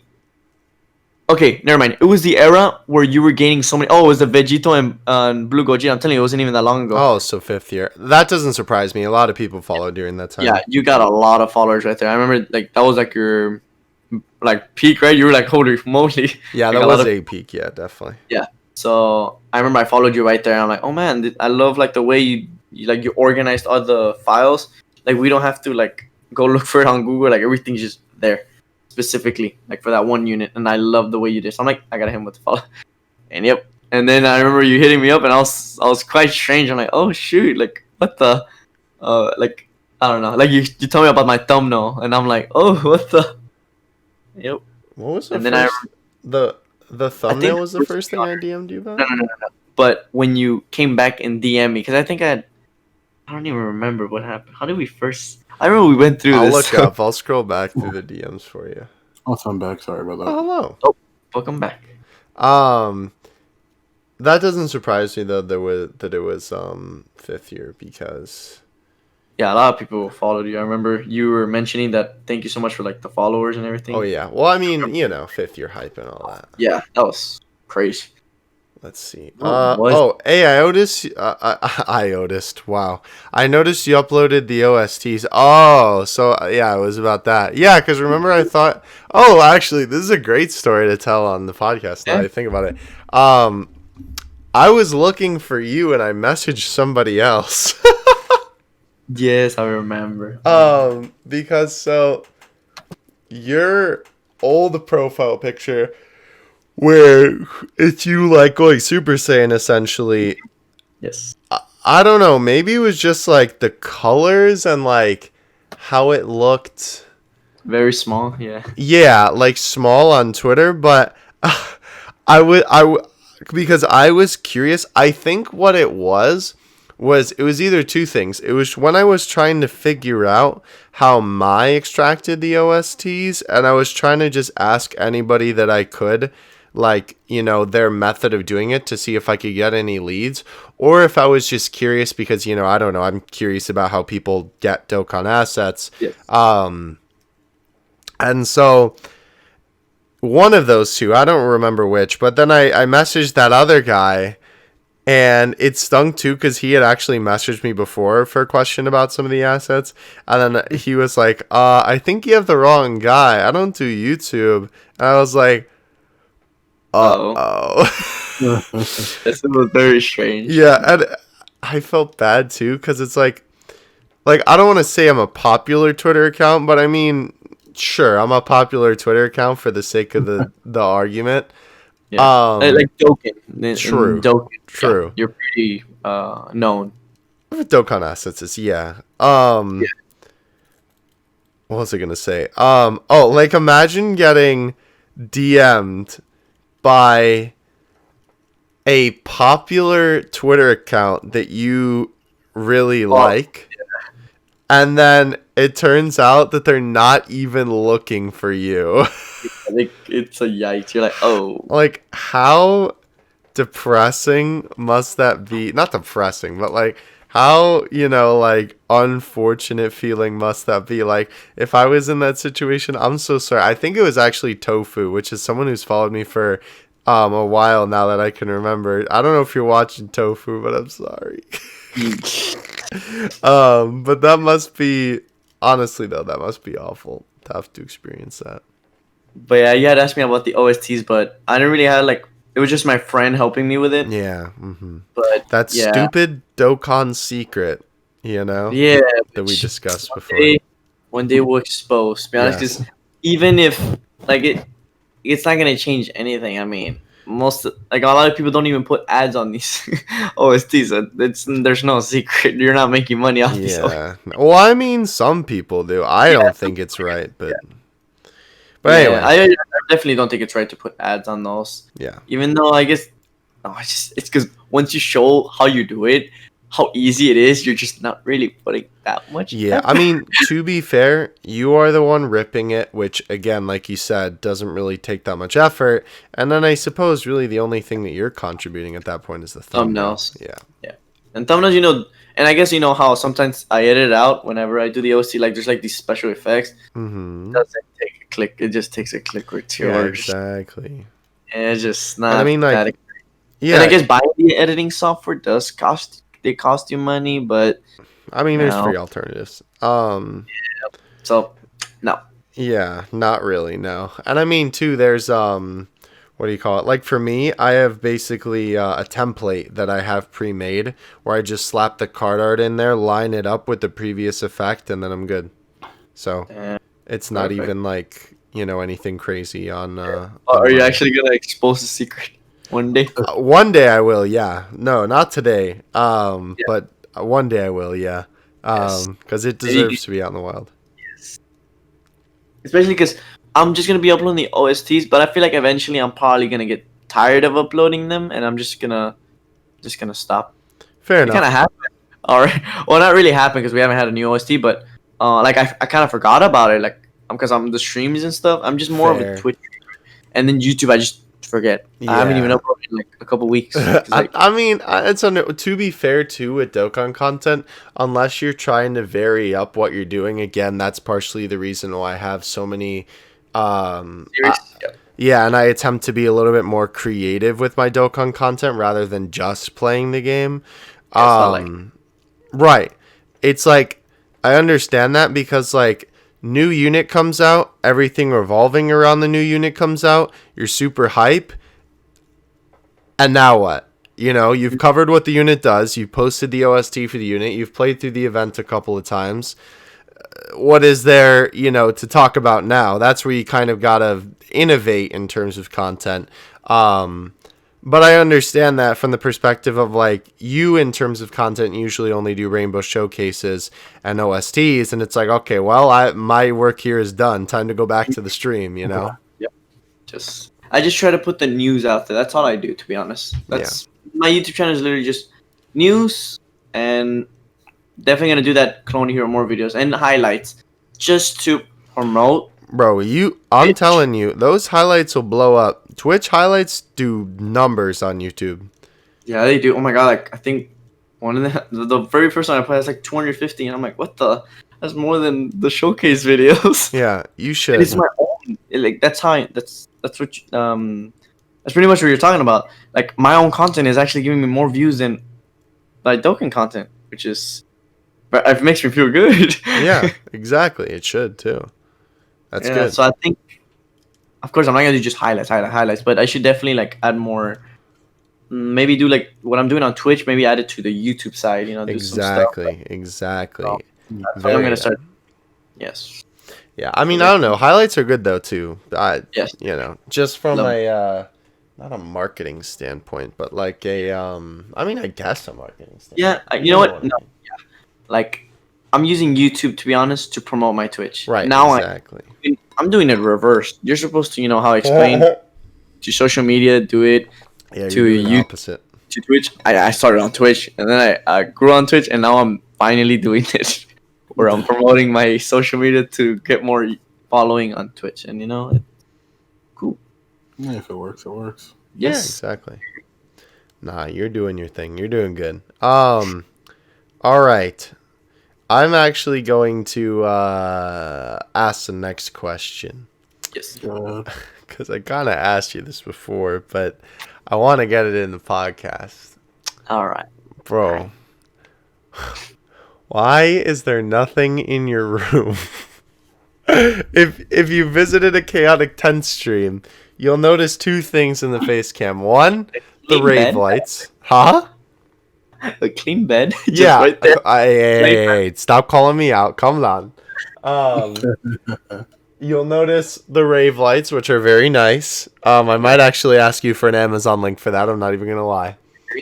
And the room is empty.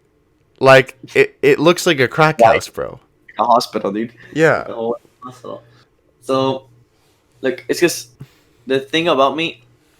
I don't want too many things to exaggerate like the stream, because the way I have my stream set up, it's just I want them to just see me, and just I know a lot of streamers say you should put like stuff in the background so people can ask you about it, but like, isn't it your room? it is my room, but it's because the thing, my camera's not set up where it's gonna show my shelves. All my shelves are like on top of me, but I'm not gonna have my camera like right on top of me. Yeah, but like you're telling me you don't have anything in your room? I do, but everything's not visible to the camera. Like, I wish I can show you guys right now, but I have shelf like on the right, 2 shelves on the top, Overwatch poster, and a bunch of stuff, but everything's not facing the camera. This is why I'm actually, good thing you asked this. I'm actually planning on getting this, the Coca-Cola logos, like or like kind of like the open signs, the closed and their LEDs. Oh, like a neon sign? Yeah, Ooh. where it shows my whole Twitch name, ChaoticTense, and it's lighting up in purple. And I might put that be sick. Yeah, I'm adding that like literally in back of me, so it won't be just white walls and plain. It's like something there that says ChaoticTense. Well, good. Yeah, I do like the strobe lights too that you have. Yeah. Those are very nice. I'm actually planning on getting oh, by the way, update. Actually, with the whole crazy donations, I'm actually planning on getting a rave mask, rave gloves, and a rave suit. So that'll be awesome. Raves, I'm gonna have a full-on rave. That'll be sick. So yeah, and I'm gonna get glow-in-the-dark stuff. And I'm actually planning on getting a drum set. Finally, dude. I want to get a drum set. Oh, that's dope. Yo, glow-in-the-dark sticks and, face paint. Yeah, glow sticks and stuff. Yeah. Very cool. Bro, on the real, drop me a link to those lights. I'll try my best because I actually bought this in a local store. My mom went to go buy them. Hopefully I can buy them. I think I have the box for it. If you can, that would be dope. Let's see. Oh, Right. I skipped a question actually. My bad, Kayvon. I was gonna have you ask the question about the room, but too late. I'm taking the other question too. So this is about Dokkan Assets. Sorry, I know we're going back to it. Mm-hmm. Because I know you are you are one of my biggest supporters when it comes to that. It's so funny. Like I don't wanna out you, but I'm gonna out you. So like it's so funny because the first time we talked, you almost like a little bit, like just a little bit, like kind of acted like I was a celebrity. Like Yeah, I did. you I were did. like, "Oh my gosh, it's Dokkan Assets," you know. And I mean, like, I understand that, you know, to an extent. It's like it's cool, you know. But I mean, at the end of the day, I'm just some guy who posts PNGs from his computer, you know. To be honest, I was just kind of surprised that like, because no one really DMs me on Twitter, and I literally didn't use Twitter all that much. I would literally just follow people that I needed stuff for, and I remember like when you like hit me up, I was like, what the? This is crazy. Like I thought like someone would like just text me that I follow. That's what like really mind boggled me. I was like, oh shoot. So yeah, I did treat you like a mini celebrity. In the beginning, yeah. Obviously Yeah. not now, but Yeah. no, it was just so funny that was the case because it was truly like, you know, it was almost like my first time talking to a fan in a way, you know, and I was like, wow, this is really weird. Right? And like to know that like you know my Twitch channel and it has like over like also like 1K and stuff, like it's like growing and stuff, and you're just like it's just so weird like how I thought of you like that, but we're pretty much like what Yeah. so No, we're the same thing. But It's what I it's was quite- going to ask you specifically about that, what do you think of how Dokkan Assets is run? And don't just say, "Oh, I think it's wonderful to butter my biscuit." Like, give me like genuine criticism. okay. And is there Yeah, anything you would change? All right.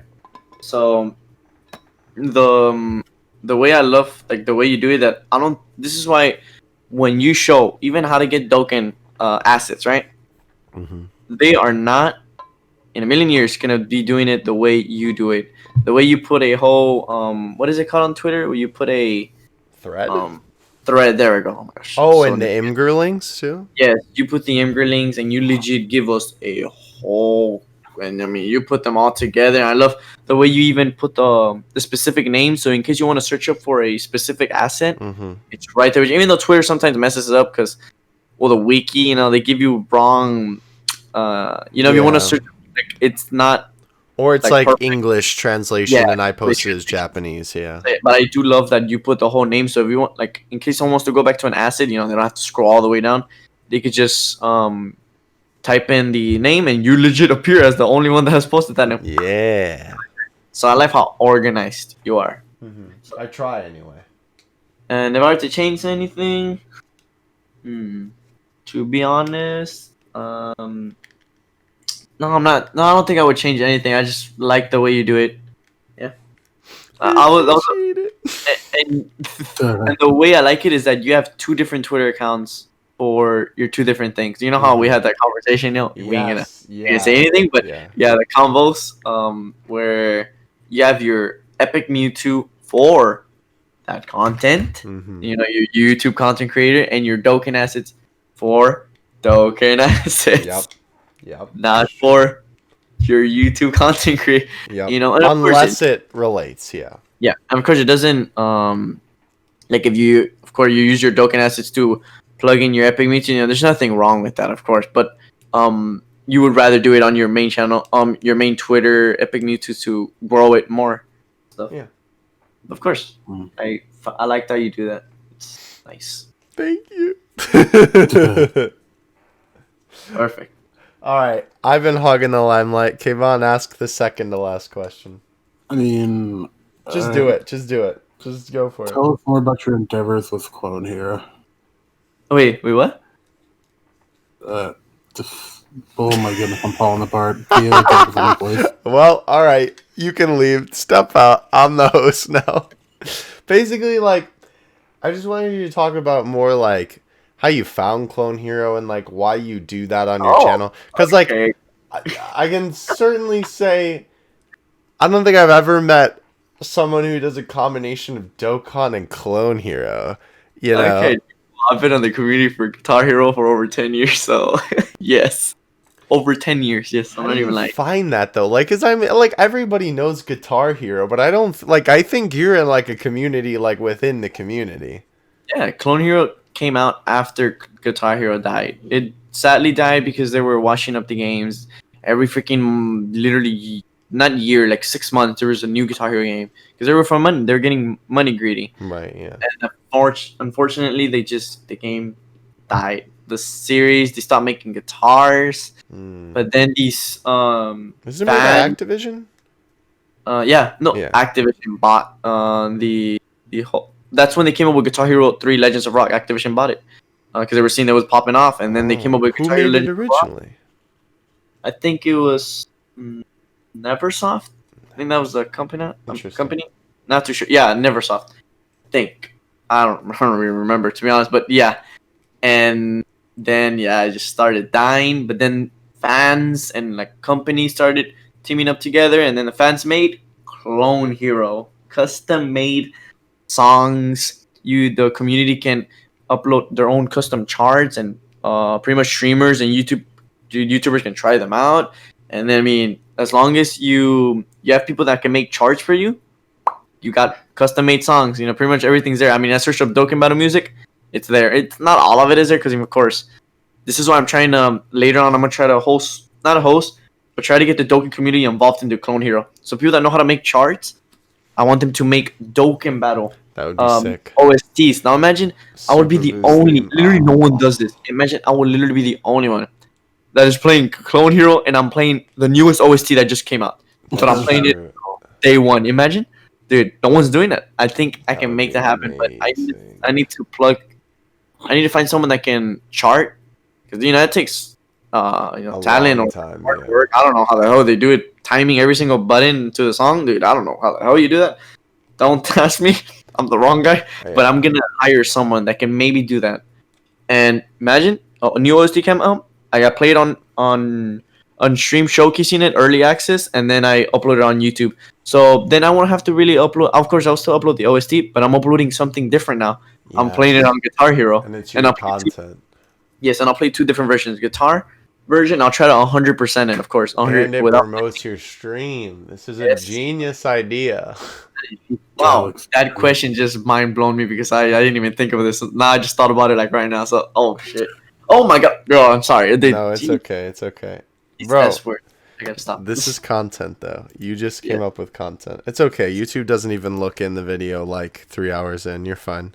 Oh, okay. Oh my god, I got scared. As long as I drop like an F-bomb or something, No, you're good. You're good. You're good. But yeah.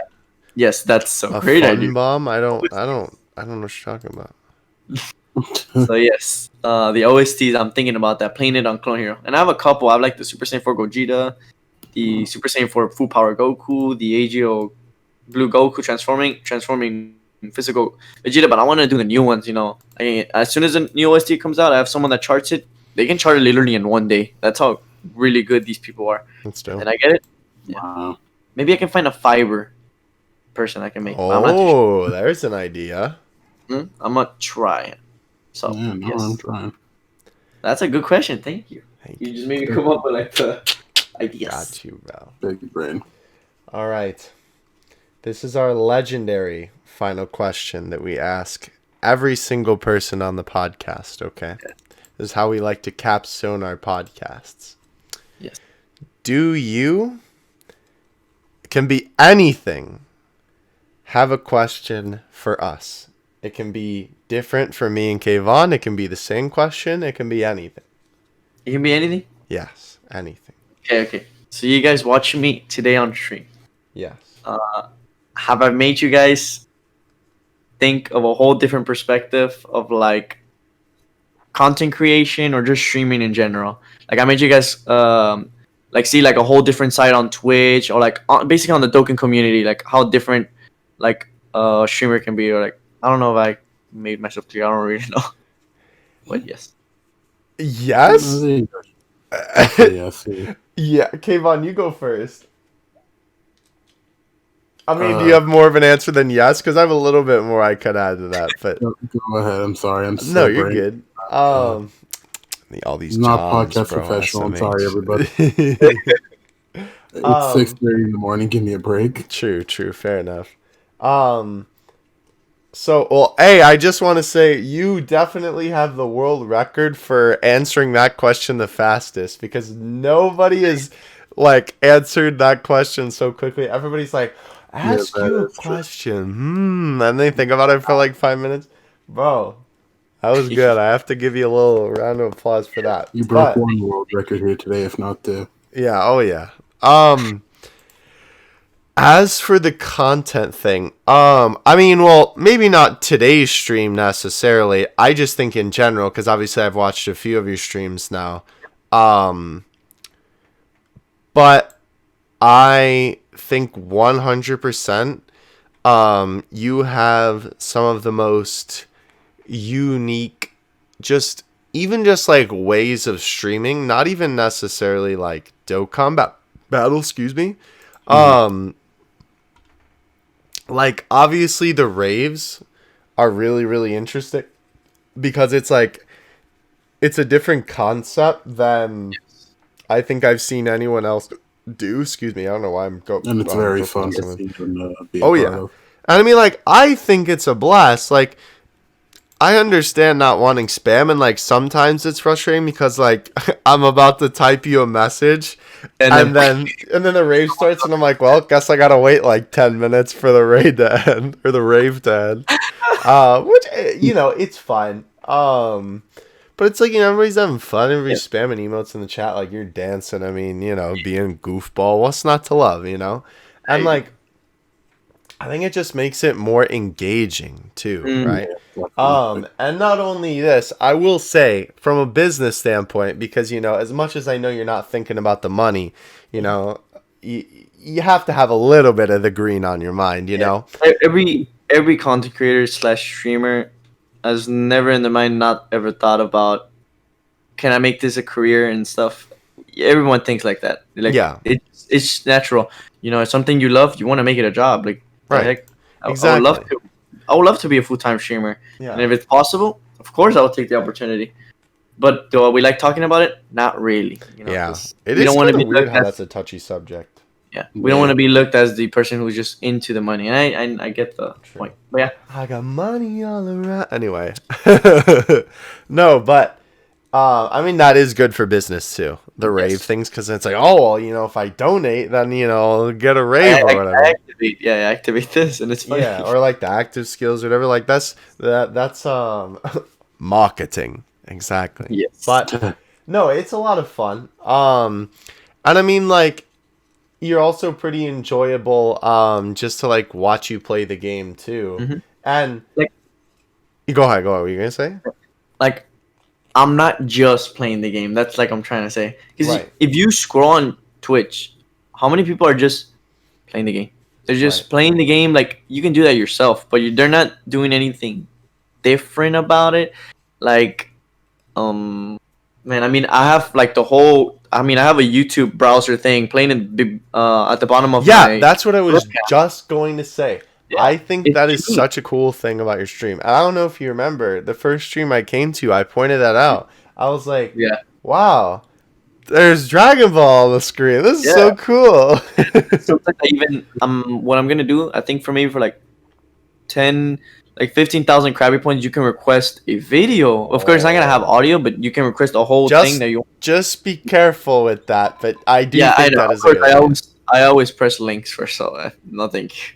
Yeah, just in case.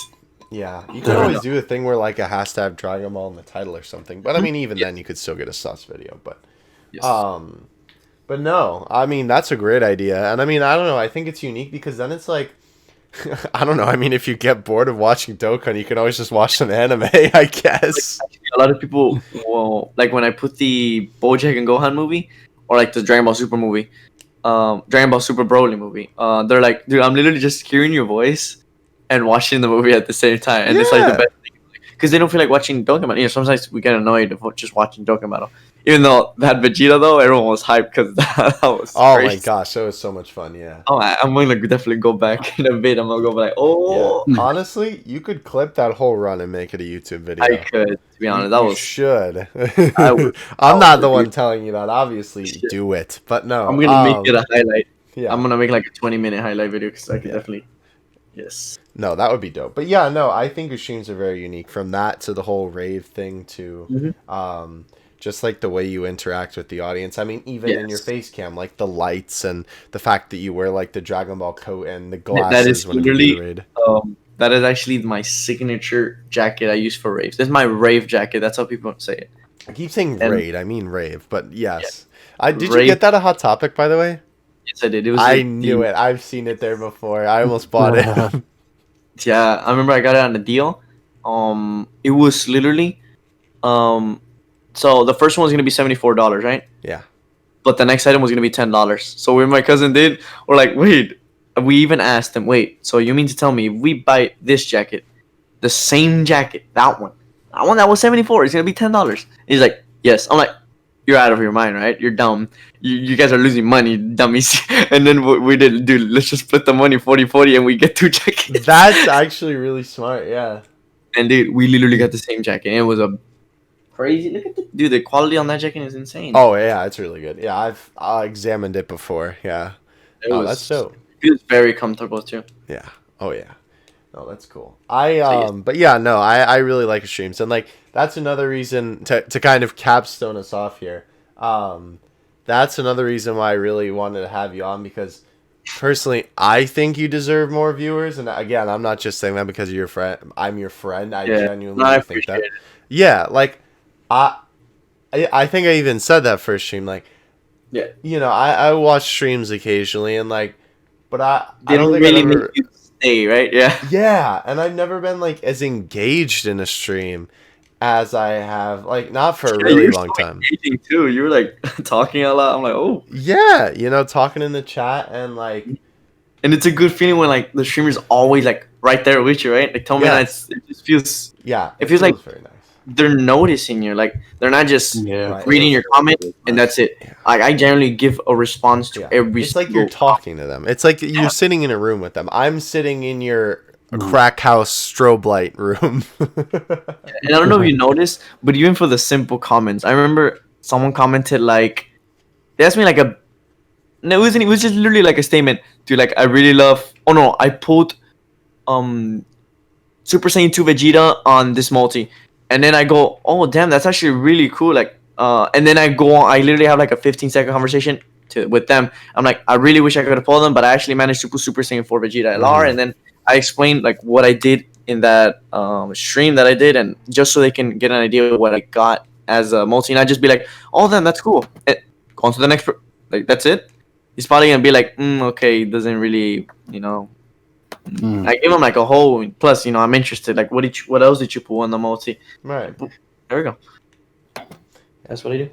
No, I don't know. I really appreciate what you're doing, I guess is what I'm trying to say. I think I've made that point pretty clear by now, but So much. of course. Is there anything else before we go that you would like to lay out on the table? Mm-hmm. Honestly, it just it has been a pleasure actually to be in the podcast, to be honest. Like, Of course.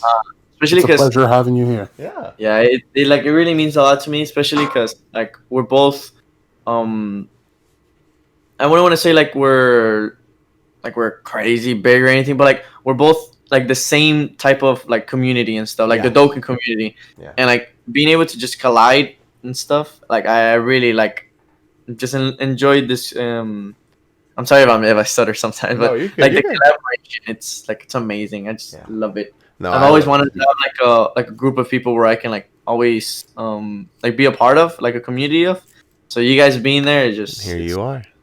So hopefully, you know, later on we can have more episodes like this and Yes. Oh, of definitely course. talking about different types of topics. Yes, we'll definitely bring you on again, because I know you've expressed to me even before we did the podcast, before you kind of knew was going to be an interview, that you were like, oh yeah, I want to talk about this topic and this topic and this topic. I was like, he's perfect. Like exposing You have to go the through remember the yes, The initiation, yeah, exactly. we gotta do that. Is there really a secret to assets or anything? We gotta do something like- oh man. Oh, what's the secret? Yeah, what's the secret? Well, the And just viewers don't know. literally- yeah, it'd be pretty cool. That'd be a fun documentary type of meme to It do. would. Like Oh, do it in man. documentary style. I might actually do that. That'd be pretty cool. And Yeah. I mean, and it's not like even if people find out, like how I explained, even if people find out how to get Dokkan essence, they're not gonna do it like how you're doing it. Yeah. You already have I guess a following. You already have a following. Yeah. You know, you're on the road to 8K, right? Really close. Yes, I am very so- close. So I'm thinking either global. At least I'm what would it be called? Projecting. Yeah, I'm like 70-ish followers away from 8K. Wow. Global 5th Annie or the next big download celebration. I'm anticipating the 10K mark. yeah, I definitely think so. Especially the 5th anniversary on Glow for sure. 10K. Yeah, which by the way, I'm planning that contest again, so definitely get hyped for that. Yes, and of course you're gonna see some collab summons Yes. again. Oh, bro.